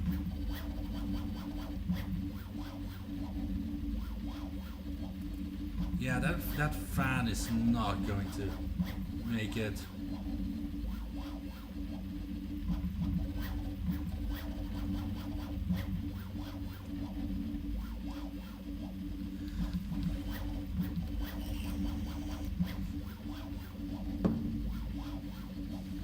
I can definitely say that if Bamboo had had a better support, which they are working on, they are hiring people to help in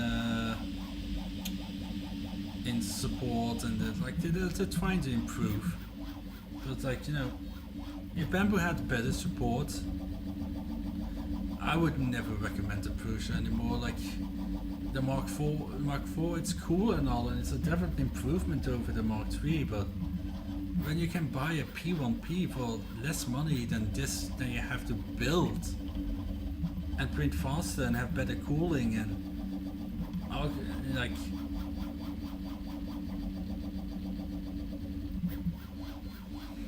yeah, they are going to do that.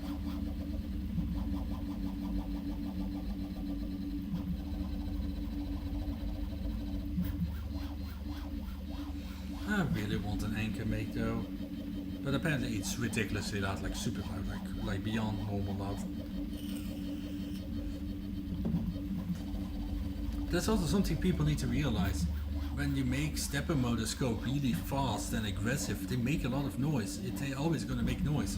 Linear rails, linear rods, everything is going to be loud when you push it fast. But this also, like, people like say that V-wheel rollers are bad. Are bad, but look at Anchor Make. It's doing its V-wheels and it's printing at ridiculous speed, so yeah, it's kind of stupid why they did that, but they did it because it makes the sides look symmetrical a bit, because otherwise you would have like one side that has a big lump where the extruder is, and now it's balanced. And you know what, maybe that's a good thing, because normally you just, like even here, you have like one heavy step motor on one side, and since they put a screen on the side, that kind of balances out the weight on the X/Z line, you know?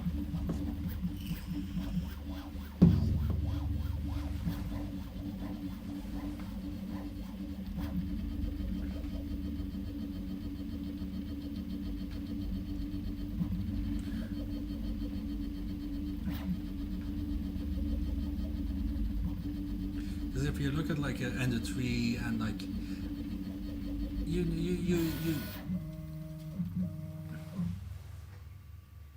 oop, and it's done.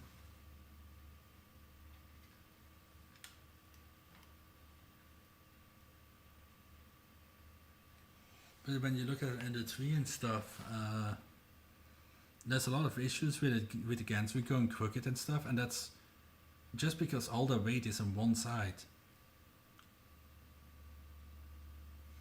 Yeah, and the print estimate time is broken. It's just like, oh, this took 5 minutes, this takes 5 minutes, and you're doing 500%, that means it takes 1 minute, but it can't reach those speeds because of the minimum print layer time and acceleration.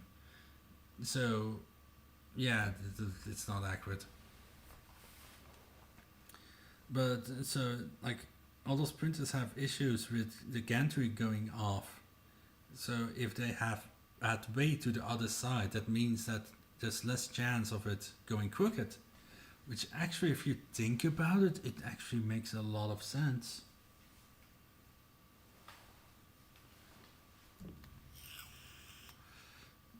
Okay, now let's do the thing 3D printing reviewers and Shells don't want you to do, which is put the light on top.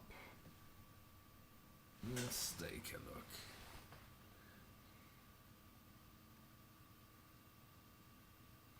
It's actually not too bad. Where's the other cube? Let's put this next to it. Where's X? This is here.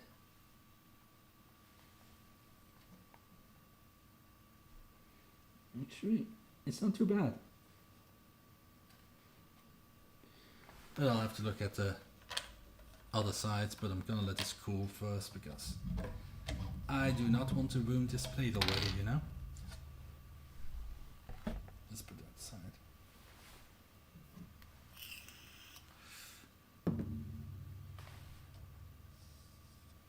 But yeah, this is the same PCB. Yeah, let's see. Where's my my Mark III? Is yeah, it's literally exactly. Yeah, it's exactly the same PCB. The same thickness. I'm pretty sure it is. I'll check real quick.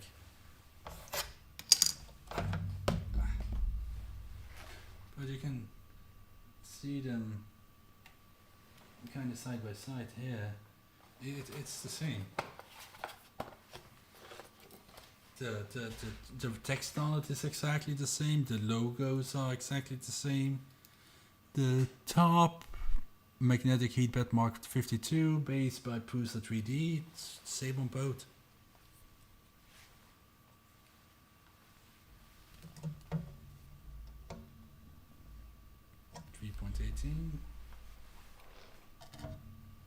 Yeah, it's the same thickness.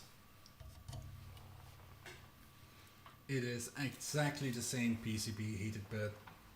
No changes at all.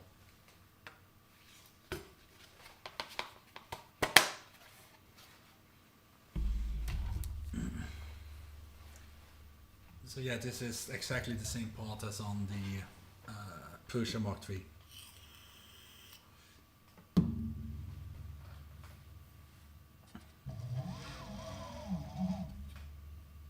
This is these mounting things are different. They probably enclose it now instead of zip ties. This, well, I can't check because I changed my printed parts. I kinda want to open this up and see if this is a single long bearing, or if this is still the, you know. Oh, and the Mark III, it's 2 bearings.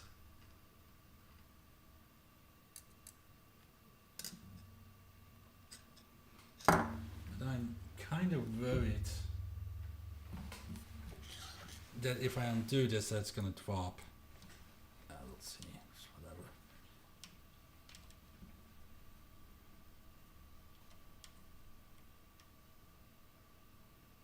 Okay, so it is. Okay. Then I don't need to do it.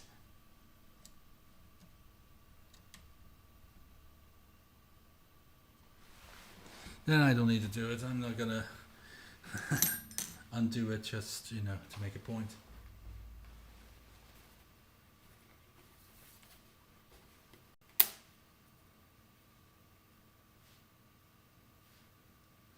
Oh, what's this? We got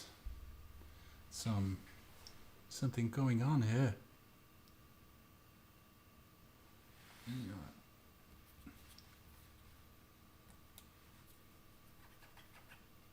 This is kinda sticking on the bed, and if you look at the bottom of this print,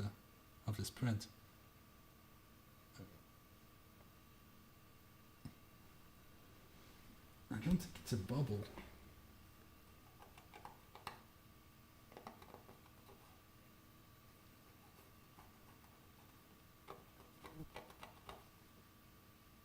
Not sure if this is scratch or if it dug in.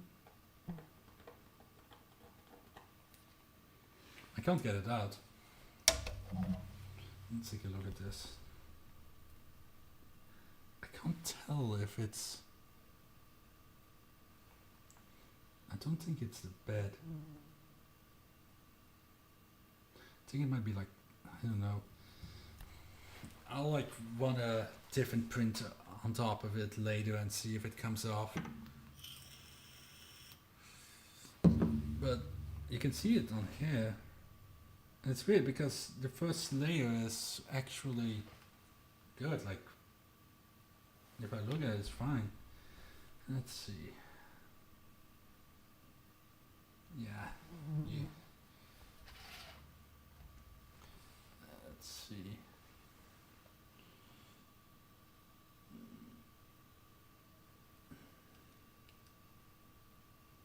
Yeah, you can see the ringing on the Y when we start like bumping it up.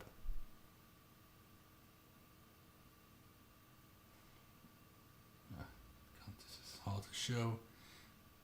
It's really hard to show because, you know, I got like a several second delay.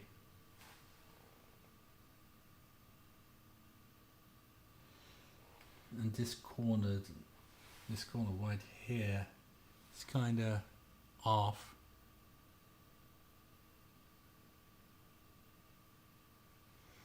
But yeah, I put the plate onto the side. The plate was cold.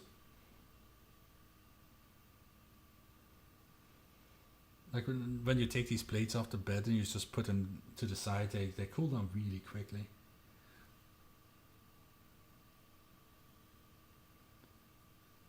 Mm-hmm. It's not perfect.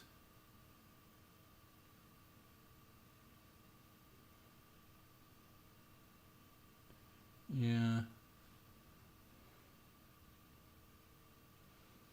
And you can see, I don't know if you can see it, but like around here, it's like, I don't know if it's under extrusion, but it's kind of doing the same thing where it kind of like doesn't fill out enough. How about the top layer? The top layer looks fine, in my opinion.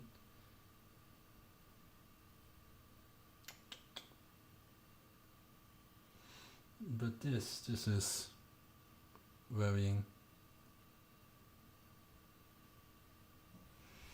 I hope to God that I did not ruin this bed. This is just something I can get off. Where's my camera? This is something that will come off.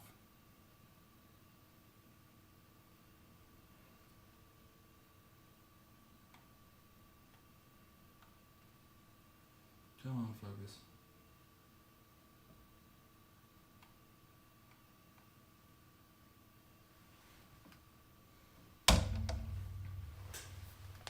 Yeah, I think this is standard.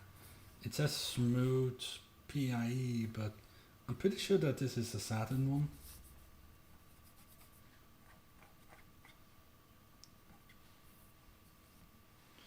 Oh well, I will see what happens.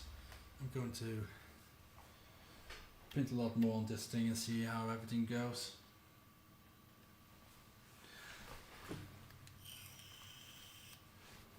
Yeah, that stuck way too well.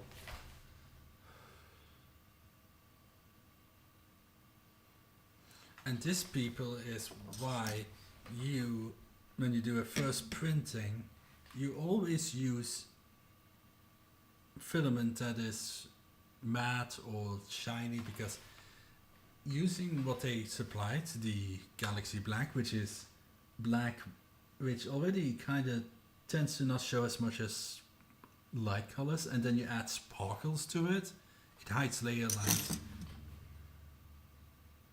Like, it's really hard to see it on the Benchy I printed because the glitter is like kind of diffusing the layer lines.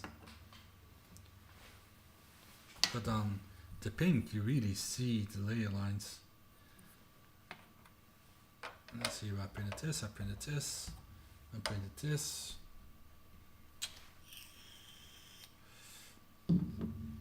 Yeah. Well, I'm going to like stop streaming because it's 4 AM for me.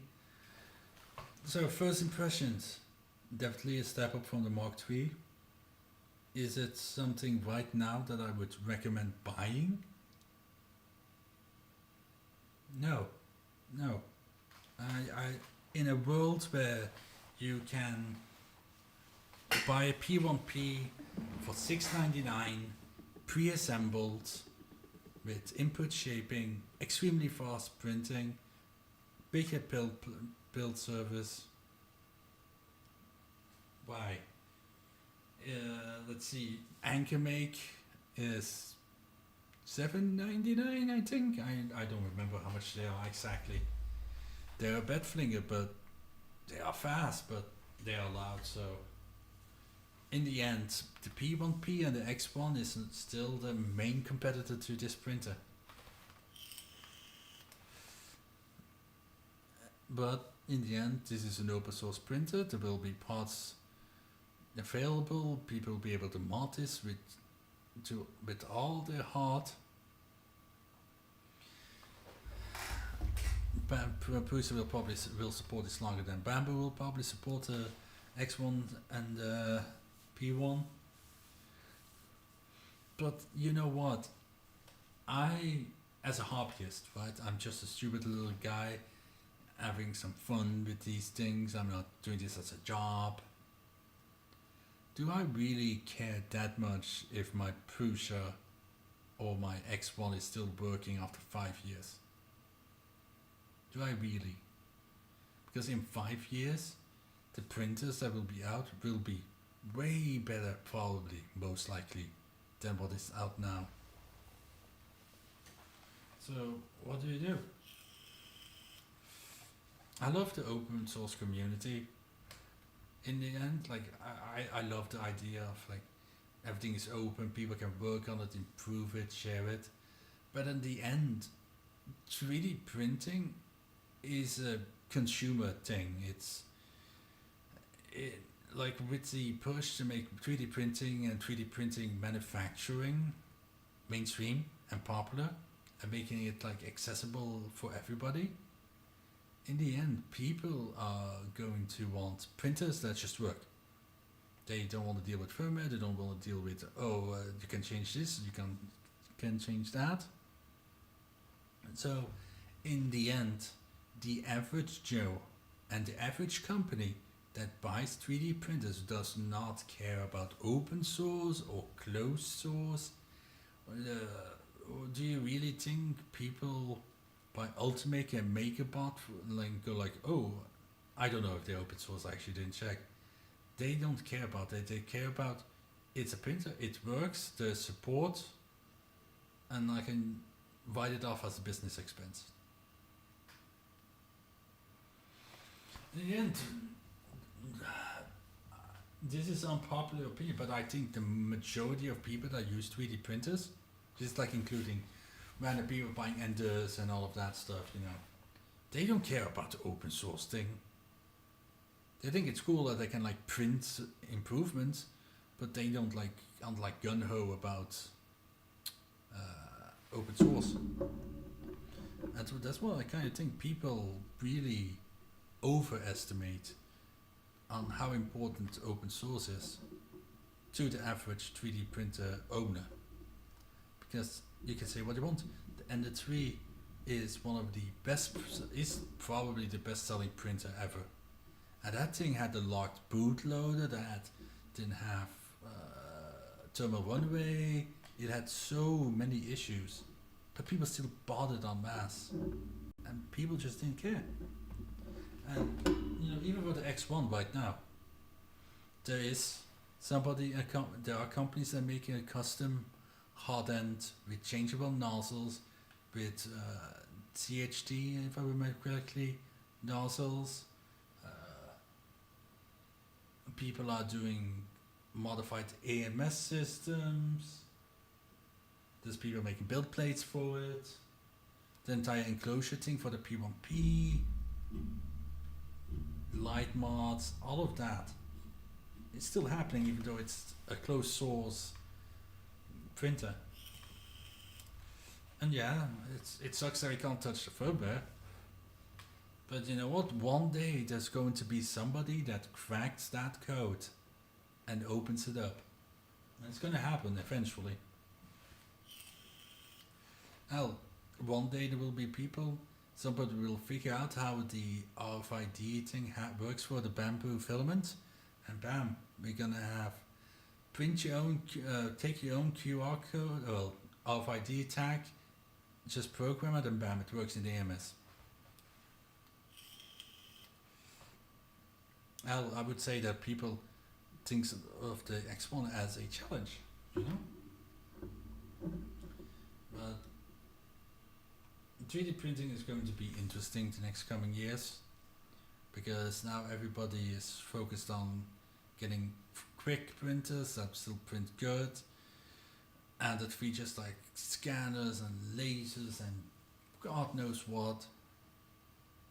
And we have finally moved on from a market that is purely focused on bed slingers. You're going to see more and more coax Y. You're going to see this and this and this more. That's thanks to Bamboo. Because the 4-1 exists, and the 4-1 is quick, and the H-Vault and all of that stuff. But because of the Bamboo getting so popular, it's become more mainstream, so now everybody's looking at copying them instead of Prusa. Because back in the day, everybody was copying Prusa, and now they're copying Bamboo.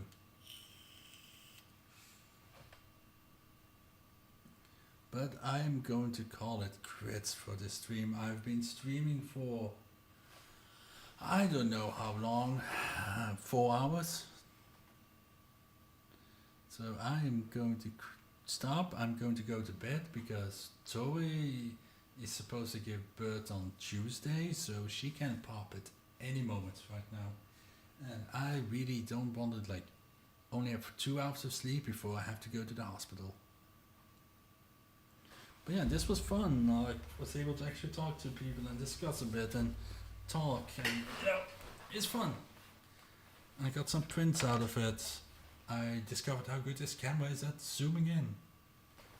And you know what? I got 2 more printers that I need to unbox. I got, if you don't know, I'll just look them up. I got the Tycoon printer. I got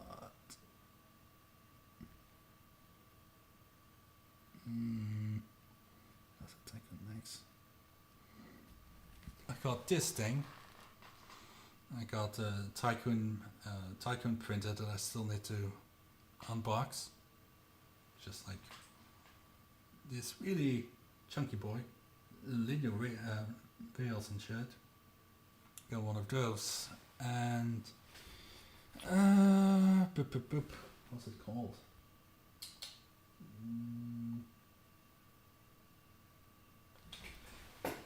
Let me look this up real quick.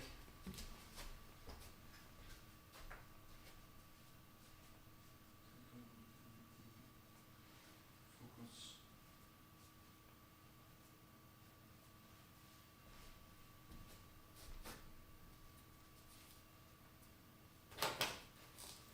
And I got a Focus Odin 5 F3, which is it folds and stuff like that, and it's like this kind of weird Ender 3 mix sidewinded thing.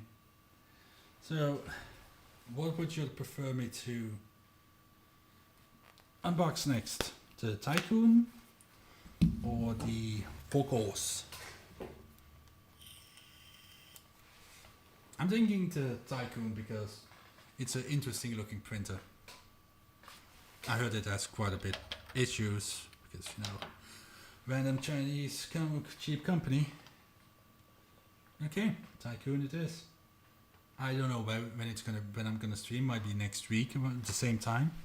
I don't know yet because it really depends on when a new son gets born and how that goes, and my other kid, because now I'm gonna have 2 kids,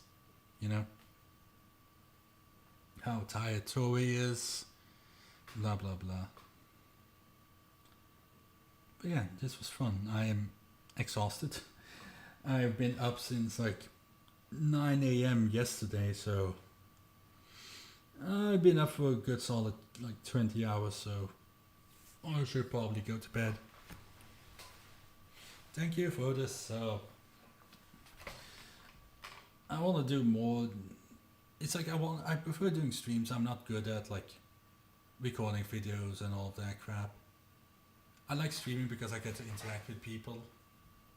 And this was actually like one of the better ones because was able to like talk to you and other couple of people. But yeah, I will see whatever I see now. I'm not going to clean up all this camera crap. I'm just gonna go straight to bed. Good night, and have a wonderful rest of your day. I don't know if it's daytime, nighttime, whatever time. Have a good one and stay safe. And now I gotta waddle to my computer to stop the stream. Good night.